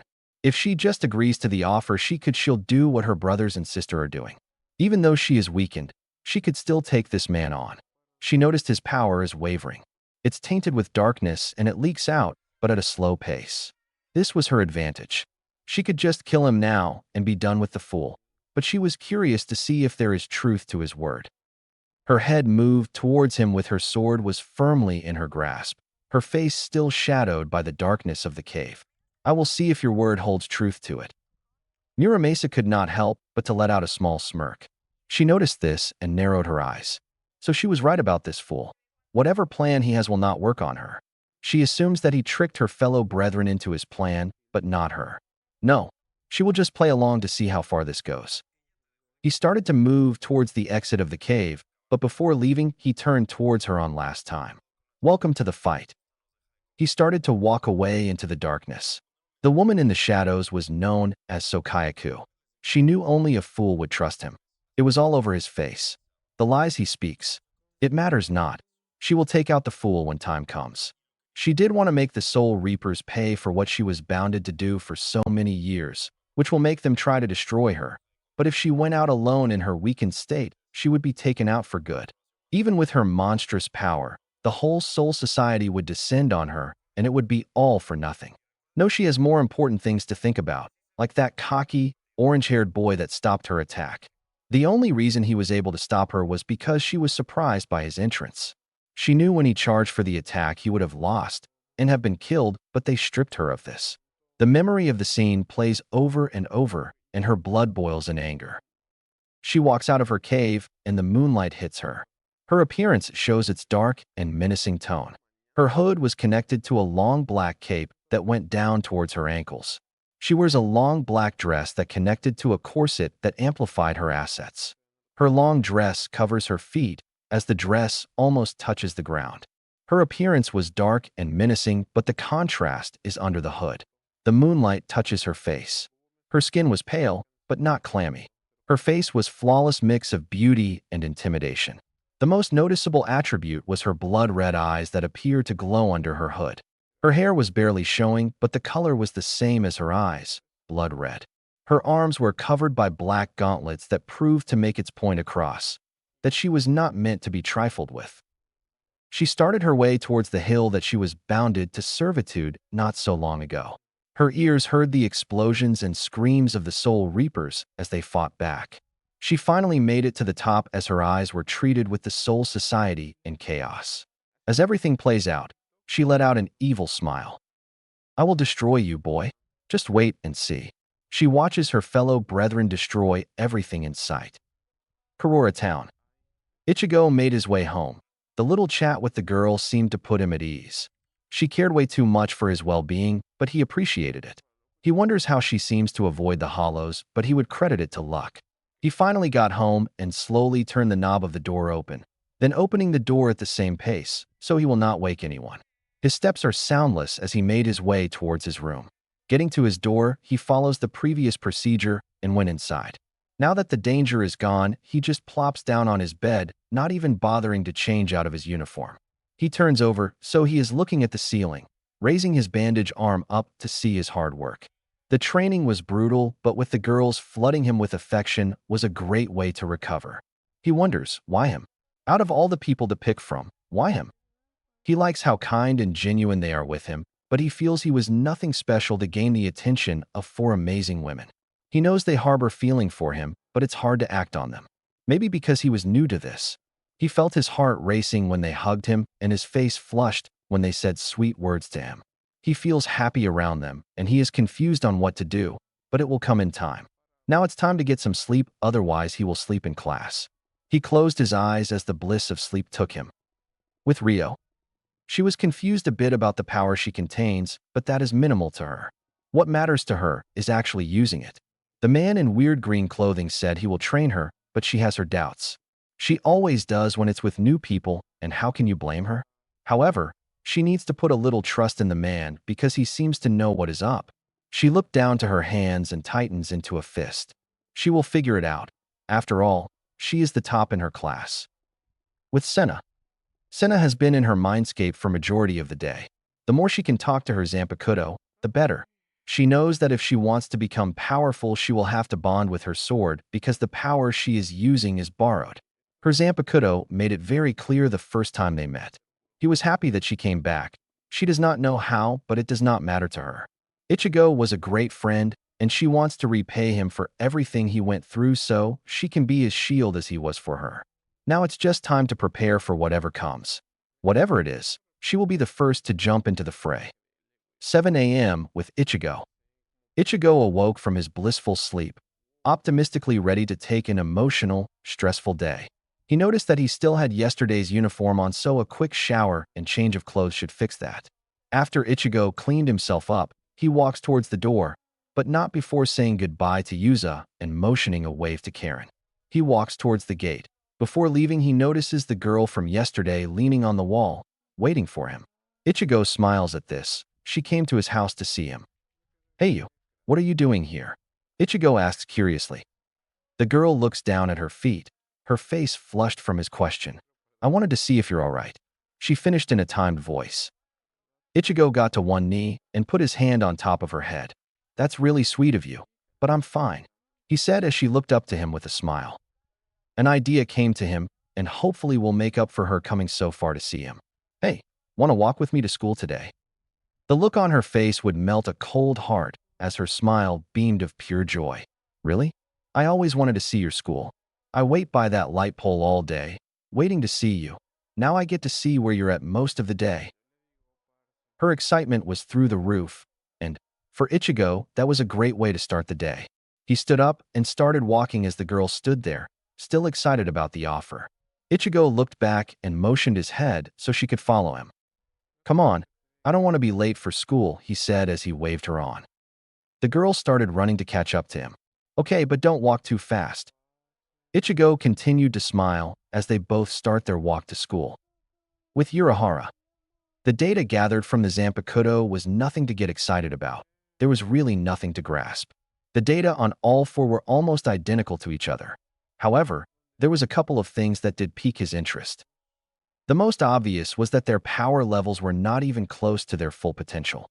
This is because the absence of their wielders, but their powers started to increase. This is also obvious because Ichigo took up the mantle on wielding them. The other clue was not so obvious as their bodies were tainted with a dark energy.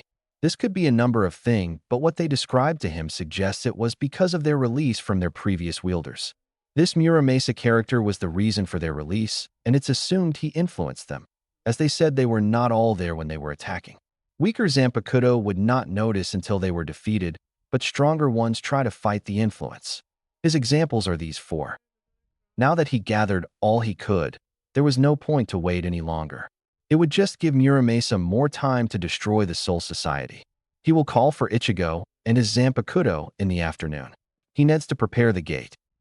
Now I just hope he's ready. Urahara said, knowing that Ichigo is still learning with his new Zanpakutō. But knowing him, he will find a way. He walks down to the basement to prepare. Chapter 10. School was a bit better for Ichigo. Maybe it's because he has his close friend with him. She was amazed at how many kids go to his school and how much they had to learn in one day. He told her it's not that much, but she continued on that it must be tough to learn all this. Still, it was cute how she asks him a question on the material. She even wanted to try one of the questions herself, but he told her they could at lunchtime. People will start to think he was nuts, talking to thin air. Not that he cared what people thought of him, but it would worry his pig-tailed friend. Ichigo has yet to come up with a name for her. Having known her for a very long time, and not calling her by a name is embarrassing, even for him. Throughout the class period, Ichigo was thinking of what name she would like. She might not like too much of a girly name, or maybe she does. Who knows? The process was difficult, but after what felt like forever, he finally found one. Or a few, just in case she did not like them. Lunch finally came for our hero as the students started to walk out. He noticed Yuryu looking in his direction. The way he looked at him meant he wanted something. He then walked out, but not before tilting his head to tell Ichigo to follow. The aforementioned girl tugged a bit on his shirt to get his attention. Her face was crossed with an uncertain look. Ichigo knew that Yuryu saw her and is looking for an answer as to why she is here, but knowing him, it's going to be more than that.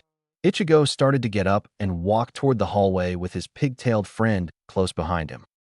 I know that you're worried, but don't be. Yuryu just looks scary, the orange-haired boy comfortably said, trying to smooth over her concerns. The girl looks up and smiled, knowing he was trying to make her feel better. Hey, has your name come back to you yet? He asked, hoping that it did come back to her. The girl's smile went away and a frown replaced it. Her eyes now looked towards the ground, downcast. He was afraid of this. She does not remember, and it always made her sad. To not know who she is, a torture in itself. He hopes that giving her a name will ease that off her mind. It's okay. How about we come up with a name together? Ichigo asked, hoping that will brighten her mood. The girl looked very happy about it and gave Ichigo her bright smile. Yeah, let's. Ichigo chuckled a bit at her very enthusiastic attitude towards this. They finally came to the stairs where he grabbed hold onto the railing as he continued to his destination. All right, how about Yumi? No, I don't like it very much. Okay, how about Sakura? The girl looked at him with an unamused look. There are 2 girls with that name in your class already. Try harder. The orange-haired hero just groaned. Of course she would not like it. It's too freaking common. All right. How about Natsumi? Well, I don't hate it, but I don't know. It just doesn't fit. The pig-tailed girl said as she kept up with Ichigo's progressing steps. Ichigo knew that her name has to be unique, so being all out of names, he tries his last one. How about Yuna? Just like that, her face brightened. She must like the name because she kept her smile as they got close to the roof. I love it. It's just so nice. She commented as they reached the door, waiting for Ichigo to open it for her. He complied and opened it as she walked, though. It also rolls of the tongue. It took me time to think of it, Ichigo said as he grabbed hold on the railing of the roof's gate, looking down on the city. How did you find it? It sounds like to me that it was not easy to find, Yuna said as she followed Ichigo to the railing. Ichigo looked down at her and looked away with a red tint on his checks. Let's just say I found it by reading a book. Truth be told, he found it through his guilty pleasure that no one knows about, his romance novels. He is not as dense as his friends say, and, if anything else, he just does not find interest in the girls at his school. Besides, the novels help, a bit, with the situation that he is in now. Ichigo also makes sure that his father does not find out about them. It would be ammo for him to use for the rest of his days. Before Yuna can say anything, a voice interrupted her. So what I thought in class was true. She is a wandering spirit. The voice came towards them from the shadows. Yuryu came into view with an unamused look on his face. Ichigo knew, very well, that he was here to talk something more than his hunch. Ichigo took a step in front on Yuna to show that he was going to protect her. Yuryu caught on to this and was going to make his point very clear to him. Why is she here? You should have sent her to the Soul Society like you do all the other souls stuck here. Yuryu continued as he stared down the two, knowing Ichigo will not take this very well. I'm warning you, Yuryu, back off, Ichigo said in a low, angered tone. Yuryu will not back off. No, he wants to know why she is different from the rest. He knows Ichigo well enough to know that either something was off or there was more to this. What's so different about her? Why is she with you? If I did not know better, I'd say you are friends with her, Yuryu said, now raising his voice with every word. Is that a problem, Yuryu? Or did you come looking for a fight because if you keep at it, you're going to get 1 inch? Ichigo yelled. He had enough of this. Yuryu is scaring Yuna, and even worse, he is making it sound like a crime to be friends with her. He does not understand the bond they have. He was not there when she was bloodied and scared out of her mind. Nor was he there when she was wandering the streets, lost and bleeding. Just implying what they have is wrong makes his blood boil. Yuryu saw that Ichigo was heated and ready for a fight, and the girl was now scared of what he might do to her. All in all, he looks like the bad guy. This is not how he wanted this to go. Now he has to defuse the situation he started, or this will get messy quick. Pushing up his glasses a bit, he cleared his throat and continued. Relax, Ichigo, I mean no harm. The reason I was asking is that you do know what happens to a soul that can't leave this world, right? Yuryu stated in a calm tone, hoping to defuse this situation. Ichigo lowered his stance and was wondering what Yuryu is getting at, besides trying to upset Ichigo. Yeah, they turn to hollows. I have seen it tons of times. Yes, but do you know why? Yuryu pressed on to see if Ichigo is getting the picture. Something about grief, right? Ichigo replied, not really sure himself. Well, sometimes yes, but the reason they turn is more complex. It depends on the circumstance. This took Ichigo by surprise. There was more to it than just being a lost soul. Have you noticed that at the end of her chain there is a complete loop and not broken in half as the others we have seen? Yuna looked down and noticed that indeed, her chain looked whole. Ichigo meanwhile was shocked to say the least. Yuryu saw this and decided to finish his theory. Yuna, as you call her, has bounded to you. Ichigo was speechless. He would have never thought that his act of kindness would mount up to something like this. He did notice that her chain never broke off strands, but he never saw it whole. Ichigo took hold onto the railing and slowly sat down. It was too much to take in, and his kindness, to show her freedom, has now bounded her like a prisoner. He took his right hand and placed it on his face as if to hide or rub away the newfound guilt. Yuna now was confused by the discussion of the two high school teens, but one thing was for certain, Ichigo was taking it hard. She noticed him sitting on the floor with a guilty expression on his face. She quickly took his right hand and removed it from his face. She took it into her hands and gave it a gentle squeeze. This brought Ichigo out of his train of thought and looked towards Yuna. Her eyes, laced with worry, broke off any thoughts of guilt he had. He returned the gesture and gave her small hands a squeeze back, showing her that he was fine. Yuna gave a small smile, but knew Ichigo was still bothered by the conversation. Sorry, Yuna, looks like you're stuck with me, Ichigo heavily sighed. And to think that hanging around me caused you to bind to me. Yuna now understood what he meant. Her broken chain somehow connected to Ichigo and became whole, but in the process, bounded her to him. She was not saddened by this at all. She was happy to be able to spend more time with him. She would rather have this than to be alone and scared of those monsters with the white masks. She has seen what they'd done to other wandering souls. They would chase, and then she would hear screaming, and then they were gone. She was lucky that none of the monsters tried to get her. It seems like every time they chased someone, the monsters never turned to even look at her. She remembers times where she was so scared she could not move, but they always walked past her. She was happy for that, but she never understood why. Maybe it has to do with Ichigo. Yuryu saw their interaction and he knew they were close. He is not sure how close, but sees enough to tell that they care about each other. Before he could speak, Ichigo beat him to it. Yes, she is different from the rest. You weren't there when I found her, and I will not go into detail of how, but know this. Ichigo, still sitting, paused as he raised his head and locked eyes with Yuryu to strengthen his point. When she had no one, I was there, and I'll be damned if I took all she had left as support and sent her to the Soul Society. I have talked to her about where she would go if she passed on, but she does not want to and I respect that. Yuna looked towards Yuryu and nodded with a smile, letting him know that what Ichigo said was true. Besides, she has come a long way from then and she likes it here. Ichigo finished with a smile. Yuryu was surprised that Ichigo, a hard as nails, rude, and beyond all else clueless at times, found a soft spot for this girl. He, of course, did not show his surprised state, but it showed through his speechlessness. He again pushed his glasses up to prevent them from falling and is about to continue with his pervious statement before being interrupted. It looks like she likes being around you, and her being bound to you was not intentional. The glasses-wearing teen said as he looked out towards the city below.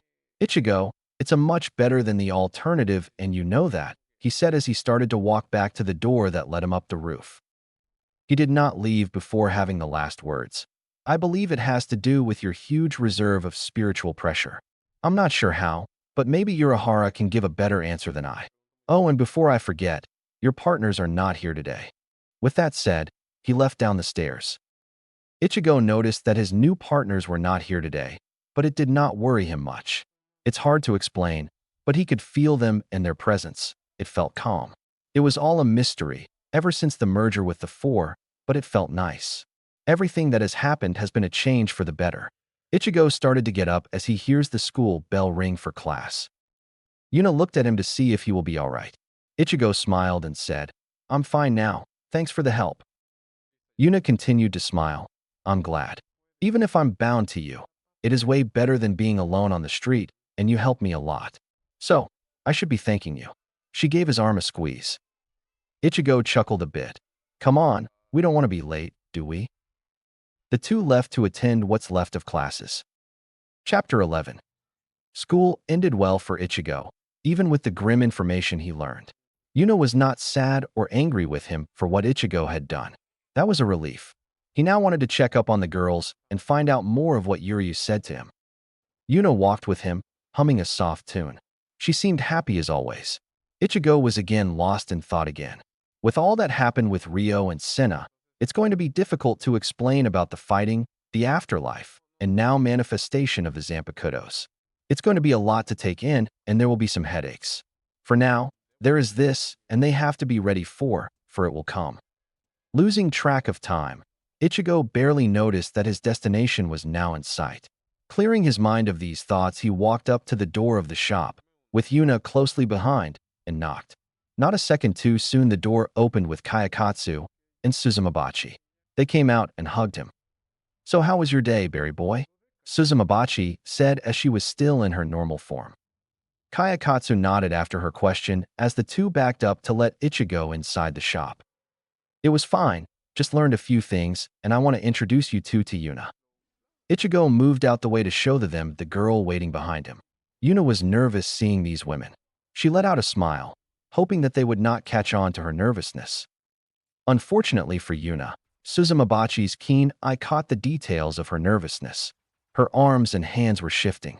Her body fidgeted, and Yuna's eyes refused to meet hers. She walked towards Yuna and stops right in front of her and places her hand on her shoulder. The two made contact.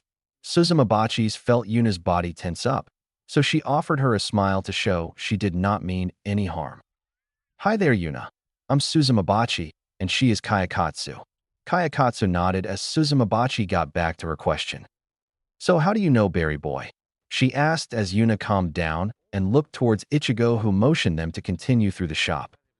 Well, Ichigo found me, and we became friends since he always comes to visit me with white flowers. The girls lead her and Ichigo to the underground training room. Ichigo groaned. He hated needing the ladder to get down there, but it's the only way down unless Hat and Clogs has an elevator. The only thing he can do is sigh as he went down the ladder as the girls followed. For Yuna, it was weird to go down the ladder. Even being a ghost, she still had to grab onto the ladder to not fall. After what seemed like a long climb down, the four finally reached ground. Suzumabachi smiled and gave a light elbow nudge to Ichigo's side, which he started to rub to soothe the soreness. I knew you were nice but sweet as well. You're a big softy under all that frowning, she said to Ichigo and giggled with Kayakatsu. Ichigo would have said something in annoyance if it was someone else, but he just smiled. Yeah, you got me. So how did you know I was coming? He asked because it was a surprise that the two burst out of the door suddenly. Kayakatsu and Suzumabachi gave him the "you're kidding" look. You know we are connected, right? So we can feel where you're at and how close or far you are. I mean, come on, Berry boy, you feel it too. Suzumabachi huffed as Kayakatsu agreed. Ichigo rubbed the back of his head. It was kind of obvious, but this is all new to him, so he was not so sure, but now they made it clear. They can feel or sense him, which was interesting because it goes both ways. Yeah, it was kind of dumb to ask, but at least now I know. The two just smiled at that as they continued their walk to the others. Yuna now seems calm and is even talking to Suzumabachi, which was great. She needs other people to talk to. Ichigo spotted his two other partners as they rested next to a huge boulder. Kaiten moved first and gave Ichigo a hug, which he gladly returned, and Shirayuki came and gave him a quick peck on his cheek. Ichigo's heart was beating out of his chest, and his face flushed scarlet red. He was lost in the sweet emotions of affection that he did not notice Urahara standing by, patiently waiting for him to finish his business. As much as we missed you, we have important matters to discuss. Shirayuki motioned her arm and pointed to Urahara. I wish I had a woman to welcome me home every day like that, but I have important news on this Muramasa. Ichigo heard his name, and the red from his face faded, and a scowl took its place. I did not get much beside what we already know, but there are signs of dark energy, which could be one of two things. He is eating hollows to stay alive, or his previous master was tainted by dark energy. Urahara said as Ichigo took in the information. I would assume it's the first theory because we don't know how long he has been away from his master. So eating hollows makes him strong and able to keep his form without a master. Urahara walked towards the large open field of dirt and stone and looked towards Ichigo. You have to leave now. He may be getting his power from hollows, but they will try to take over his body, and that is a weakness. He has to rely on hollows for strength, but the more he does rely, the less control he will have. Fighting them off will get harder each time. With a swift motion of his cane, he opened his variation of a Senkaman. Rukia went on ahead since, she said waiting for you will only slow her down, he said as he popped out his fan. Shirayuki left out a huff of annoyance. Ichigo looked back, seeing she has a look of disapproval. I will have a talk with her. She always does things without thinking through. She and Ichigo looked back to Urahara. Urahara put down his fan as all playfulness from his voice vanished. You can't let your Zanpakutō manifest. We don't know what will happen if they do, he said as he walked towards Ichigo. Welding them is a different story, but be careful. If any one of them shows signs of problems, you must stop for the safety of everyone. Ichigo took Kan and swallowed the pill and exited his body. Kan came flying out, rubbing his back from the impact. Ichigo looked towards him. Kan, take care of Yuna. She's the girl with the pigtails over there. Make sure nothing happens to her, Ichigo said, leaving a dark tone at the end of his sentence. Kan did not need to be told twice. The only time he told him anything in that tone was when it involved his sisters. Kan nodded as he stood up while the ladies of the group started to glow. Already being out of their gig ace, they were ready for the trip. Ichigo looked towards the four, and then one by one walked up to him and dematerialized. The sensation is like raw power flowing inside, and it felt great. Ichigo regained his bearing and was now ready for what the Soul Society might throw at him. He looked back at Yuna before stepping in. I won't take long. While I'm gone, stay with Urahara and Kan, okay? Yuna nodded and he went through the blinding portal. Chapter 12. So Kayako walked down the many streets of the destroyed Siriidii and noticed that her fellow brethren have done what they always dreamed of, to take revenge on these insects. Without their power, they are nothing, trash. The whole system of soul reapers were built around the Zanpakutōs, and that means they are too dependent on their power. Just thinking about it made her blood boil, but not as much as her confrontation with that orange-hair boy. She will just wait for him to come. After all, revenge is always sweet, but before she could get there, she has to clean up these souls reapers. They are desperately trying to regain control, but with her kind being free, there is very little they can do to stop them. She noticed a group of soul reapers, around 5, going around looking for rouge Zanpakutōs. What luck she has to be offered a test run after so long. However, she will not even draw her blade, for they are not worthy to have their blood stain her blade. She continued her war path until one of the Soul Reapers spotted her. Perfect. Hey you, stop right there, or we will use force if you don't surrender. The rather lanky man said as the other four got behind him, ready with their soulless blades. This had to be a really bad joke. Before asking her who she was, they want to fight her. They must know that she is not a Soul Reaper. The giveaway may be her clothing, but they still do not know who she is.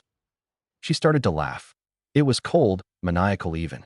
The laugh sent chills down their spines, but they did not falter or flinch. They are ready for a fight. So Kayako started to walk closer to the Soul Reapers, but as soon as she was halfway there, they drew their swords. This was a perfect time to introduce herself. Her face is still concealed by her hood in the darkness of the night. To think such weak insects became Soul Reapers. Even as Soul Reapers, all of you are weak without your Zanpakutōs. She stopped and readied herself for what would be a slaughter.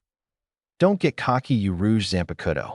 You're weak without your master, and the 5 of us can take you down, said a bulky man. Acquires followed in agreement to his fact. Now they had crossed the line. She was no one's slave. She would not be tied down just for any filth that forces her to use her powers as they wished. She will make them pay, dearly. She walked towards them, showing no fear, just a sea of rage that cannot be calmed. Pathetic. You think I am someone's slave? No, you're all fools to not notice your executioner. The moonlight hit her face, and her piercing, blood-red eyes glowed with the night. It only contributed more to her menacing look. Now the Soul Reapers were scared and, one by one, started to back away. She will not have that. They need to pay for what they have done to her kind. She launched herself at the bulky Soul Reaper and with one clean hook to the face knocked him out cold, but not before going through a wall. Her speed was unmatched and her fighting style was brutal but not wild. She knew what she was doing. Everything was planned and executed appropriately. Before the other 2 next to him could react, she took one's arm and punched him in the abdomen, making him hunch over. Then, with the momentum, threw him at the other Soul Reaper that was trying to avoid cutting his partner. With that distraction, she went for the other 2. These 2 were ready for her, or so they thought. With a quick sidestep of their swung swords, she grabbed one of the lanky Soul Reaper's arm, swords in hand, and flipped him over her. Just as he hit the ground, she stomped on him, making sure he stayed down. The last Soul Reaper flanked her and striked her down with all his might. Something unexpected happened. The blade broke off into pieces. The Soul Reaper's face was laced with fear. What kind of monster are they facing?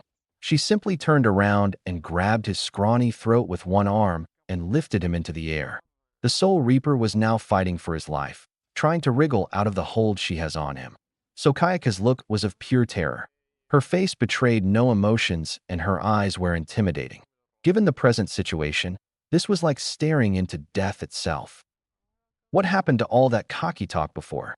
You thought that you 5 would have beaten me, she said, tightening her hold on his neck. The Soul Reaper was losing the fight for his life. His arms felt like lead and his vision sated to fade. It looked like the end for him until one of his partners came and attacked her. She would not let the sword strike her again. Dropping the Soul Reaper, she turned around at blinding speed, and with the momentum built, she delivered a roundhouse kick into his abdomen. The last Soul Reaper was caught in the kick, his body hunched over, and the air left his body. He started to gag because the force of the kick. He hunched over on her still extended leg. She quickly pulled him off of her and pulled him up by his shirt. The Soul Reaper looked like he was going to pass out, but not before she was finished punishing them. A sneak attack, low, but I can't expect anything better out of you fools, she said as her hold on him was firm. She could end their lives right here and be done with them. One snap of the neck would be all it takes, but she will not do that. She is saving her best for that boy. She will cherish every patient minute before releasing her full wrath, and that would be more enjoyable and satisfying. Is that all the fight left in you? How pathetic to think the people that enslave my race are so weak. She continued to hold him up and looked around and saw the other 4 lay on the ground, motionless. The force of her downward flip made a little crater under one of the Soul Reapers, no doubt knocking him out with the impact. The first one was still in the hole in the wall. The other is unconscious. The other one had a broken arm due to the force of her grip as she tossed him to the wall. Finally, of course, the one she was choking has long since ran away. At least he had some brains to leave before meeting a fatal fate. You have proven my point. None of you are worth enough to even stain my blade with your blood. She slammed him into the ground. She kept her hold on him until she was sure he would not get up anytime soon. So Kayaka straightened herself and continued to walking in the moonlight. She was right, they are weak. She was brought out of her musing as she felt a strong spiritual pressure enter the soul society. It was unmistakable. It was him, and his power level seems to have changed. That mattered little to her. All she cared about was finally destroying the fool, that cocky boy that made her look weak. She started to laugh a maniacal laugh, as if the pain she was going to inflict was pure bliss. It's time for my kind to know that I have came out of my cave and ready to do battle. She released spiritual pressure around her. It was thick like blood and red like her hair and eyes. It was finally time to set free all her pin-up anger and rage. She dashed forward to the huge spiritual pressure reading. This was going to be fun. Chapter 13. Soul Society. Ichigo made his way through the portal, but could not help feeling uneasy about going into combat so soon. He has only been training for a few days with his new partners and does not feel confident going into combat with them. They all have different fighting styles, and knowing that is overwhelming him. Kaden and Kayakatsu's release is simply reading a short poem, while Suzumabachi's release demands close combat. Shirayuki, on the other hand, was the easiest to handle. Her sword was extremely light and shorter compared to Zangetsu. As for the others, he has not had that much time with them, but was grateful that all of his partners are willing to guide him through the learning process. The light at the end of the portal is coming fast. Ichigo took the hilt of Zangetsu, ready for the potential confrontation. He knows that the Soul Society was in trouble, and once he got in, he would be a dead giveaway. His spiritual pressure would give him away, and every enemy Zanpakutō would go after him. With that in mind, Ichigo was thrown out of the portal and into the war-torn Siriidii. Ichigo's eyes widened as he landed onto the marble road. The Siriidii was in shambles. Building destroyed, broken road due to impacts, and freshly burning buildings. Soon the portal vanished behind him as he continued to look around. It was not like this when we left. Looks like the Soul Reapers are failing to defeat the Rouge Zanpakutōs. Shirayuki was the first to speak out on what they are seeing. Just when everything seemed to be clear, a huge spiritual pressure spike was felt. Ichigo's body tensed. He has felt this presence before, but it should not exist anymore. It was heavy and thick. He felt his Zanpakutō's thoughts. It was mixed with anxiety, surprise, and fear. This worried him more as the spiritual pressure was approaching fast. No, it can't be, Shirayuki let out as he was shocked to feel this spiritual pressure once more. What is it? How is that? Ichigo pulled Zangetsu off his back and got ready for the pending fight. It's Sokayaku. She is no supposed to be active yet. Kaiten yelled. Ichigo instantly knew who this was. Sokayaku was the huge flaming bird that tried to kill Rukia when she was about to be executed. I thought she was killed off when Yukatake and Shunsui used the Shohoin shield. She must have separated a portion of herself when she was about to be killed. She must have gone with the ropes and into hiding, guessed Shirayuki. This is not good, Berry Boy. If she is out to play, then things just got that much harder. Suzumabachi added as the spiritual pressure was closing in. Ichigo is now on edge. He remembers his encounter with her and how he blocked her attack.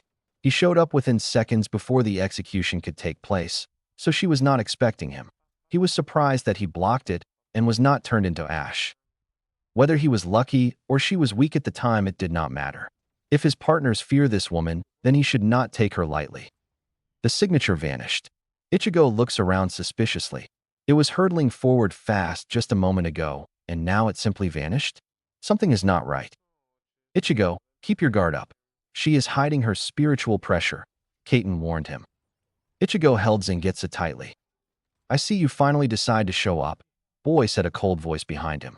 The voice sent chills down his spine as the voice had no emotions, only an erring feeling of harm. Ichigo swiftly turned around. There was a woman in black. She had a hood that covered her face and with the night obscuring any facial features. Her hood was connected to a long black cloak that went down towards her ankles. She wears a long black dress that connected to a corset. The most noticeable thing from her dark appearance was her blood-red eyes appear to glow under her hood and her metal gauntlets. Ichigo was now seeing the person that struck fear in his partners. So Kayako took a few steps forward. Her appearance was breathtakingly as pure as her intimidation. As she walked closer and stopped, she noticed the orange-haired boy had more than one Zanpakutō with him. She stood enraged by the domination of her sisters. So Kayako's spiritual pressure was now fluctuating. Ichigo was having trouble keeping Zangetsu up. This woman's spiritual pressure is unreal. It is like fighting a captain-level Soul Reaper, only much worse. I knew from the start that you were the one I seek. Your spiritual pressure is different. It's more unstable than before. The hooded woman clenched her fists. I was a fool to not see it before. You took the opportunity of gathering more Zanpakutōs for your gain. She trembled with rage.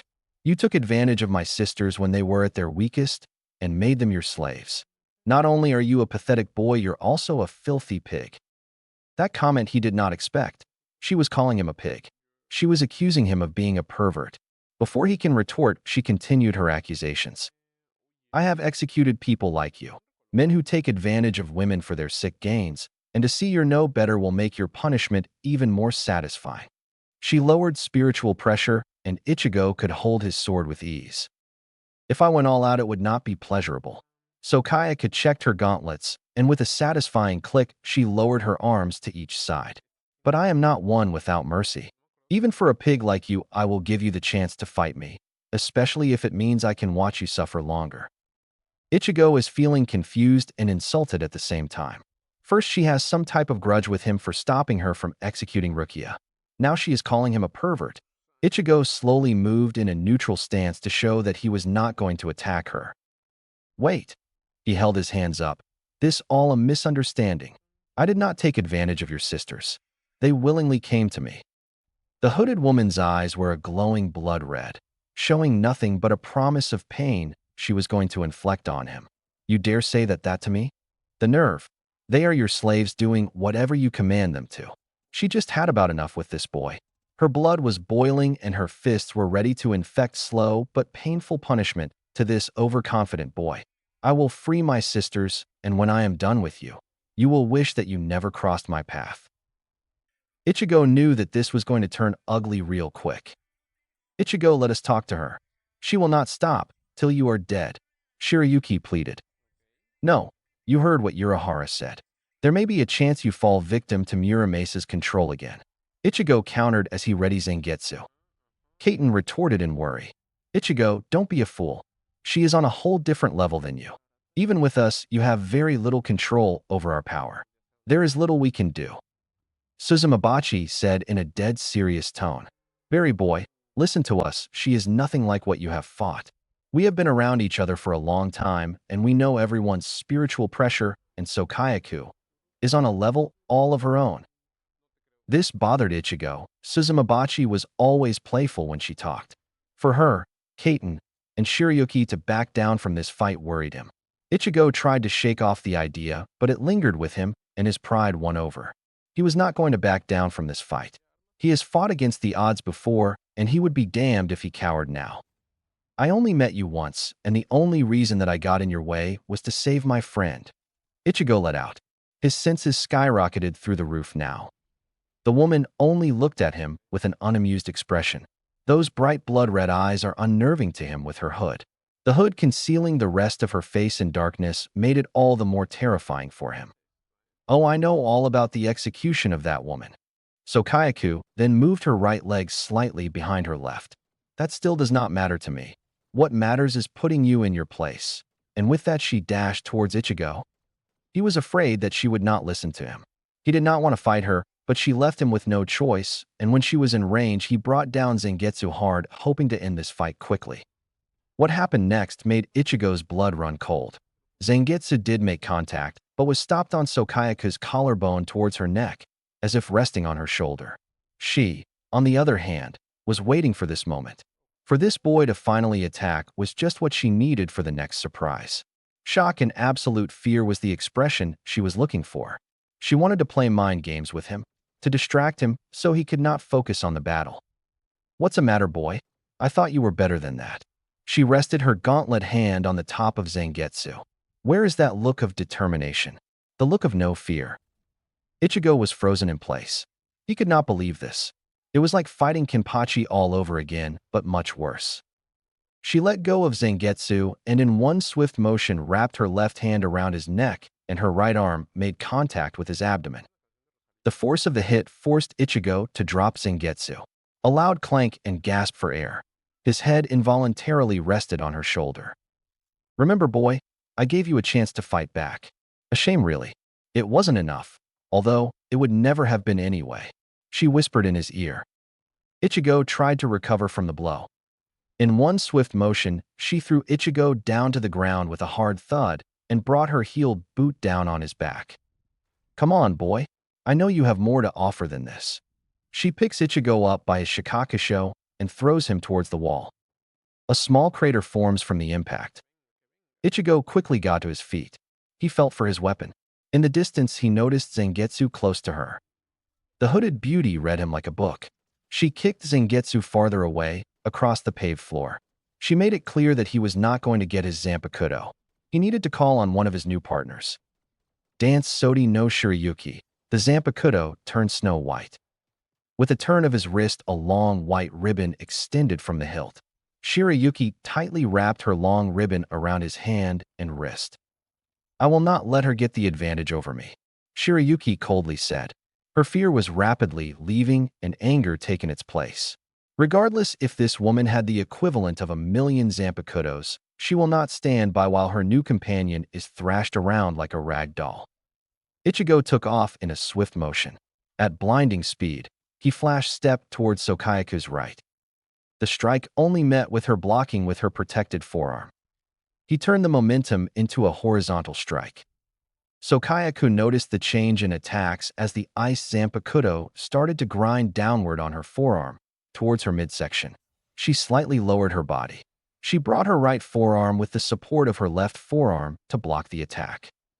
To her surprise, her metal gauntlets started to slowly cover in ice. She stepped forward and delivered a left hook to Ichigo. He stumbled back. Sokayaku felt a cold sensation on her arms. Ice is forming. A small smirk formed her lips.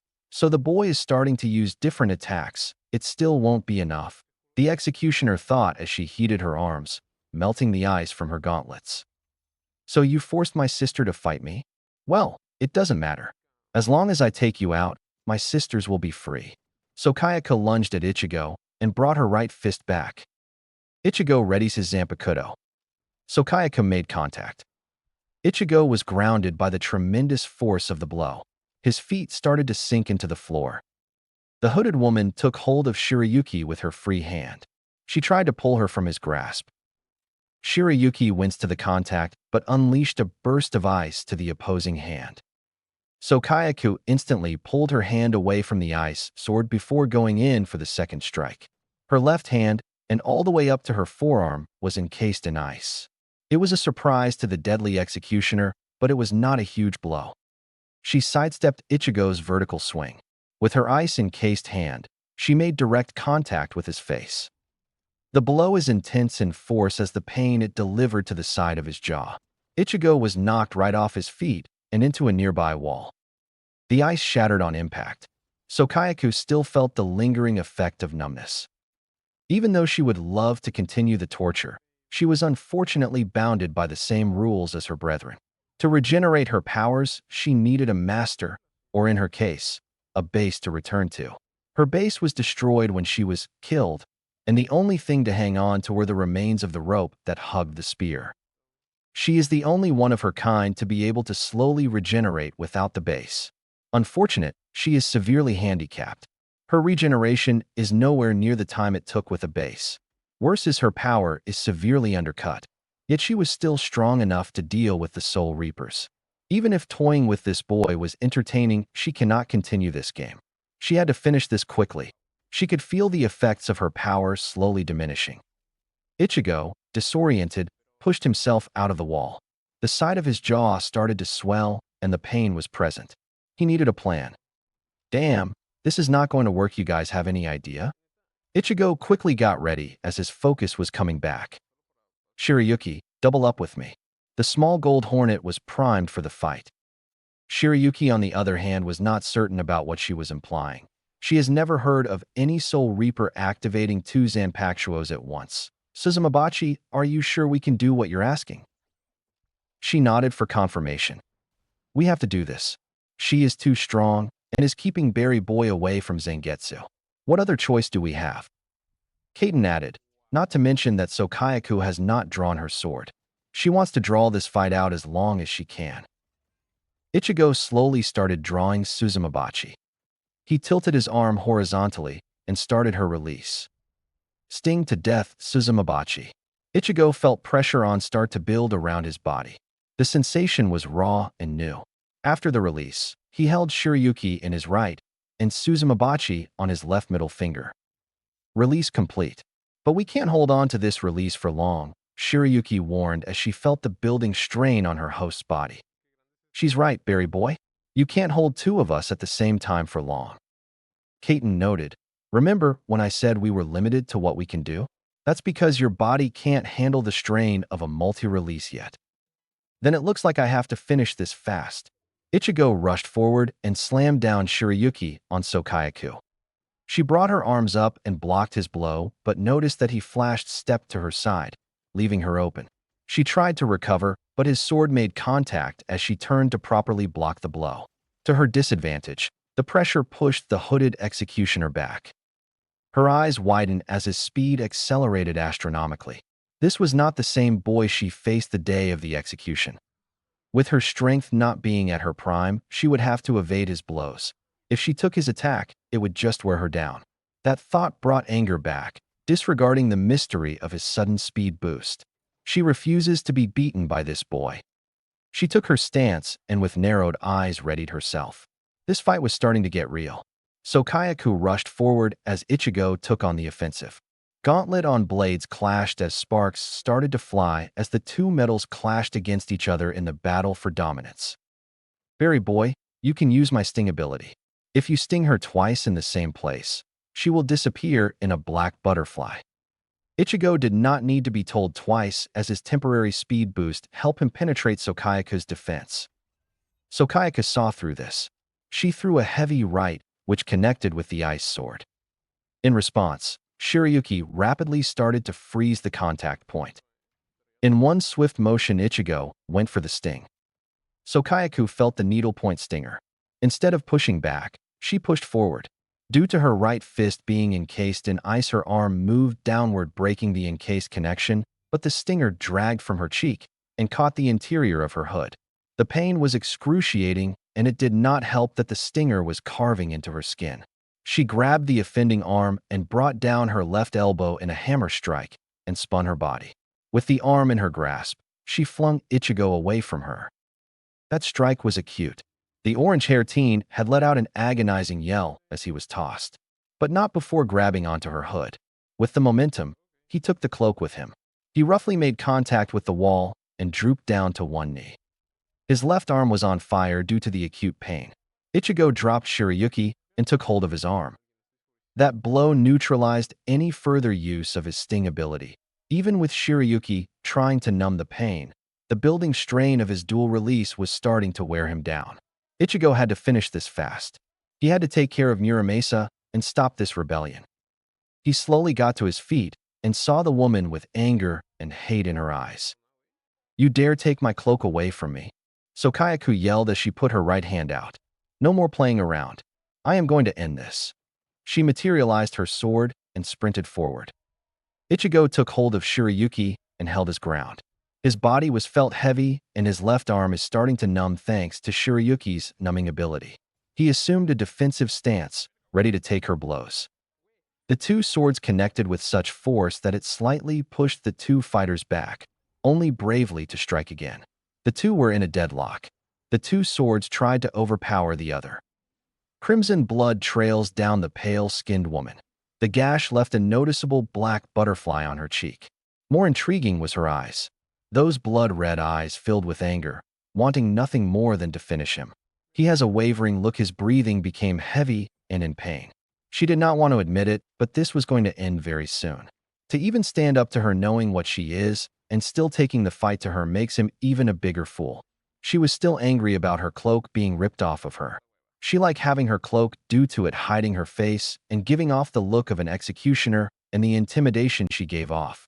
Regrettably, this was no the fight she was looking for, not even close. She charged with a flash step, surprising Ichigo and taking him off guard. She harshly swatted Shiryuki away and brought down her sword, making contact from his right shoulder to his lower abdomen. Ichigo painfully screamed as she took hold of his neck, silencing any further noise. This was it. She had him in her grasp. His life was now hers to do whatever she pleased. The feeling was beyond satisfying, finally. After playing the situation numerous times in her head, nothing compares to the real thing. Ichigo was losing blood. He is in a lot of pain. Shiryuki was doing her best to stop the bleeding, but she got him by the neck. He would be damned to die like this. With his baldy, injured left arm, he went for one more sting. He connected to her arm. With his right swings Shiryuki to the same arm, encasing the arm in ice. He was going for a second sting to finish her once and for all, but was stopped by her other hand, now dropping her sword. You impress me, boy. Fighting a battle that you can't win. She held Suzumabachi in her right. But you should have ran away. You sealed your fate when you first opposed me on the hill. Any last words? This brought a sadistic smile to her face. This was it. She was finally going to get rid of the boy who so foolishly opposed her. Her victory was only a few moments away. Some Nomai Tsukishiro, Ichigo yelled as the ice encased Sakayaka's feet. A bright circle formed underneath her. The ice that was still on her gauntlet started to move up her body. She quickly let go of Ichigo and tried to flee from the danger zone. Her encased feet prevented her movement. Then in a bright light a pillar of ice encased the red-haired woman, frozen with a surprised look on her face. Ichigo Flash stepped away from her and picked up Zangetsu. He released Suzumabachi and Shiryuki and let out a sigh of relief from the strain of the two releases. Any more in his release state, and he would have collapsed. He took hold of Zangetsu the best he could and placed him on his back. With staggering step, he went to the wall and slid down till he sat on the ground. He was tried, and the pain was not going away anytime soon. Thankfully, the blood stopped flowing out of his wound. The pain slowly turned into a numb feeling. All he wanted to do was close his eyes and rest, but something was not right. He started to hear sounds of ice cracking. This was not over. Staggering, he got back up and drew Zangetsu. Then he fell to one knee as the deep cut on his chest started to take effect. Gasping in pain, he used Zangetsu to support his balance. The ice shattered. With a loud crunch out came Sakayaka brushing off the ice off of her dress, unamused. She looked angry and picked up her cloak from the ground, dusting it off as if it had dirt on it. Her face was hidden again by the darkness of the night, and her cloak contributing to shadowing her face. She picks up her obsidian-colored sword and walks slowly towards Ichigo. She scoffed. I must admit I did not see that one coming, but you are still a fool. Ichigo took hold of Zangetsu with what little strength he had left. Girls, any other idea? I don't have much left to continue to fight, Ichigo said through strained breaths. Suzumabachi, Kaiten, and Shiryuki looked grimly at each other as the only plausible option struck. This idea might not even work, Suzumabachi yelled, throwing her hands up in frustration. Shiryuki responded, this is the only thing that might save us from her. It's not like we have many options left. She is right. You are no condition to continue fighting. You have to listen to what we say closely because if we do this wrong, it's the end for all of us. Kaiten forewarned. Shiryuki revealed the plan. Ichigo felt at this point it does not matter because he could barely stand and whatever chance he got to end this he was going to take. Okay, but how am I going to do that? His breathing was labored and kept a fixed gaze on the executioner that was slowly approaching him. Sakayaka looked into her pathetic enemy's eyes. The boy could hardly stand. She would bet that the twin release was his trump card. Her sadistic smile widened. She could torture him further nor end it in one swing. From the looks of it, he could hardly put up another fight. This will be enjoyable. Look at you, boy, she cackled. All that power, and you are far too weak to stand up to me. Sakayaka closed the distance and slugged Ichigo in the face. He would have fell to the impact of the blow, but was roughly held in place by the executioner. She lifted him by the throat as she pulled her sword back, ready to deliver the killing blow. You, boy, are one of many that stand in my way. to free my brethren from the bonds of slavery. She lifted Ichigo up, still holding his throat. Take your last breath. As the sword that would end his existence swung, his partners were ready to take the blow. When the sword made contact, Kyaku savored the sadistic sensation. How does it feel, boy, for your life to end at a weapon that is supposed to only serve? Her sword went clean though as her hand held him up. She brought him closer to see the fear in his eyes. It was exhilarating to see this soul reaper wither before her. To think you actually stopped me on my hill. A fluke is what it was. Kyaku did not know that the sword was not dripping with his blood, nor that her sword was starting to glow. Now it's time to finish the rest of your race and set that fool Muramasa in his place. As she tried to pull her sword out, she shockingly discovered her arm would not budge. Her look of satisfaction, first laced with confusion, now turned to anger. Her attention was now turned to the soul reaper in her grasp that had those damn eyes that she saw on her hill. Those same eyes that make her blood boil with anger. Got you. Ichigo held her sword in place. What did you do to me? Why can't I move? She yelled as her sword was now slowly fading into a blinding light. Suzumabachi, Kaiten, and Shiryuki had grabbed a hold of Kyaku's blade. We will not allow you to harm him anymore. She knew what was happening. She shares the same flaw with other Zanpakutō. When a potential anchor to their power is present, they would bond with the person should they choose, but her sisters forced their bond. They knew she was weak, and no matter how strong she was, her body would react, because she did not have an anchor to her power. When she wanted to finish the boy off, she sealed her fate. Her anger escalated into wrath by being tricked to be a slave to a soul reaper. Not just any soul reaper, but the one that mocks her with those damn eyes of his. You miserable insect. You all are the same, fooling me and forcing my sisters to do your dirty work. Kyaku was now starting to fade, but would not vanish without making one thing clear. You could not handle me in a fight, so you took the coward's way out instead of fighting and actually dying with whatever dignity you soul reapers have. I am not nor ever will be your slave. You will not control me. Just wait, the next time we meet, I will be at my prime, and you will wish you never set your eyes on me. She disappeared into a blinding light. Ichigo collapsed to the ground. He was too tired to take in what happened. His body was in pain and his vision was fading. He dragged himself to the nearby wall and with the last of his strength propped himself to the wall before his vision faded into darkness. Chapter 14. Ichigo felt cold and numb. The fight from earlier drained what was left of him.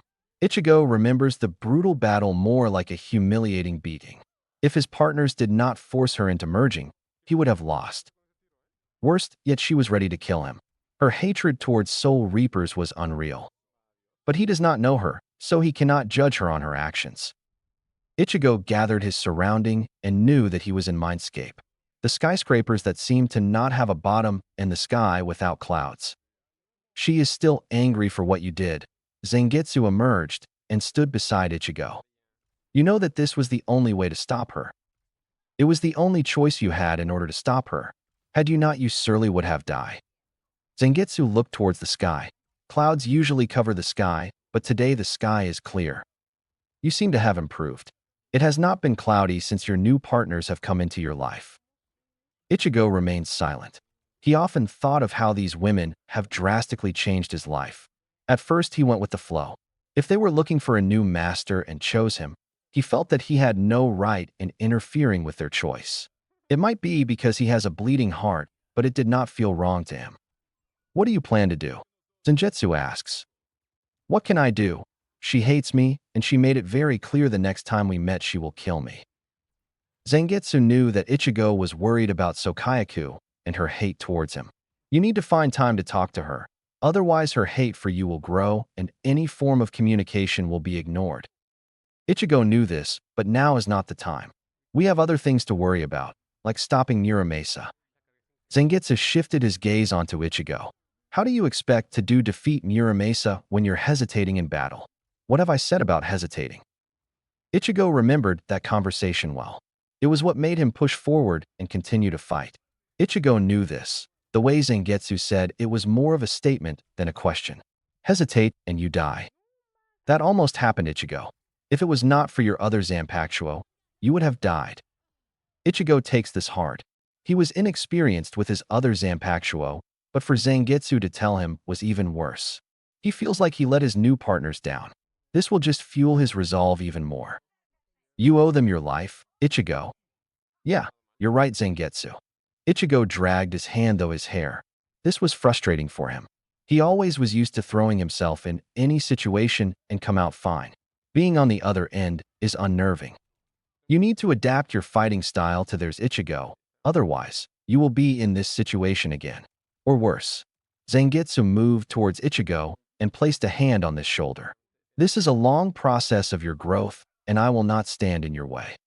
Ichigo was alarmed by that statement.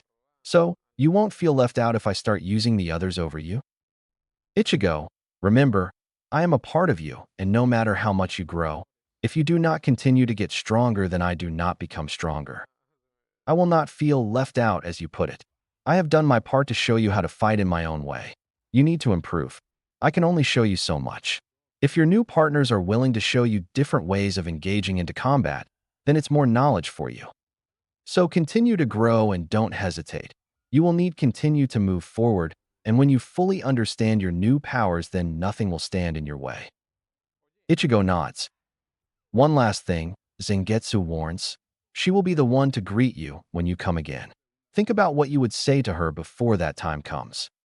With that, Zangetsu fades away and leaves Ichigo to think over what he said.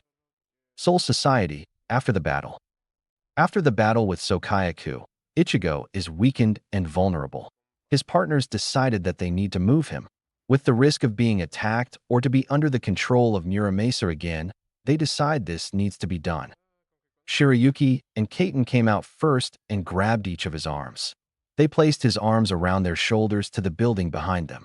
Suzumabachi scout the building ahead, just in case there are rouged Zanpakutō hiding out.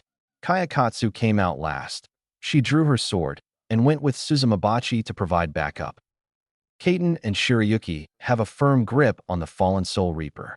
The two wait until Kayakatsu and Suzumabachi gave the all-clear signal. Entering inside, they see the building has seen better days. The wall shows signs of battle, cuts and creaks all over the place. The floor was at least in one piece. They slowly lower Ichigo to the ground and tend to the open wound on his chest. Shirayuki looks down and sees Ichigo's face. His grave expression morphs to a calmer one. Her power of ice allows her to numb the pain and slow the bleeding. But the wound still needs cleaning. Kaiten places her hand on his chest and tries to heal his wound. It proved very difficult to hold it more than a few seconds before it suddenly vanished. Kaiten let out a breath of disappointment. She feels not fit to be a medic. She looks down at her hand. Her hands are soaked with her master's blood. She was not going to admit defeat just from failing a simple keto. Her eyes fill with worry as she places her hands on his chest wound to try again. Kayakatsu, get me something to clean him now. She did not need to be told again. She leaves on a search for anything usable. Suzumabachi noticed the look on Kaiten growing frustrated. She quickly follows Kayakatsu to aid in her search. Shirayuki placed a hand on her shoulder as Kaiten was staring at the lying, almost lifeless body of Ichigo. Kaiten, his life is not in any immediate danger. You need to calm down. Kaiten let out a large sigh, gazing down to her red hands. Sorry, blood brings back bad memories. Shirayuki moves Ichigo's head onto her lap to comfort him. His face is relaxed, showing no sign of discomfort. This should have not happened. Kaiten looked back and forth from her hands to Ichigo. Our new master has all this unlocked potential, and we can mold it and make him the best Soul Reaper in the whole Soul Society, but we can't even protect him. Kaiten grasps her Mazer's hand. Even with the little training we had, he was not ready. The dual release was experimental at best, and it could have killed him. Shirayuki thought about this. Kaiten was right. It was reckless and dangerous to even consider doing it. They were supposed to train more before considering a dual release. In fact, there has not been a record of a dual release. It was just out of luck that it worked. We will have to look past this and continue forward. We have to, in order for all of us to fight Muramasa. Then Kayakatsu and Suzumabachi came in with a few towels. This was all we could find. Suzumabachi said. This will do. Kaiten took the towels from her and started to clean off the blood from her hands and move towards Ichigo's torso. After what seemed like an eternity, his blood was cleaned off and wrapped it around his torso. Kaiten let out the breath that she did not know she was holding and continued to hold Ichigo's hand as she started to calm down. Kayakatsu took his other hand and looked down towards her injured master. She feels as if she failed her master as well. Kaiten was more vocal of her emotions than her, but they feel the same. She could have taken part in the fight. She and Kaiten could have taken over the fight and prevented this from happening. Regardless of how they felt, nothing can change what happened. When the four women dwelled on what transpired, they gradually felt a familiar spiritual pressure. They felt a chill down their spines. There is no way. Shirayuki's panic is evident in her voice. So Kayaka's spiritual pressure released from Ichigo. The long gash on his torso glows bright orange until it closed up. What was left was a small diagonal line of where he was cut. Then as quick as it came, so Kayaka's spiritual pressure disappeared. The women in the room were speechless. They could not understand why she did what she did. Then with a grunt, Ichigo started to wake. The women brought their attention back to their injured master. He slowly started to get up, but was stopped by Kaiten and Shirayuki. "Ichigo, are you okay?" they asked. Ichigo slowly observed where he was. He was no longer outside on the ground. He also noticed that his chest no longer has this burning sensation on his chest. The women around him looked at him with concerned eyes. "Yeah, I'm fine. But where are we?" "We dragged you inside an empty building, berry boy." Suzumabachi landed on his shoulder as the other women still held him in place. "Kaiten, Shirayuki. I'm fine, just tired." They soon left him go. Kaiten apologizes over and over again. "I am sorry for what we did to you, Ichigo. Because of our actions, you are in this state, and it could have cost your life." Ichigo tried to understand. It was something he thought he would never hear.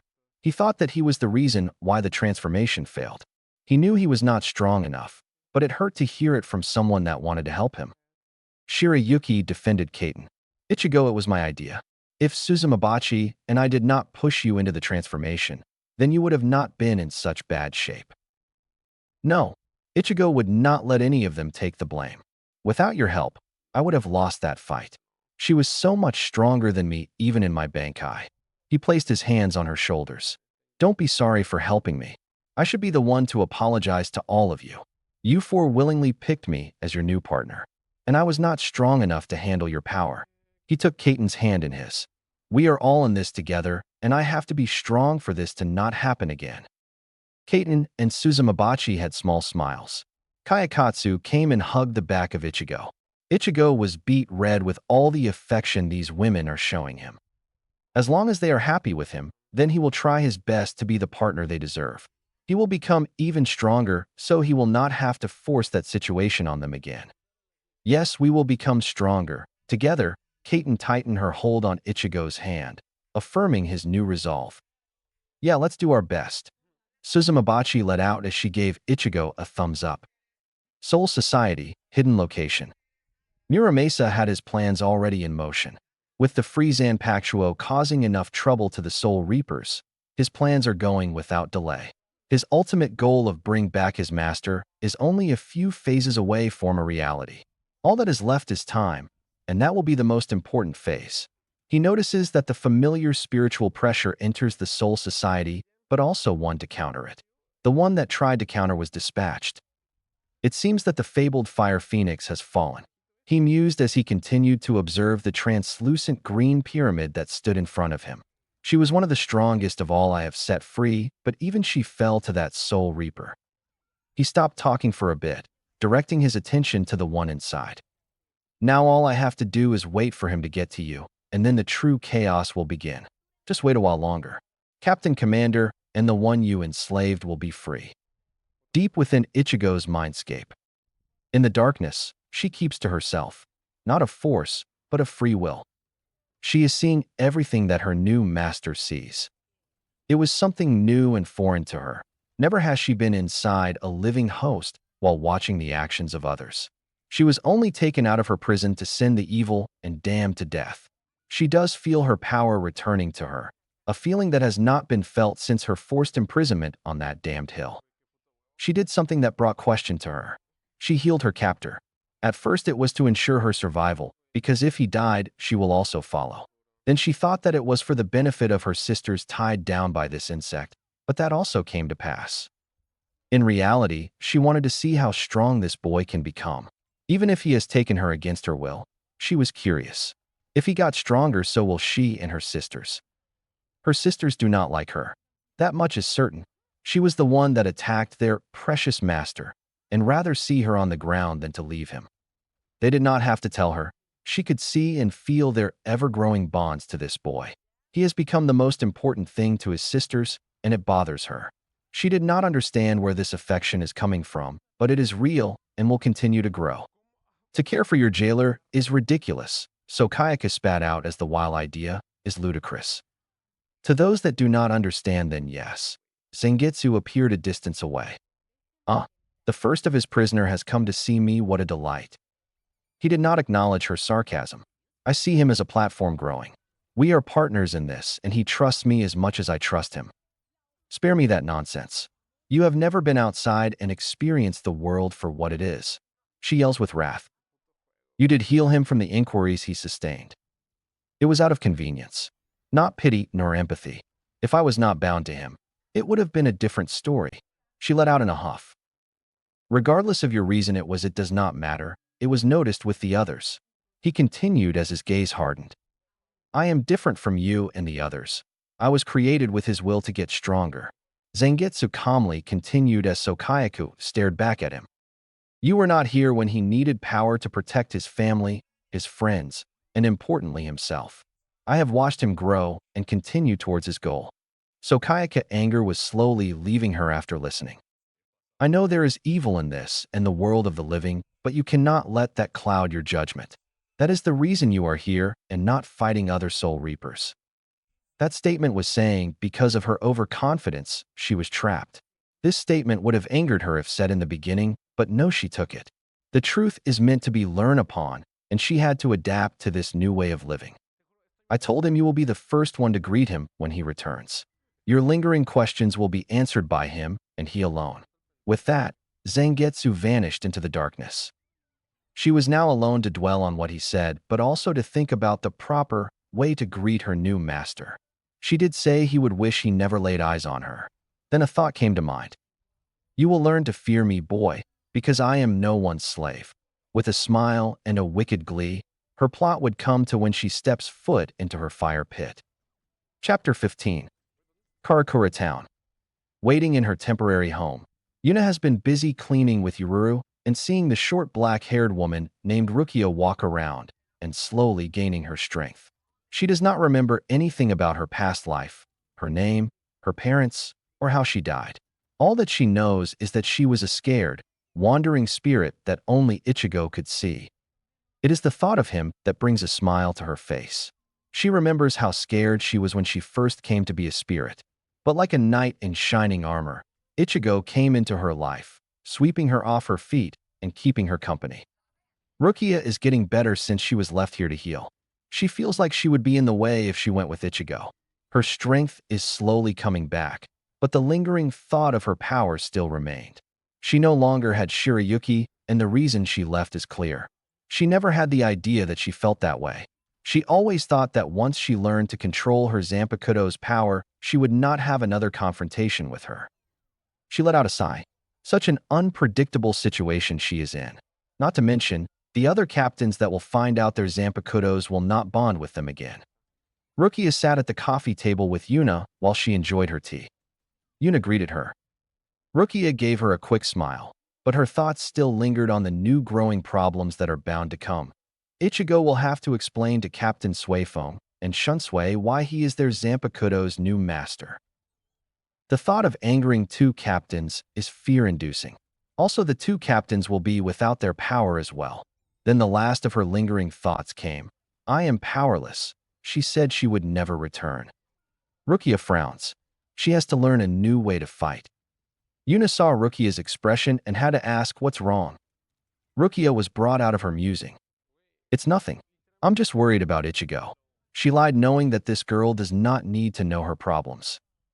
I can feel how he is. It's weird, but I know he is okay." This caused interest in Rukia. She did not know much other than that she came with Ichigo. "How did you meet him?" she asked. "He came to my rescue when I first came to. I was scared, and everyone walked past me until he came and helped me." Rukia knew Ichigo would help anyone who needed help. She was now more curious of how she knows Ichigo is fine. "You know that Ichigo is fine, how?" "It's strange, but we are connected now. I can feel how he is." "Well, he told me that I am a spirit and my time was short. I did not want to pass on if I could not see him again." She took a sip of her tea, then looked across the table. Seeing Rukia is interested. "Every day after school, he would come and see me. He would talk about his day, ask about mine, and always put new flowers for me when they got old and withered. Then I noticed that my chain on my chest started to become whole and could finally leave the light post. It was when I went to class with him. He found out that we are connected." She looked towards him, remembered the look his eyes, and how he blamed himself for her being connected with him. He thought it was his fault and blamed himself. "But it's okay. At least I don't have to leave, and we can go anywhere now," she giggles. "I like seeing how he acts in school, and if he actually listens in class." Rukia understands. This girl's spiritual chain became interlaced with Ichigo's spiritual pressure. It is rare that it happened with soul reapers and wandering spirits. The unintentional bond that forms when a high spiritual pressure being and a low one. It's the weaker being that leeches off the stronger one. Then the weaker being can sustain themselves as long as the stronger being continues to live. Both of them did not know until Ichigo saw her spiritual chain and it connected back to him. Now she is Ichigo's burden, but knowing him, he would not fault this girl for anything. All she wants is a friend, and she found one with Ichigo. "That's impressive," Rukia said. "Even from different planes of existence, you are still connected." Rukia then came up with a great idea.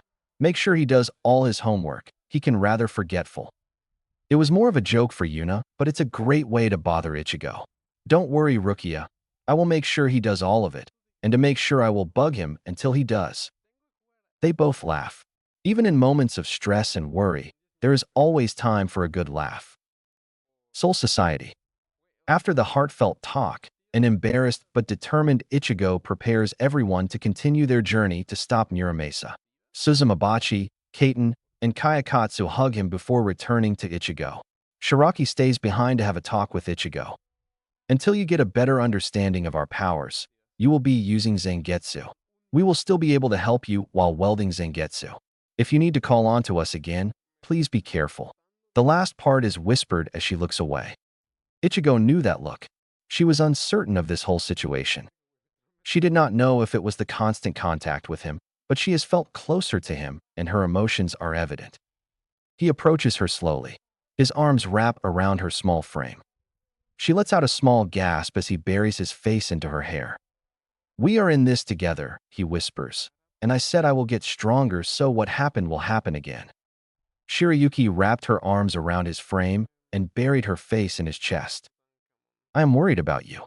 We are worried about you. We deeply care for you and will do anything for you. We almost killed you because of our recklessness. I already told you that it was not your fault or anyone's else.